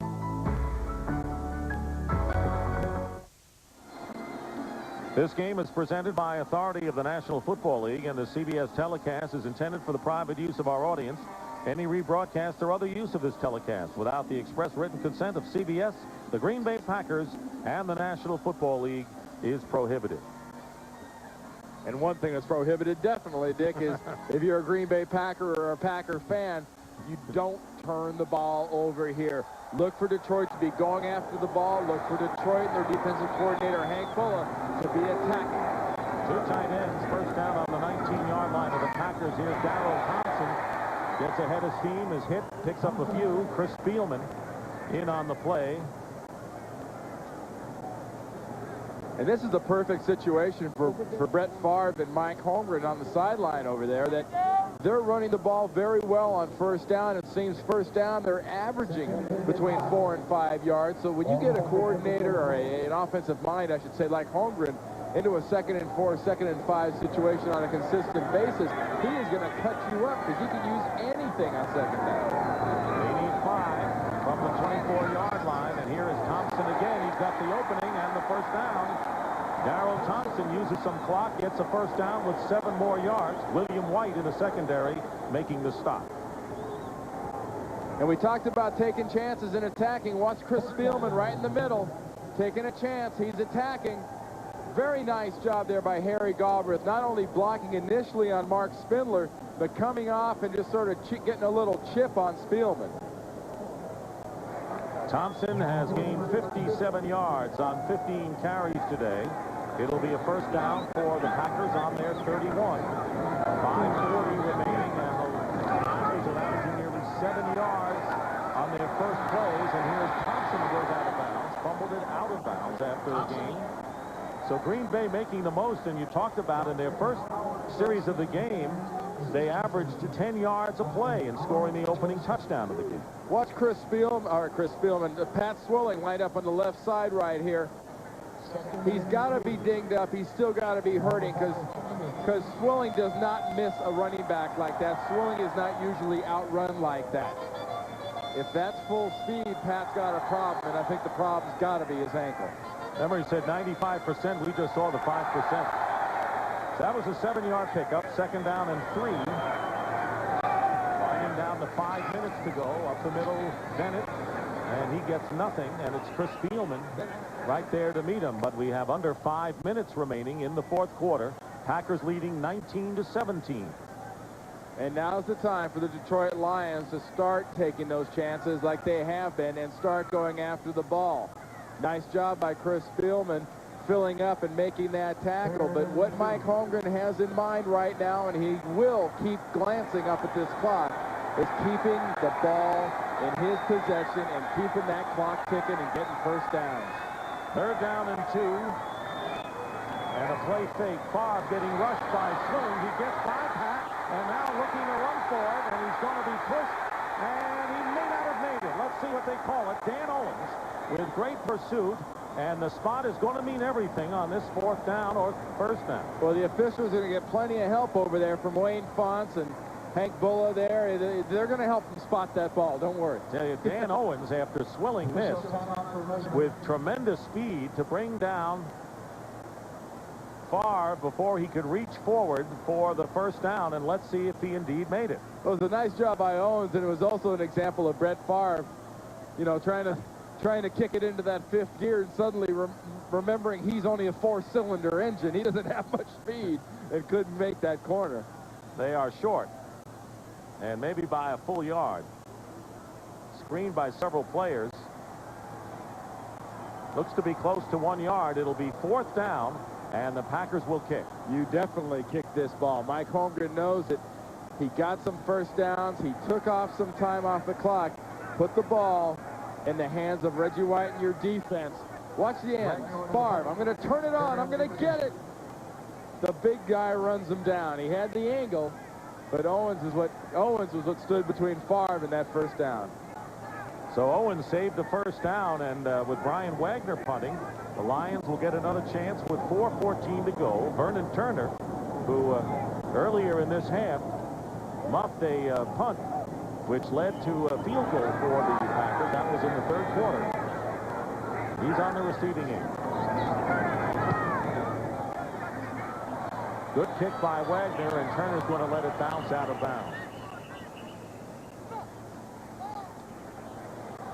Well, here's what's coming up tonight on CBS.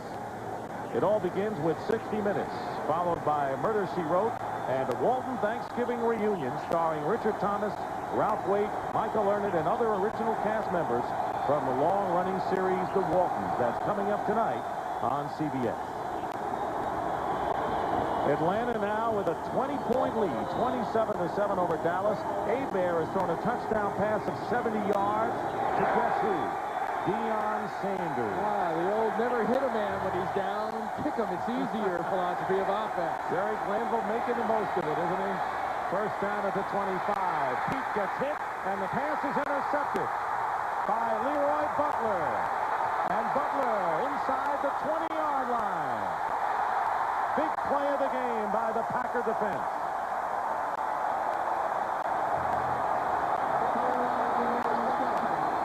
And it was John Yurkovich who applied the hit on Pete. And an injured Packer down as well. Here's that turnover we told you about. 4th quarter, late in the game. Pressure from Yurkovich. And it just makes that ball into a floater. Johnny Holland could have had it, but Butler comes down with it. Watch what he does at the end of the play here, though. Very important. 2 hands over the ball. See him wrap that thing up there at the end? He was not going to turn that over. One more time. Look at the pressure from Yurkovich. Had gone out of the game, was worried about his knee or whatever else, but he comes back and makes the critical pressure to cause the big turnover. For Leroy Butler, his 5th interception of the season. He intercepted one off of a deflection last week against New Orleans. And Butler now with 5 on the year. The injured player is Reggie White. And he comes off the field.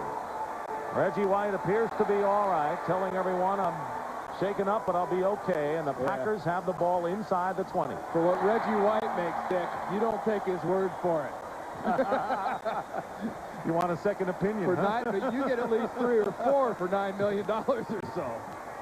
Bears have taken the lead over Kansas City, 19-17 after trailing early. Neil Anderson with a touchdown run there in the 4th quarter. And here's a situation just like that last drive, Dick. Brett Favre does nothing dumb. Brett Favre hands off the ball, runs off some time, and worst case, gets a field goal. Two tight ends on a first down at the 14. Here's Darrell Thompson. And Thompson picks up some good yardage getting inside the 10. Kelvin Pritchett on the tackle. With 3:39 on the clock, that was a gain of 5 yards for Thompson. There's that Atlanta Falcons score, and Deion Sanders, a cornerback, on the receiving end of a 70-yard touchdown pass. And the Bears regaining the lead, trying to get to 500 in this NFC Central. So Packers trying to move to within 1 game of the Lions in the division. And they are 3 minutes or so away from that, leading by 2. 2nd and 5 at the 9.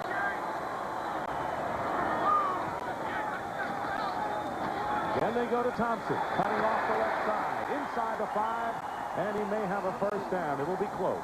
And another big run outside, time and time again. We have seen that happen. Been running right, been running left, getting some great blocking out of his tight ends, his wide receivers, and his fellow running backs. Watch here. Watch that entire left side. Look at Ed West. Look at Rutgers. Nice job. That's Chimura at tight end, too. Clayton blocking as the wide receiver. And the Packers can smell it. And it's not just the goal line here. They smell Mike Holmgren and his team smell a victory and smell a chance to pull in another game on the Detroit Lions. Randy, as they measure for the first down, the time of possession in this half is doubled. Green Bay 18 minutes, Detroit 9. And as you said at the outset, one of the big things that Mike Holmgren wanted to do was to keep Barry Sanders off the field. In this second half, he has done just that. They are shy of the first down. It'll be 3rd down and goal. And Wayne Fonts knows he's in a situation right now where he's going to need a touchdown probably here in a minute when his team gets the ball back. 3rd and 1 for the Packers. 2:48 remaining in the 4th quarter. Last 2 plays, Brett Favre has set up a bootleg. He's handed the ball off and ran hard to his left the other way. Could be a little fake, a little bootleg, a little quick pass in the flat. If it's there, he completes it. If he doesn't, he throws it away. 3 tight ends. West is lined up on the left side. Chimura goes in motion, and the give is to Bennett. He's got the first down. Edgar Bennett. And this game is going to the green and gold to this point as we wind down close to 2 minutes remaining in the game. Edgar Bennett with a big first down. The Packers need a touchdown here to, for all intents and purposes, put this game away. Look at the body language of the Green Bay Packers right now. You can tell from a confidence standpoint, this is the team that has control of the football game right now. This is the team that knows with any kind of a score, I think they win it. 2-minute warning here in Milwaukee with the Packers in control. At BASF, we don't make the sneakers, we make them bouncier.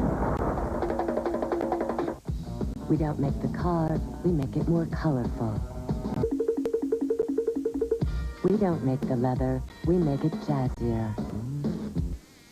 We don't make the helmet, we make it more comfortable. At BASF, we don't make a lot of the products you buy, we make a lot of the products you buy better. BASF. The RCA Home Theater with SRS gives you rich, powerful, theater-like sound with no extra speakers or wires. When there's one in the neighborhood, you'll know it. Buy select RCA entertainment products and we'll send you Nipper and Chipper. This is a credit card, so it's gold. Yahoo! I mean, no card is more accepted on the planet, but it doesn't make you some kind of celebrity. Actually, maybe it could. I mean, with Gold MasterCard's new Master Guest service, you can get free personal vacation planning assistance. The celebrities always have personal assistants. Master Guest can even save you up to 30% on great vacation packages. And celebrities are always getting special deals, so I guess Gold MasterCard could make you a celebrity. See you in the tabloids. Gold MasterCard, it's more than a gold card, it's smart money. 2 minutes remaining here at County Stadium in Milwaukee. The Packers leading 19-17. They have 1 timeout left. The Lions have 3. And it'll be a 1st and goal at the 3-yard line or the 2-yard line for the Packers, who lost a heartbreaker at Kansas City by turning the ball over 6 times, and in a short week came back and rallied to beat the Saints a week ago at the Superdome, and now trying to move to within a game of the lead in the NFC Central. And if I'm the Packers here, I'm running the ball effectively outside all this time. Pat Swilling is not in the game. Go to his side with a sweep and press it. And here is Bennett diving to about the 1.5, and the Lions quickly will call a timeout. 5 seconds ticked off, and Detroit has 2 timeouts remaining. Packers have won 4 of their last 5 games and looking to end the Lions' 4-game winning streak. Detroit 7-2 on the year, and Green Bay trying to get ahead of steam for the push down the stretch. And this will go a long way toward it with this, the way this situation will be if this indeed holds up, improving them to 6-4, and Detroit wasting a great opportunity to have the best record in the NFC if they do indeed lose this game. But the Cowboys losing to Atlanta, the Lions, if they were to win, would be 8-2 on the year, and that'd be the best record in the conference. 2nd and goal at the 2-yard line, 1:55 remaining. Well, the Packers didn't get it inside, and I think Mike Holmgren would definitely be wise to go outside. 1.5 yards basically to go for the 6-point, this touchdown, and a definite win here. You've been getting 4 or 5 yards a crack. Why not go outside? Pat Swilling has come back in the lineup for the Lions. It's 2nd and goal. They've got an 8-man front, and the give is to Edgar Bennett, and Bennett dives in, touchdown. Edgar Bennett with a 2nd touchdown of the game with Ed West blocked. The best hit on that play was by Brett Favre. Body slams his fullback after the touchdown. Edgar Bennett with a big game, 2 touchdowns today, 66 yards rushing, and an 8-point lead now for the Packers, who can stretch it to 9 after this kick. Nice play, good execution, good call. Everything was just right on that play, and there you see the beginning of that great hit by Brett Favre. Taking advantage of the turnover, the interception by Leroy Butler. Jackie's kick is good, and the Packers lead it now 26-17. Let's take another look at that one. Watch the lead block by Thompson. The fine block by Ed West at tight end. Harry Galbraith just gets enough of Dennis Gibson to open things up. Watch out, watch out. There he comes, the Terminator quarterback. And earlier we saw Favre trying to get that 1st down by reaching the ball. Here he is again, all over Bennett. Good form. Wrap those arms around, slam him into the turf. I mean, you could hurt a guy doing that. You catch a little corner of his shoulder. So the Packers headed for their 5th win in 6 starts, and now let's take a look at their next 6 games. They've got divisional games against Tampa Bay, Chicago, Minnesota, but it's not something that Mike Holmgren's team can't handle, Randy, as you look to the end of the year. You definitely do. I look at that schedule right now as things stand. That little stretch, the 3-game stretch at the end, Minnesota, the Raiders, and Detroit are definitely the strength. Tampa Bay, no. Chicago, probably not as a real strength, to be honest with you. Mike Holmgren's sitting in a position where if he can get healthy, especially on defense, he can make a run at this thing. Remember, he's playing without Bryce Popp, who had 8.5 sacks coming into this game. Wayne Simmons, the other outside backer. Matt Brock has played, although he has been hampered with a sprained knee. And, of course, Jackie Harris is going to be out 4 or 6 games. Jackie kicking off, and it's going to be Turner at the 19, returning for the Lions. And Corey Harris grabs hold. Well, a big day for the Green Bay Packers, and they are 1 minute and 46 seconds away from winning their 6th game of the year. What a difference a year makes. A year ago, the Packers at this time were 3-6. and the Lions were 2-7. So both teams have made dramatic turnarounds. But I think Rodney Peete and this entire Detroit Lions team, their coach, Wayne Fontes, have got to look at this game and learn from it. They are indeed not quite as good, I think, as they may have believed. And Wayne Fontes has got some work to do, I think, especially with this offense. 1st and 10 at the 23-yard line. Peete is sacked, and there's Reggie White. He's got it. Reggie White with his now with 10.5 sacks on the year. He was the NFC Defensive Player of last week. Well, you're about to see, I think Rodney Peete appreciates what a bug feels like on the grill of a semi. Gee, how decisive that is. Black. 2nd down and 14. And the pass incomplete, and now penalty marker down as Reggie White again making a beeline toward Rodney Peete. I believe the referee is going to start to call grounding, but Barry Sanders was in the area. No foul in the play. Number 20 was an eligible receiver in the middle of the field. No flag. No penalty on the play. Well, it's not only defenses that lose Barry Sanders in the shuffle of the linemen from time to time. Barry Sanders this half has carried only 4 times for 12 yards, and the running game of the Packers have kept him off the field. He had 63 yards in the first half. 3rd down and 14. Peete. And it's incomplete, drop by Sanders, and that'll bring up 4th down. Today's game was produced by Mark Wolf and directed by Mike Arnold. Our associate producer is Richard Drake, and our broadcast associate is John Coleman'sberger.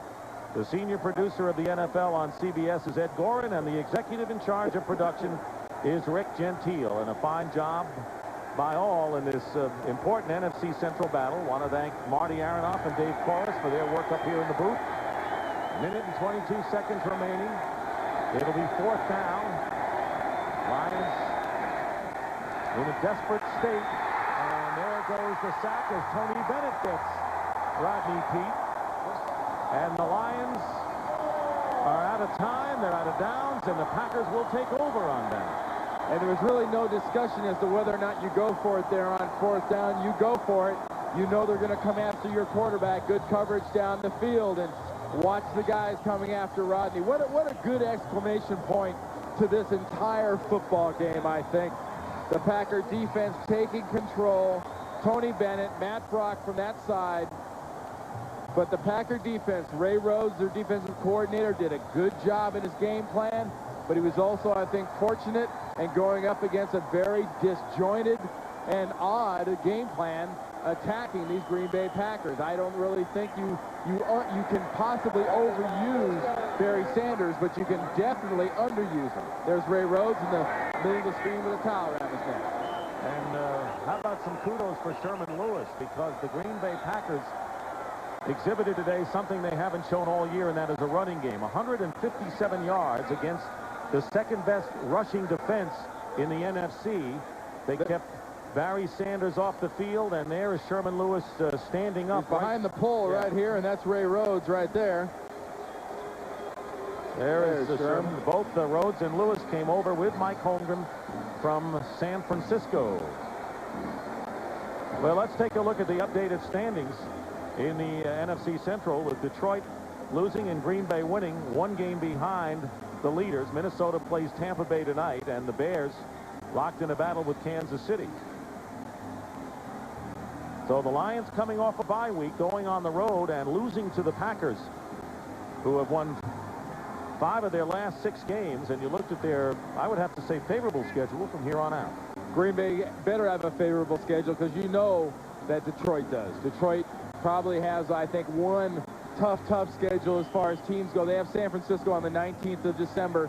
Besides that, they have these Packers again. They have Minnesota again. So Green Bay needs to finish with a flourish, because Detroit does have some easier games on the schedule. And one thing to be noted is the fact that if it comes down to that, as the Lions call a timeout, that the Packers and the Lions would meet on the final Sunday of the regular season in the Silverdome, where the Lions are, well, very tough to beat. Well, if you remember last year, Mike Holmgren and these Packers came up to the same situation last Sunday of the year in Minnesota, playing for the playoff spot in the division. They came up short there, but Mike Holmgren told us yesterday, you know, he said, hey, Dick, Randy, if I get a chance to do that again, I'm completely happy. If that's what it comes to, I wouldn't be surprised.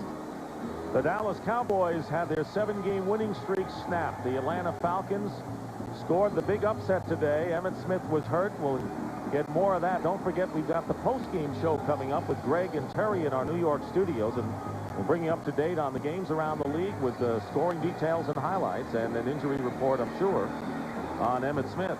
Well, keep an eye on Dallas. Dallas is a team that had no injuries to speak of last year. Suddenly they may be without Troy Aikman and without Emmitt Smith at the same time. They're going to let that clock run down. The Lions are out of timeouts. Another factor here with Dallas losing and now 7-3 and the Lions at 7-3. Tomorrow night, the 49ers and the Saints are battling for supremacy in the NFC West. The 49ers have been a hot team lately.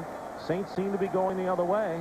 And it's possible that by the time Tuesday morning arrives, the 49ers and the Cowboys will have the same record. It's going to be a great finish to the season. It is as crazy and, I don't know, stupid as the scheduling was this first 12 weeks or so. It almost dissuaded enthusiasm. But right now, I think the last end of the season is going to be a wild finish because every division will have at least 2 teams clawing at each other. The clock stops with 28 seconds remaining.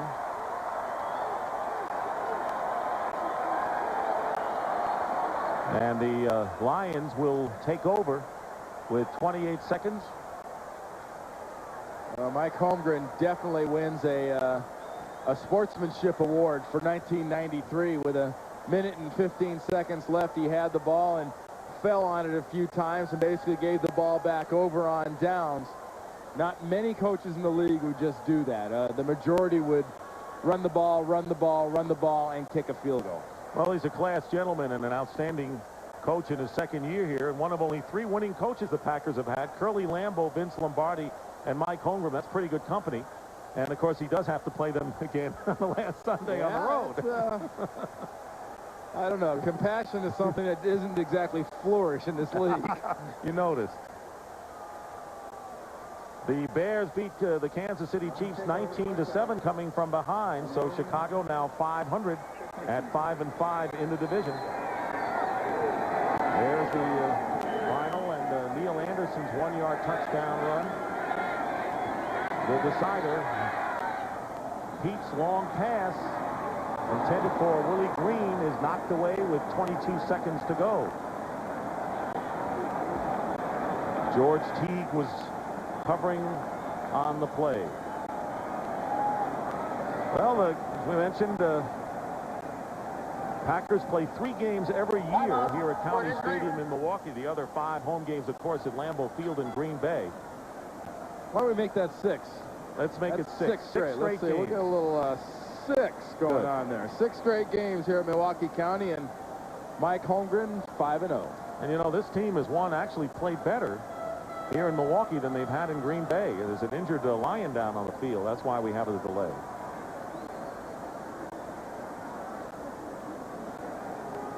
Not sure who it is, so we won't guess.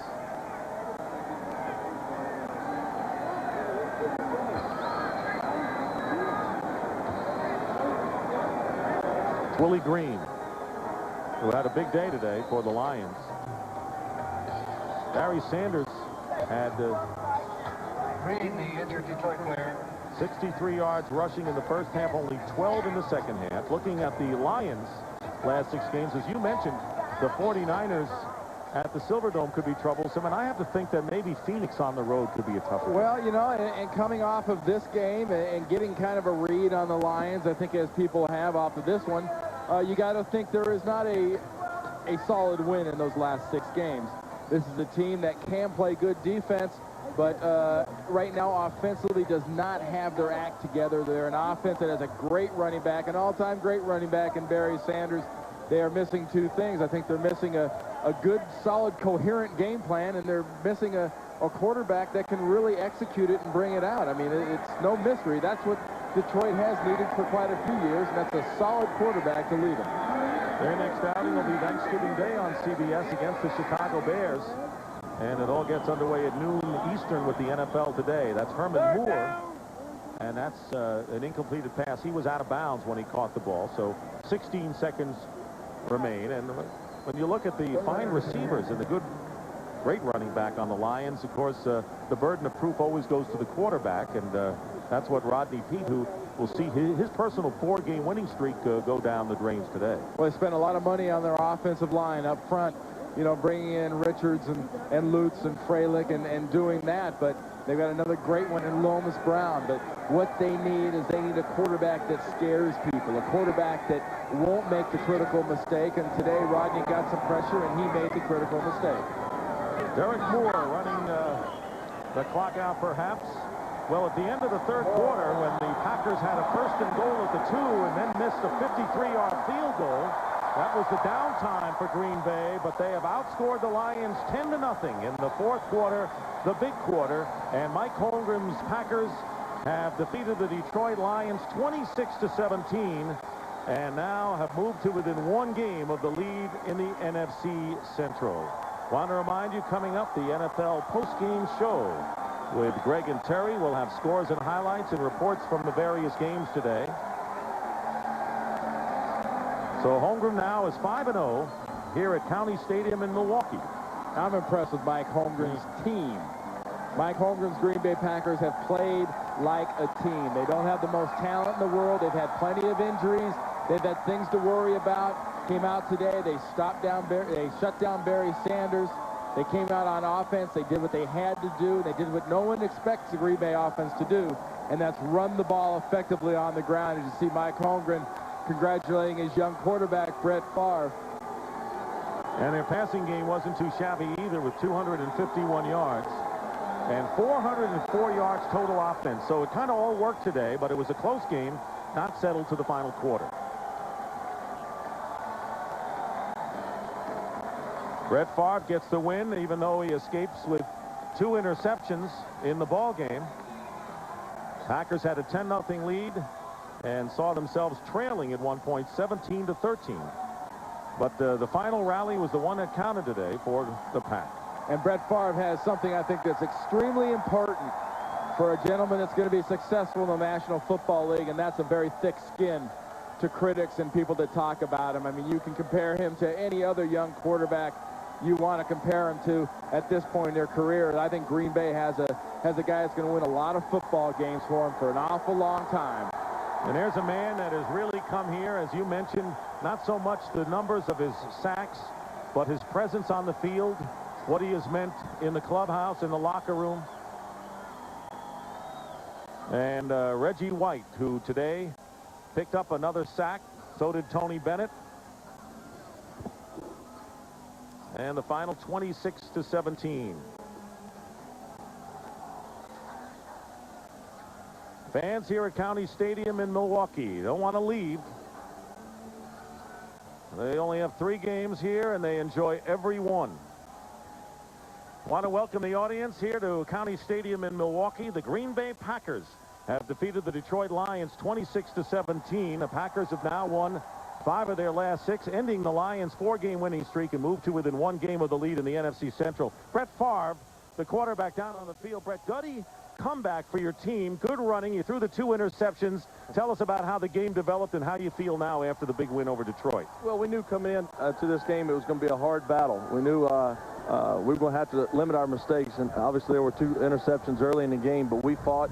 They're a great football team, and we ran the ball great. Our offensive line did a great job. Of course, our defense was excellent today. In that second half, I think offensively, we just said, hey, we got to put some drives together and make some plays, and we did. We got 1 call back, but hey, you know, the victory is ours, and it was great.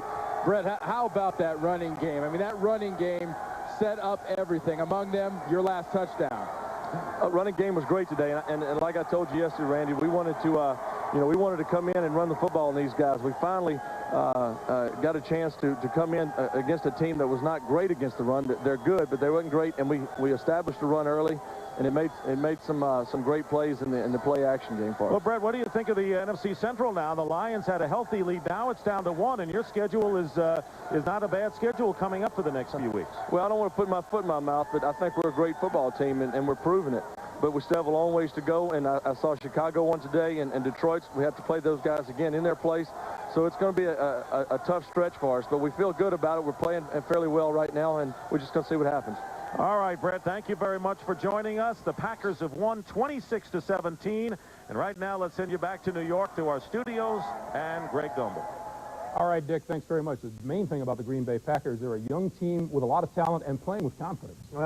And on top of that, the rookie today was Darrell Thompson. You remember they started him running him in the eye against Tampa Bay. Then they developed the play action out of the eye. And today, Thompson again, carrying the load with over 70 yards rushing. And with a young offensive line and a young quarterback, if you can run the football as multiple as Mike Holmgren is, moving that ball around, throwing it, with all the weapons they have, Green Bay could be a great team. Yeah, and you saw the standings there. The Packers are now 6-4 on the year. The Lions are 7-3. At Arrowhead Stadium in Kansas City, the Bears go in and knock off the Kansas City Chiefs, the AFC Western Division leaders, by a 19-17 score. Marcus Allen carrying tacklers with him for an 8-yard touchdown. Chiefs were up 14-0, but here come the Bears and Tim Worley. Tim Worley picked up, of course, from the Pittsburgh Steelers coming in. They wanted to get him the ball early. They did. Here you see him off tackle for a 25-yard TD run. 14-12, Chiefs led. David Craig's pass picked off by Jeremy Lincoln, and he brings it back to the Kansas City 5-yard line. And then the Bears on 3rd and goal at the 1-yard line.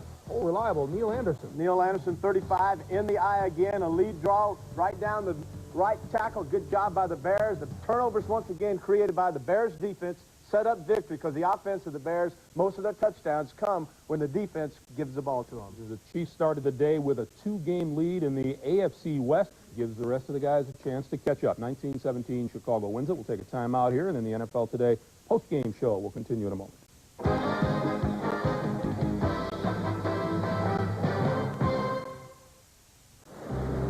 Panasonic presents a unique and highly evolved smooth operator. The new Smooth Operator 2 with float control is the only razor to unite the comfort of twin independent floating heads with the closeness of a warm, wet shave. Don't try this with any plugged-in razor. The new Smooth Operator wet dry razors from Panasonic. Smoother than you ever thought you'd be. My dandruff shampoo is good. Better try something else. Mine really works. You'd better try something else, like Selsun Blue. Doctors recommend it more than all leading brands. Selsun Blue. Doctor recommended #1. Watch how fast Dristan nasal spray works. What do you smell? I smelled something. I don't know what it was. Use Dristan nasal spray. Now smell. That's an orange. Dristan nasal spray works fast. Dristan nasal spray. Fast, effective relief. They come from China, from Thailand, from England, Germany, France, and Australia. Every day, people from 33 countries across 5 continents come together in the friendly skies. United. Come fly the airline that's uniting the world. Come fly the friendly skies.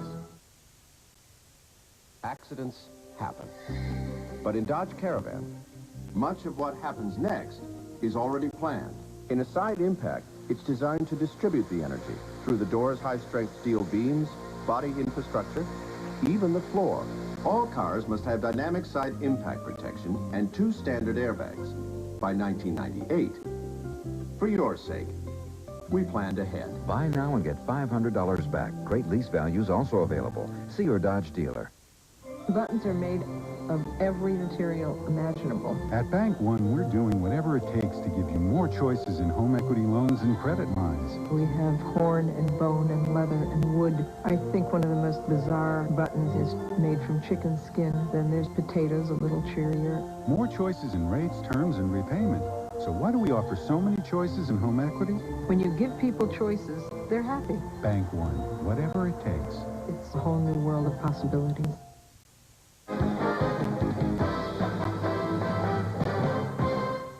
Welcome back, everyone, as we continue to run down the scores and highlights for you. At Rich Stadium in Buffalo today, Jim Kelly got the start and played very well in the Colts' loss to the Bills.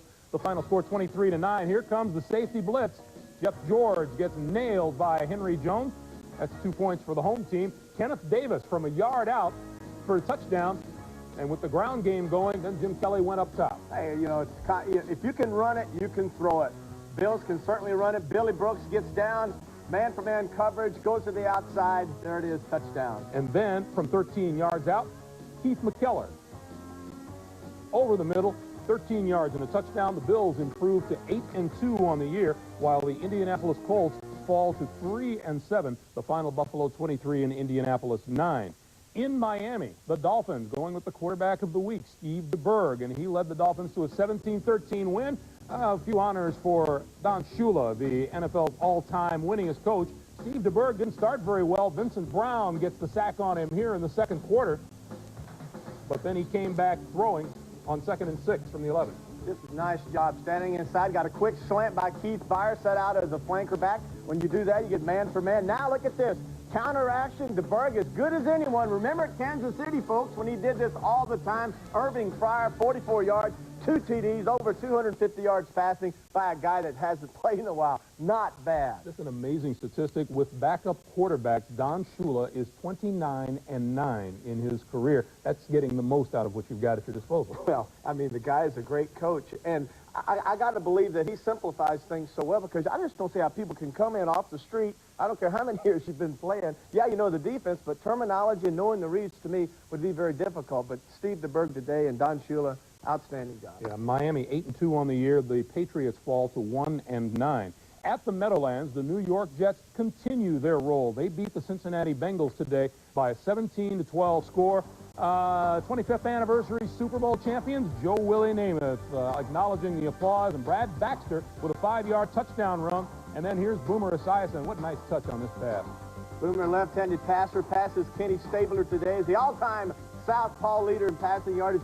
Johnny Johnson down the sideline, 46-yard TD reception. And then Johnny Johnson can run the football. In fact, he runs it very well. This is from 6 yards out. Yeah, it looks good here. You know what? I like those logos and those new uniforms. Those look good, Greg. Keep them, don't you think? Yeah, I think so. Yeah, all the guys say hallelujah. The Jets win it by a score of 17-12. No hallelujahs coming from David Shula, though. The Bengals are now 0-10 on the year. They fall to the New York Jets today, 17-12. And at the Dog Pound in Cleveland, the Browns in the fourth quarter trailing the Houston Oilers by a score of 27-17. Warren Moon has thrown a touchdown pass to Curtis Duncan, has run for a touchdown as well from 4 yards out. And the Oilers very much on a roll these days, looking for their 5th in a row today. They're looking to be in good shape to get it. They lead the Browns by a score of 27-17 late in the fourth quarter. The late action, we'll have those scores for you coming up as the post-game show continues here on the NFL Today.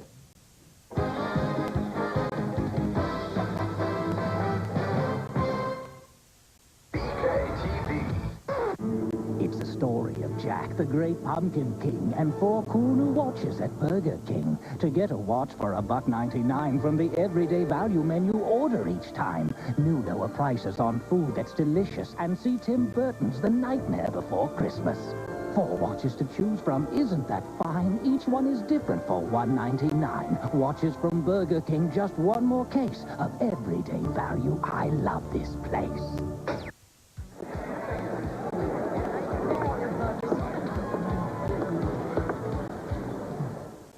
Hit it. If you want to feel the music, you've got to have great speakers. Radio Shack's Optimus speakers can surround you with theater sound, or put a command performance on your bookshelf, in your living room, or on the road. Come audition over 80 speakers that deliver great sound, no matter what kind of music you listen to. Only at Radio Shack, your Christmas electronics store. I don't think there's any family who wants to have to go to somebody else to feed their children. Hunger exists in every community. Hunger really cuts across every segment of society. We know what the answer is, and the answer is to feed people. It's going to take a lot to solve hunger in this country. We're grateful for American Express card members' support in helping to provide a meal every time they use the card. You can help. Use the American Express card to join the Charge Against Hunger till December 31st. Jim Fansler's cold won't give him a minute's rest. But he's about to break free with an effervescent rush of relief. Alka-Seltzer Plus Nighttime. It speeds powerful medicines to free your breathing. relieve your runny nose, soothe your aches, and quiet your coughs so you can rest. All without alcohol. Nothing rushes relief like Alka-Seltzer Plus Nighttime. Based on the true story, she led a team of 4 student nurses on a mission of mercy. But nothing in the operating room could prepare them for what was about to happen. Get us out of here! And only she could get them out in time. Nobody's dying here. Lindsay Wagner stars Nurses on the Line, crash of Flight 7, Tuesday.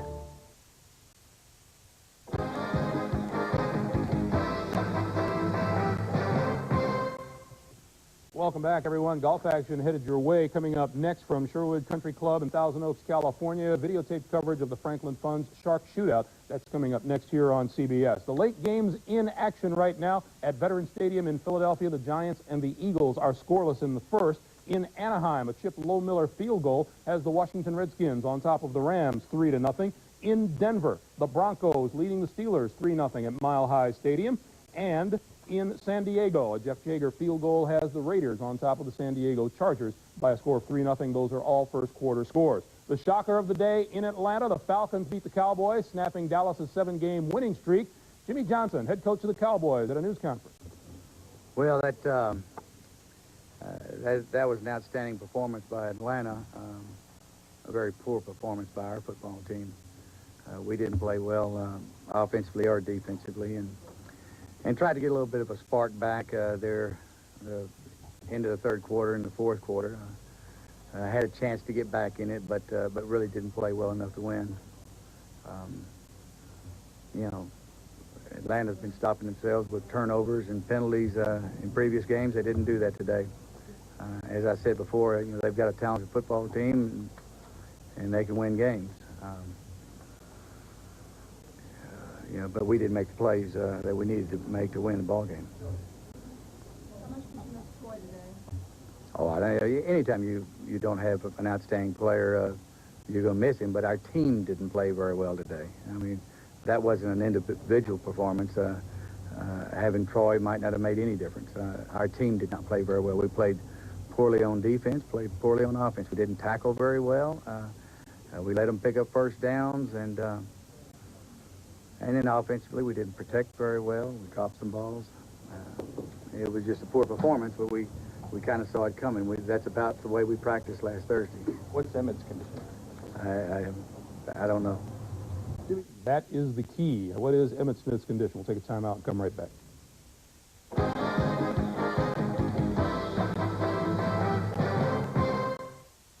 There are so many people trying to figure so many ways to rip you off now that it's very hard by yourself to counter all these things. Citibank called one night at 7 o'clock. Apparently, someone had bought 9 tickets to Vegas, gambled, and invited 9 of their best friends. That's why, you know, having somebody watch your back is good.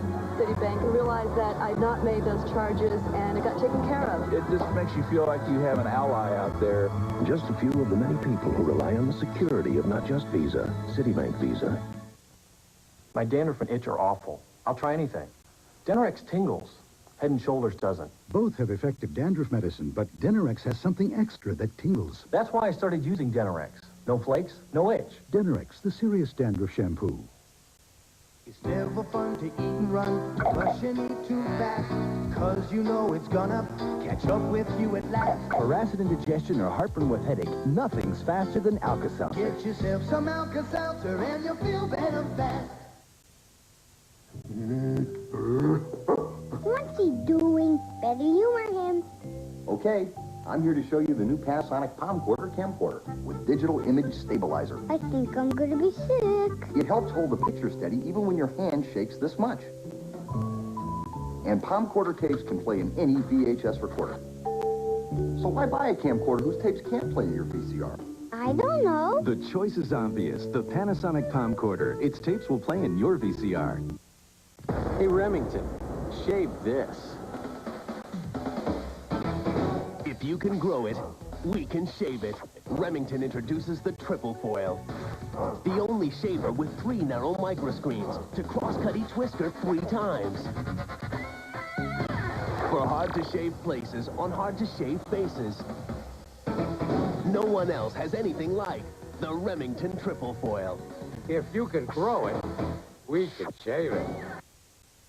We want to remind you that coming up next, videotape coverage of the Franklin Funds Shark Shootout. That's next here on CBS. And a reminder, too, that come Thanksgiving Day, we'll be back with the NFL today at noon Eastern Time prior to the Chicago-Detroit game. We'll visit the Barry Sanders family in Wichita. Chef Bradshaw will show you how to deep fry a turkey. Much more. All of that coming up. For Terry, for all of us at CBS, I'm Greg Gumbel. We'll see you next Thursday.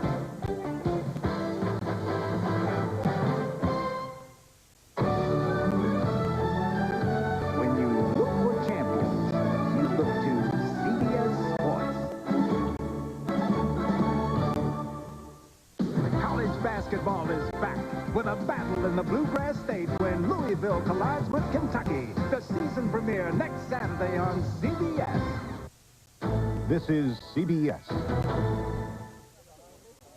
Families are dining out more thanks to a variety of tax-deductible home equity loans from Security Bank.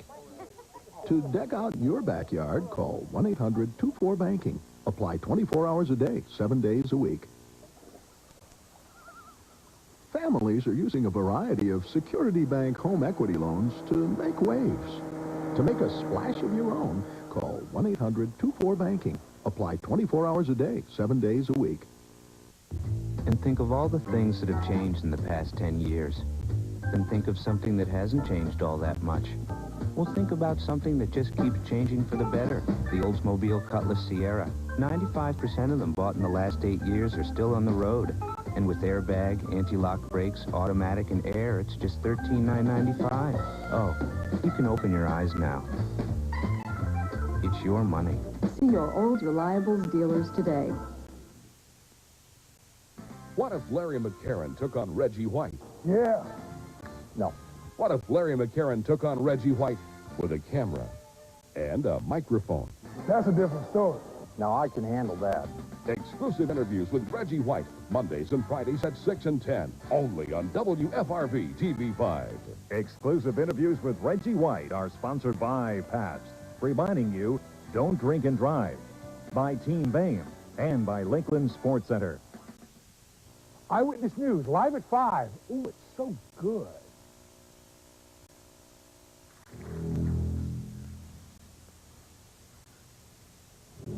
Just when you thought it was safe to go back out on the golf course, something special is lurking at Sherwood Country Club in Thousand Oaks, California.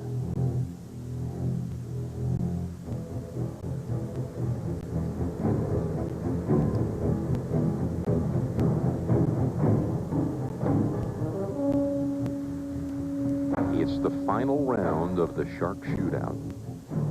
And now on the 18th green, Greg Norman and his partner Nick Price zeroing in on a record-setting round in Scrabble competition. It would set the record right here. This is for birdie at the 18th.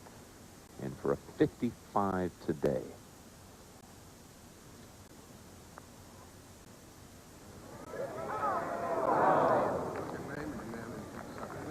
Twenty competitors here, divided up into 10 teams, two-man teams.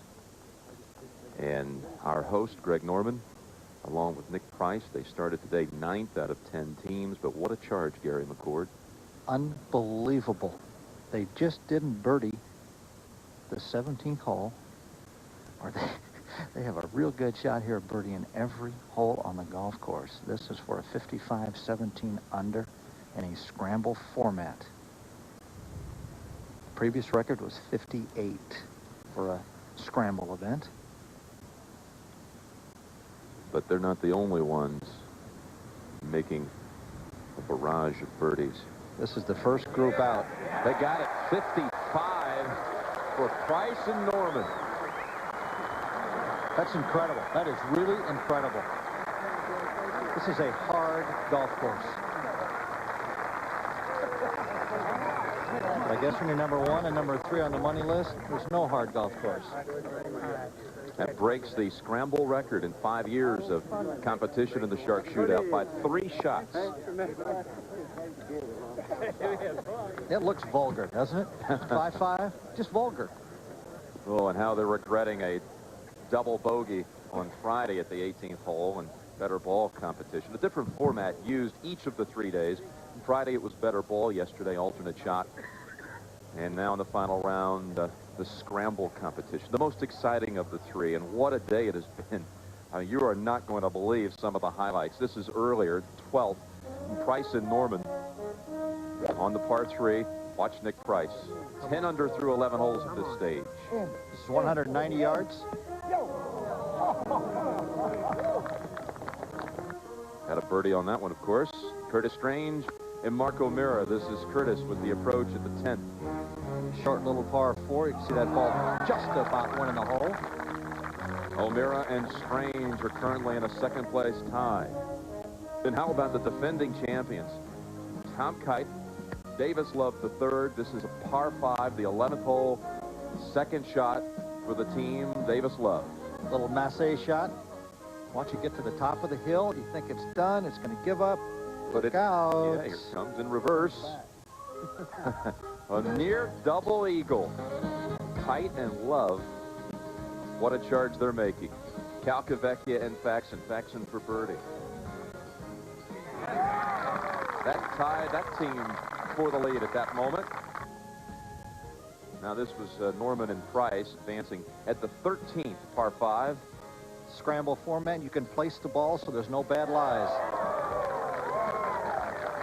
Set up another birdie for that team. Mark Calcavecchia with Brad Faxon. This was for the outright lead. Good. But it did not last for long. Hale Irwin and Bruce Litsky seize the lead at the 11th par 5.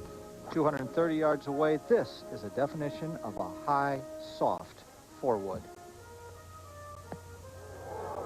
Set up an eagle and a one-shot lead for that team.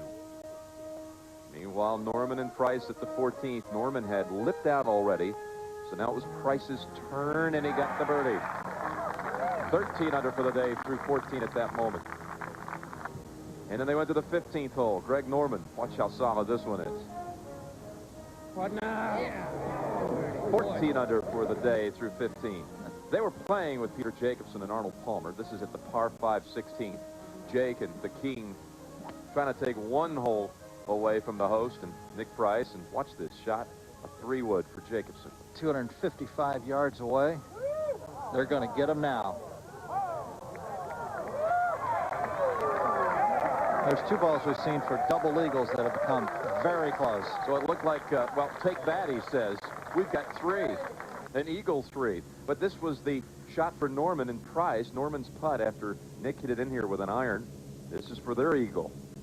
Norman putting first. Watch this thing roll around that hole. That caused some damage to that cup. They've got the stench on them.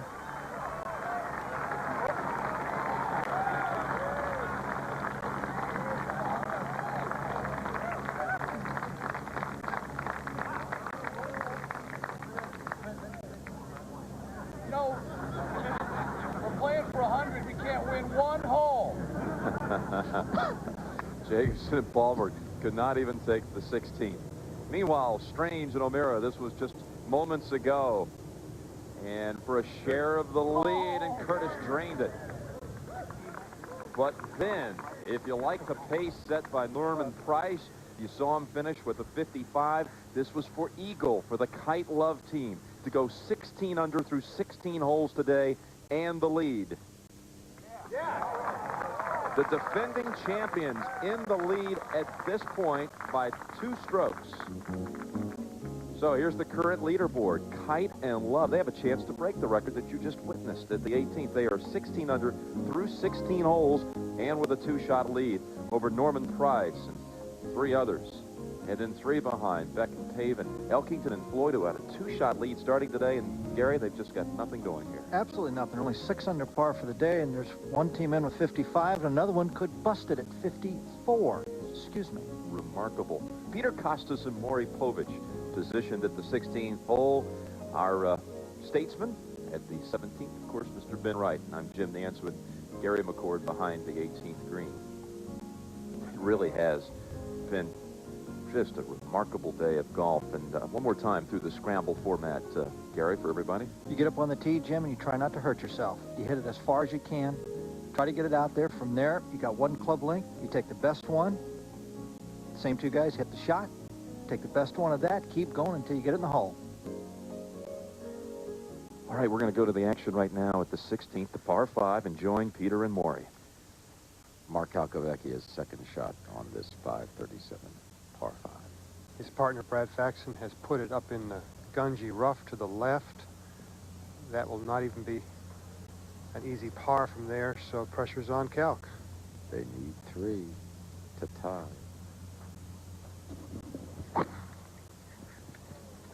He's going with what he calls his weak 3-wood. And he carries it over the tree, rolls all the way back. It'll roll through the back of the green, but that is a marvelous golf shot under the circumstances. Well, we've already had a record set today, 55 for Norman and Price, but Kite and Love have a chance to break it. They lead by 2 in the final round of the Shark Shootout.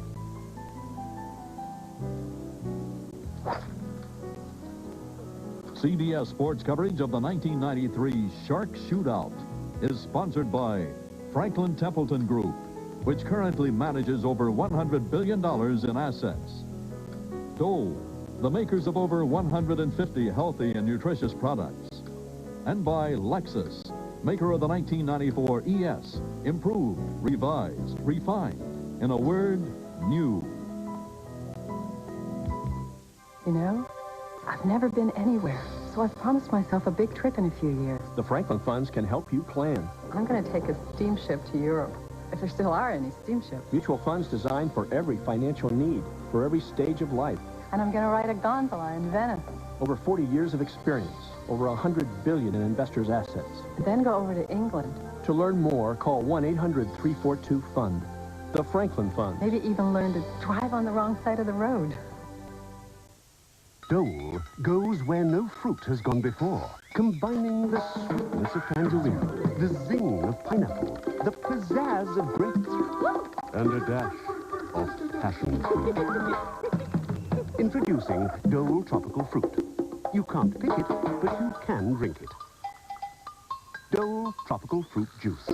It's pink, and it's wild. Dole 100% juices. The taste you can't get anywhere but here. Over 1.5 million vacationers toured the canals of Venice last year. Not one of them, however, was a Lexus engineer. Why? Let's just say they were busy.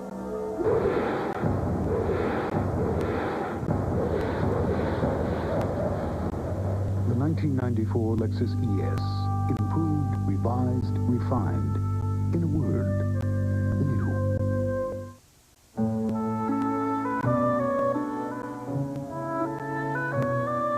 We'd like to thank the American people because you've made recycling so important.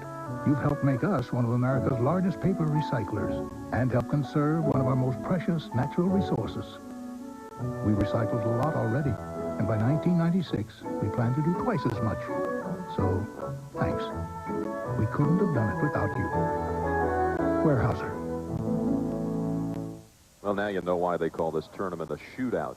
Shark Shootout, final round, Kite Love. Even birdie for the day, if you will. 16 under through 16, and they have taken the lead by 2. Let's go out to the play at the 17th bin. And Tom Kite has missed his opportunity for a birdie here. Now it remains on the shoulders of Davis Love, the third. Kite's ball got away a little to the right. And of course, Greg Norman and Nick Price both missed from closer to the hole than this.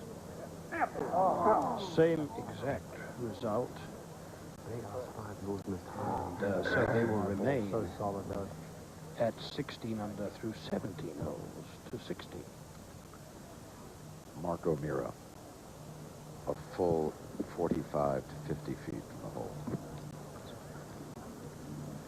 Currently 25 under par.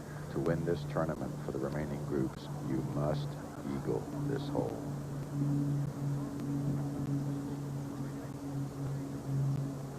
Love and Kite made par at 17. The big swinging turn.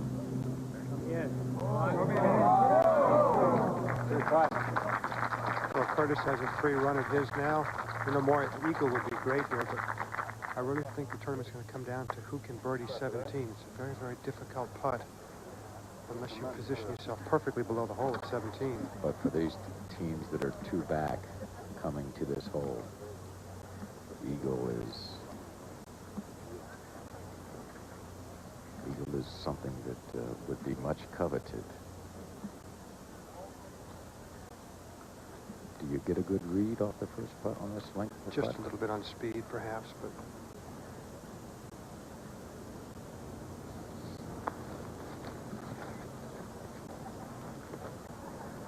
it's going to swing left. Not bad there. Not bad at all. Good putt. under normal circumstances, you consider those good putts. When you're trying to hold it from that far, not quite good enough. And now back to Jim. All right, thank you, Peter. And we're joined now by the duo that set that blistering pace today. And Greg, you walked right into the tower and pointed at Gary and said, "I told you so." And you did. You said so right here on the air yesterday that there would be a record today. Absolutely. It just seemed like it was going to happen. I think Nicky and I were starting to get the feel for each other because neither one of us really played together in competition, you know, where we're a unit. We've never done that before, and today we just clicked. Everything was going right. It started to happen yesterday afternoon, and today it did. Got the 16. That was Mark Calcavecchia's chip for eagle, rolling it past about 5 feet. You can see that they're trying to make it now. Brad Faxon has an absolutely tremendous short game. Really good chipper and putter. Mark is no slouch, but if I had to pick one of the two to make this, Brad would be the man. And remember, back home for everyone, at your local clubs, this is a scramble, which means you can place the ball, even in the rough. You know, Maury, if the viewers back home want to find out how good these guys really are, you go home and play your own two-man scramble with yourself and see what you shoot and compare it with these scores.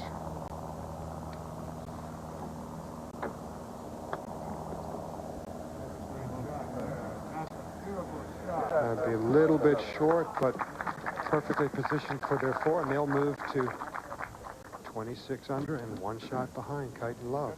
Both these groups are one back. And now back to 18. Nicky, you guys really did compliment each other today. And did you start today with any kind of score in mind? Well, no, you know, we just wanted to really go out there and try and birdie every hole, and we very nearly did. You know, we got off to a good start, and then we made eagle up 11, which really, you know, sort of kicked us into gear, and we just kept hitting good shot after good shot. And, you know, as good a driver as Greg is, I was playing from places that I don't normally play from, you know, so it was great fun. Let me ask you guys one thing. Tell me you weren't playing Peter Jacobson and Arnold Palmer for anything. 1 and 3 on the money list. You guys didn't. Tell me you didn't. We did. No. We heard you, too, by the way. That had to be a bloodbath. We actually, it was close the first day. We double bogeyed the last and let them get closer. But we Standard bet over the last 5 years, too. Standard bet is 100 a day, per man. But now we'll go back to 60 before we go. I'll tell you. We saw you at 16 break their hearts and then heard the reaction, too. And let's go back out there, Peter and Maury. Steve Elkington, second shot on the par 5. From the left-hand rough, working it hard right to left around the tree, and this is going to be good. Beautiful. This is just beautiful. He hit a 235-yard 2-iron to about 8 feet.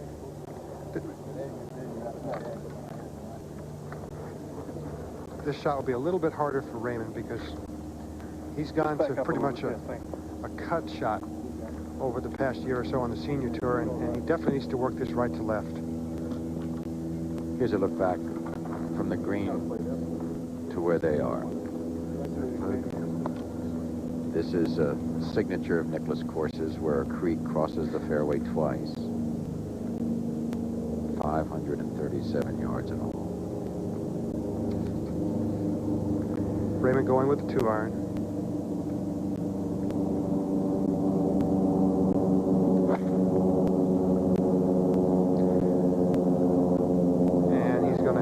out to the right. It's just not a shot that Raymond's been playing a lot lately, and when your partner's already 10 feet, no big deal. The next group has a better look at the hole from the right center of the fairway. Well, they're perfectly positioned for Hale Irwin because he likes to work the ball a little bit left to right, and they're on the right-hand side of the fairway. And here's his forward again, 210 yards. We've already seen once today how softly he can hit it. Coming right at it. And taking it in high, fading a bit, and left it just off the fringe, about 35 feet. Now you'll see a difference in the two players. You know, there's hardly ever a person who's a good long iron player plus a good fairway wood player. Most people are one or the other. Bruce Litsky is a much better long iron player, so from this distance, he'll be going with an iron. It's a great look back. Most likely a 2-iron for Bruce.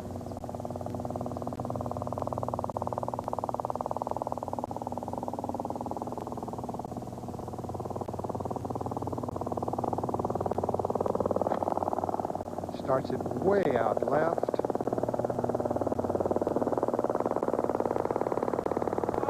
And there you have it. That's just 4 feet from the hole. 4.5 feet for Bruce Litsky. And now to 17. Mark O'Meara on the tee with a 7-iron. He and Curtis Strange, the winners in the inaugural shootout in 1989. A brilliant shot. Right at it. That is the best of the day so far. And there's a look at the hole from above with a big ravine separating tee from green. And the green set in a little bowl with just that cavernous bunker down front that seldom claims a victim at this level. But a really difficult green to putt, very short on grass. 7-iron for Curtis Strange.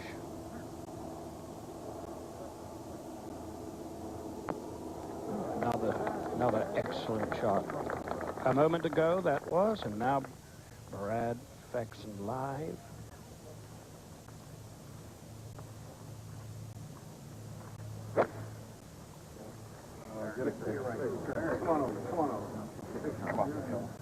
Ooh, that could get a good bounce. Has indeed. There are many ways of playing this hole, and that's going to come right down.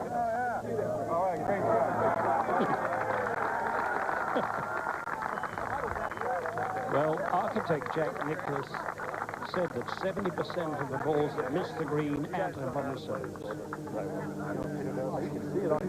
I got that in my book. You can't learn to read.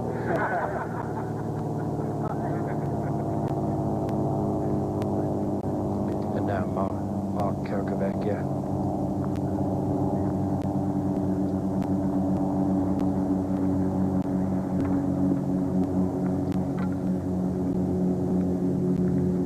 Who has been a tower of strength this week.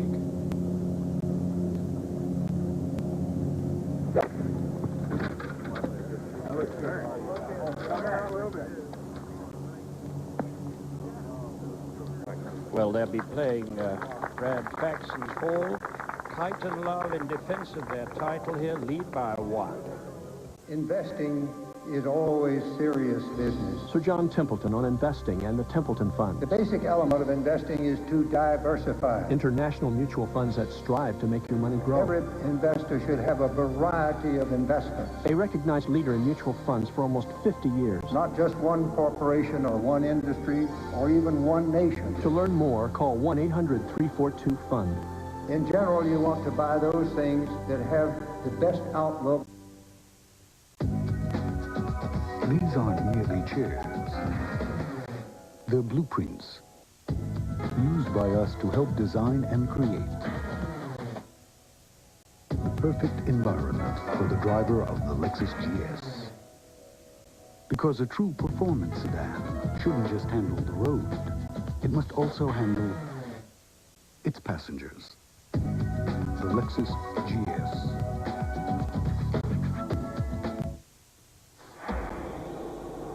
You have to admire Mother Nature. Always thinking. Providing the perfect packaging to keep food fresh. Fortunately, Dole remembered the one thing nature forgot to provide for. Dole Classic Blend Salad. Packed in a breathable bag that keeps it just as crisp, fresh, and delicious as Mother Nature intended. If only she'd thought of it. I was driving, and then I forgot where I was. I think I left my body. But then I came back. I got hungry. I brought back a vision. The number 7. The 7-layer burrito. New from Taco Bell. Rice, beans, sour cream, lettuce, pepper cheese, tomatoes, and guacamole. Only 99 cents for a limited time. I could almost taste it. And then I did. And I came back full.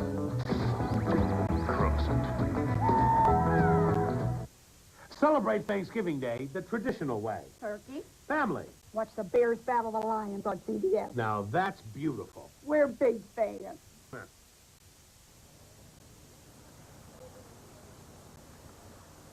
At the 16th hole, Steve Elkington for Eagle 3. Great camera view, great putt. Eagle 3 to 27 under par. Let's go to 18. And the leading team, or the co-leaders, Kite and Love. They've got 160 yards. It's in the rough, but you get to tee it up, so it shouldn't be that bad of a lie. A little long. You can see the ball spinning out of the rough. It's nice, guys, isn't it, when you can put your hands on it out there in the rough? Yes, indeed. Back out to 16. Bruce Litsky to tie for the lead. Yes, sir. Par has no place in this game. The word doesn't exist today. As they make their way to the 17th hole, tied for the lead. Looks like playoff guys to 18. Yeah, I think 28's got a good chance of being the playoff number. I think you would agree with that, wouldn't you, Greg? Oh, absolutely, Jimmy. I tell you, it's nothing like sitting here at 25 under and just getting blitzed. Shooting 55. 55 wasn't good enough. Blitzed. 8-iron, Davis Love, 160 yards away. This team needs a birdie. Two tough putts. They're tied for the lead, but when they're playing a scramble. I don't know, which one would you pick there, guys? The one on top or the one below it? One below it. One on top. We'll let Ben decide. Let's go on to 17. Well, the situation here is that Mark Kalkabek here has missed his go to birdie, so it's now left on up to Brad Faxon to make it to tie the lead. With 3 other groups, Kite, Love, Elkington, Floyd, and Erwin Litsky, is to get to 27 under.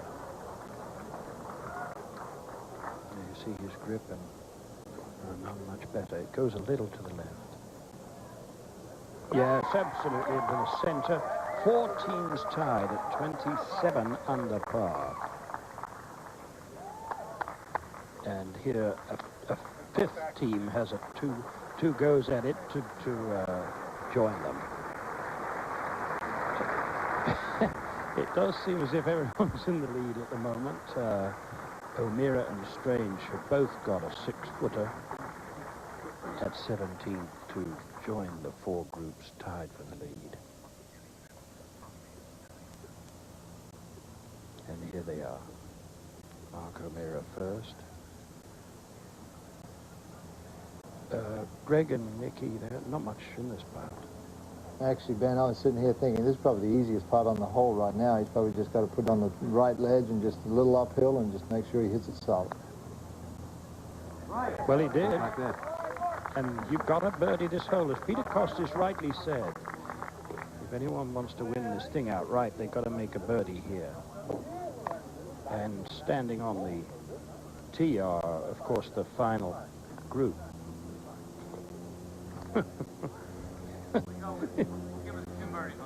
Just to prove you can make it. Back on the tee now, the last 4 players, all tied for the lead. Steve Elkington has drawn an 8-iron. There's absolutely not a breath of wind here. Not a leaf moving around this bowl.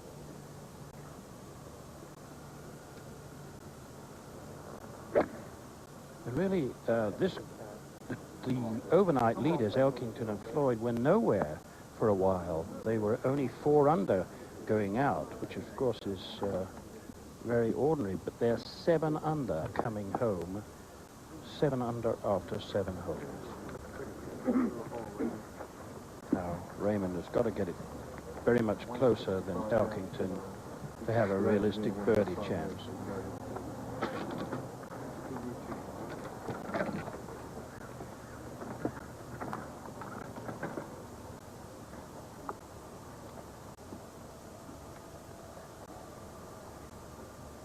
A-turn for Raymond as well.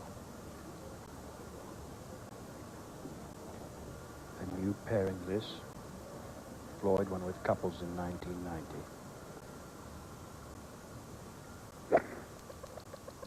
Yeah. Keep his head right there. Right there. Yeah. Nice shot to 18.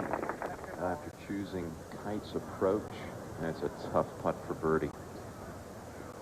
That's a big swinging putt there. They desperately need one here to have any chance. Birdie, by the way, would tie the scramble record set earlier by Norman and Price. And Nicky, you really get a chance in this kind of format to try some shots that you don't normally attempt. Well, that's the thing, Tim. You know, you get out there and, you know, you got your partner up about 15, 20 feet from the flag and you just look at the hole. So whether you got a 2-iron or a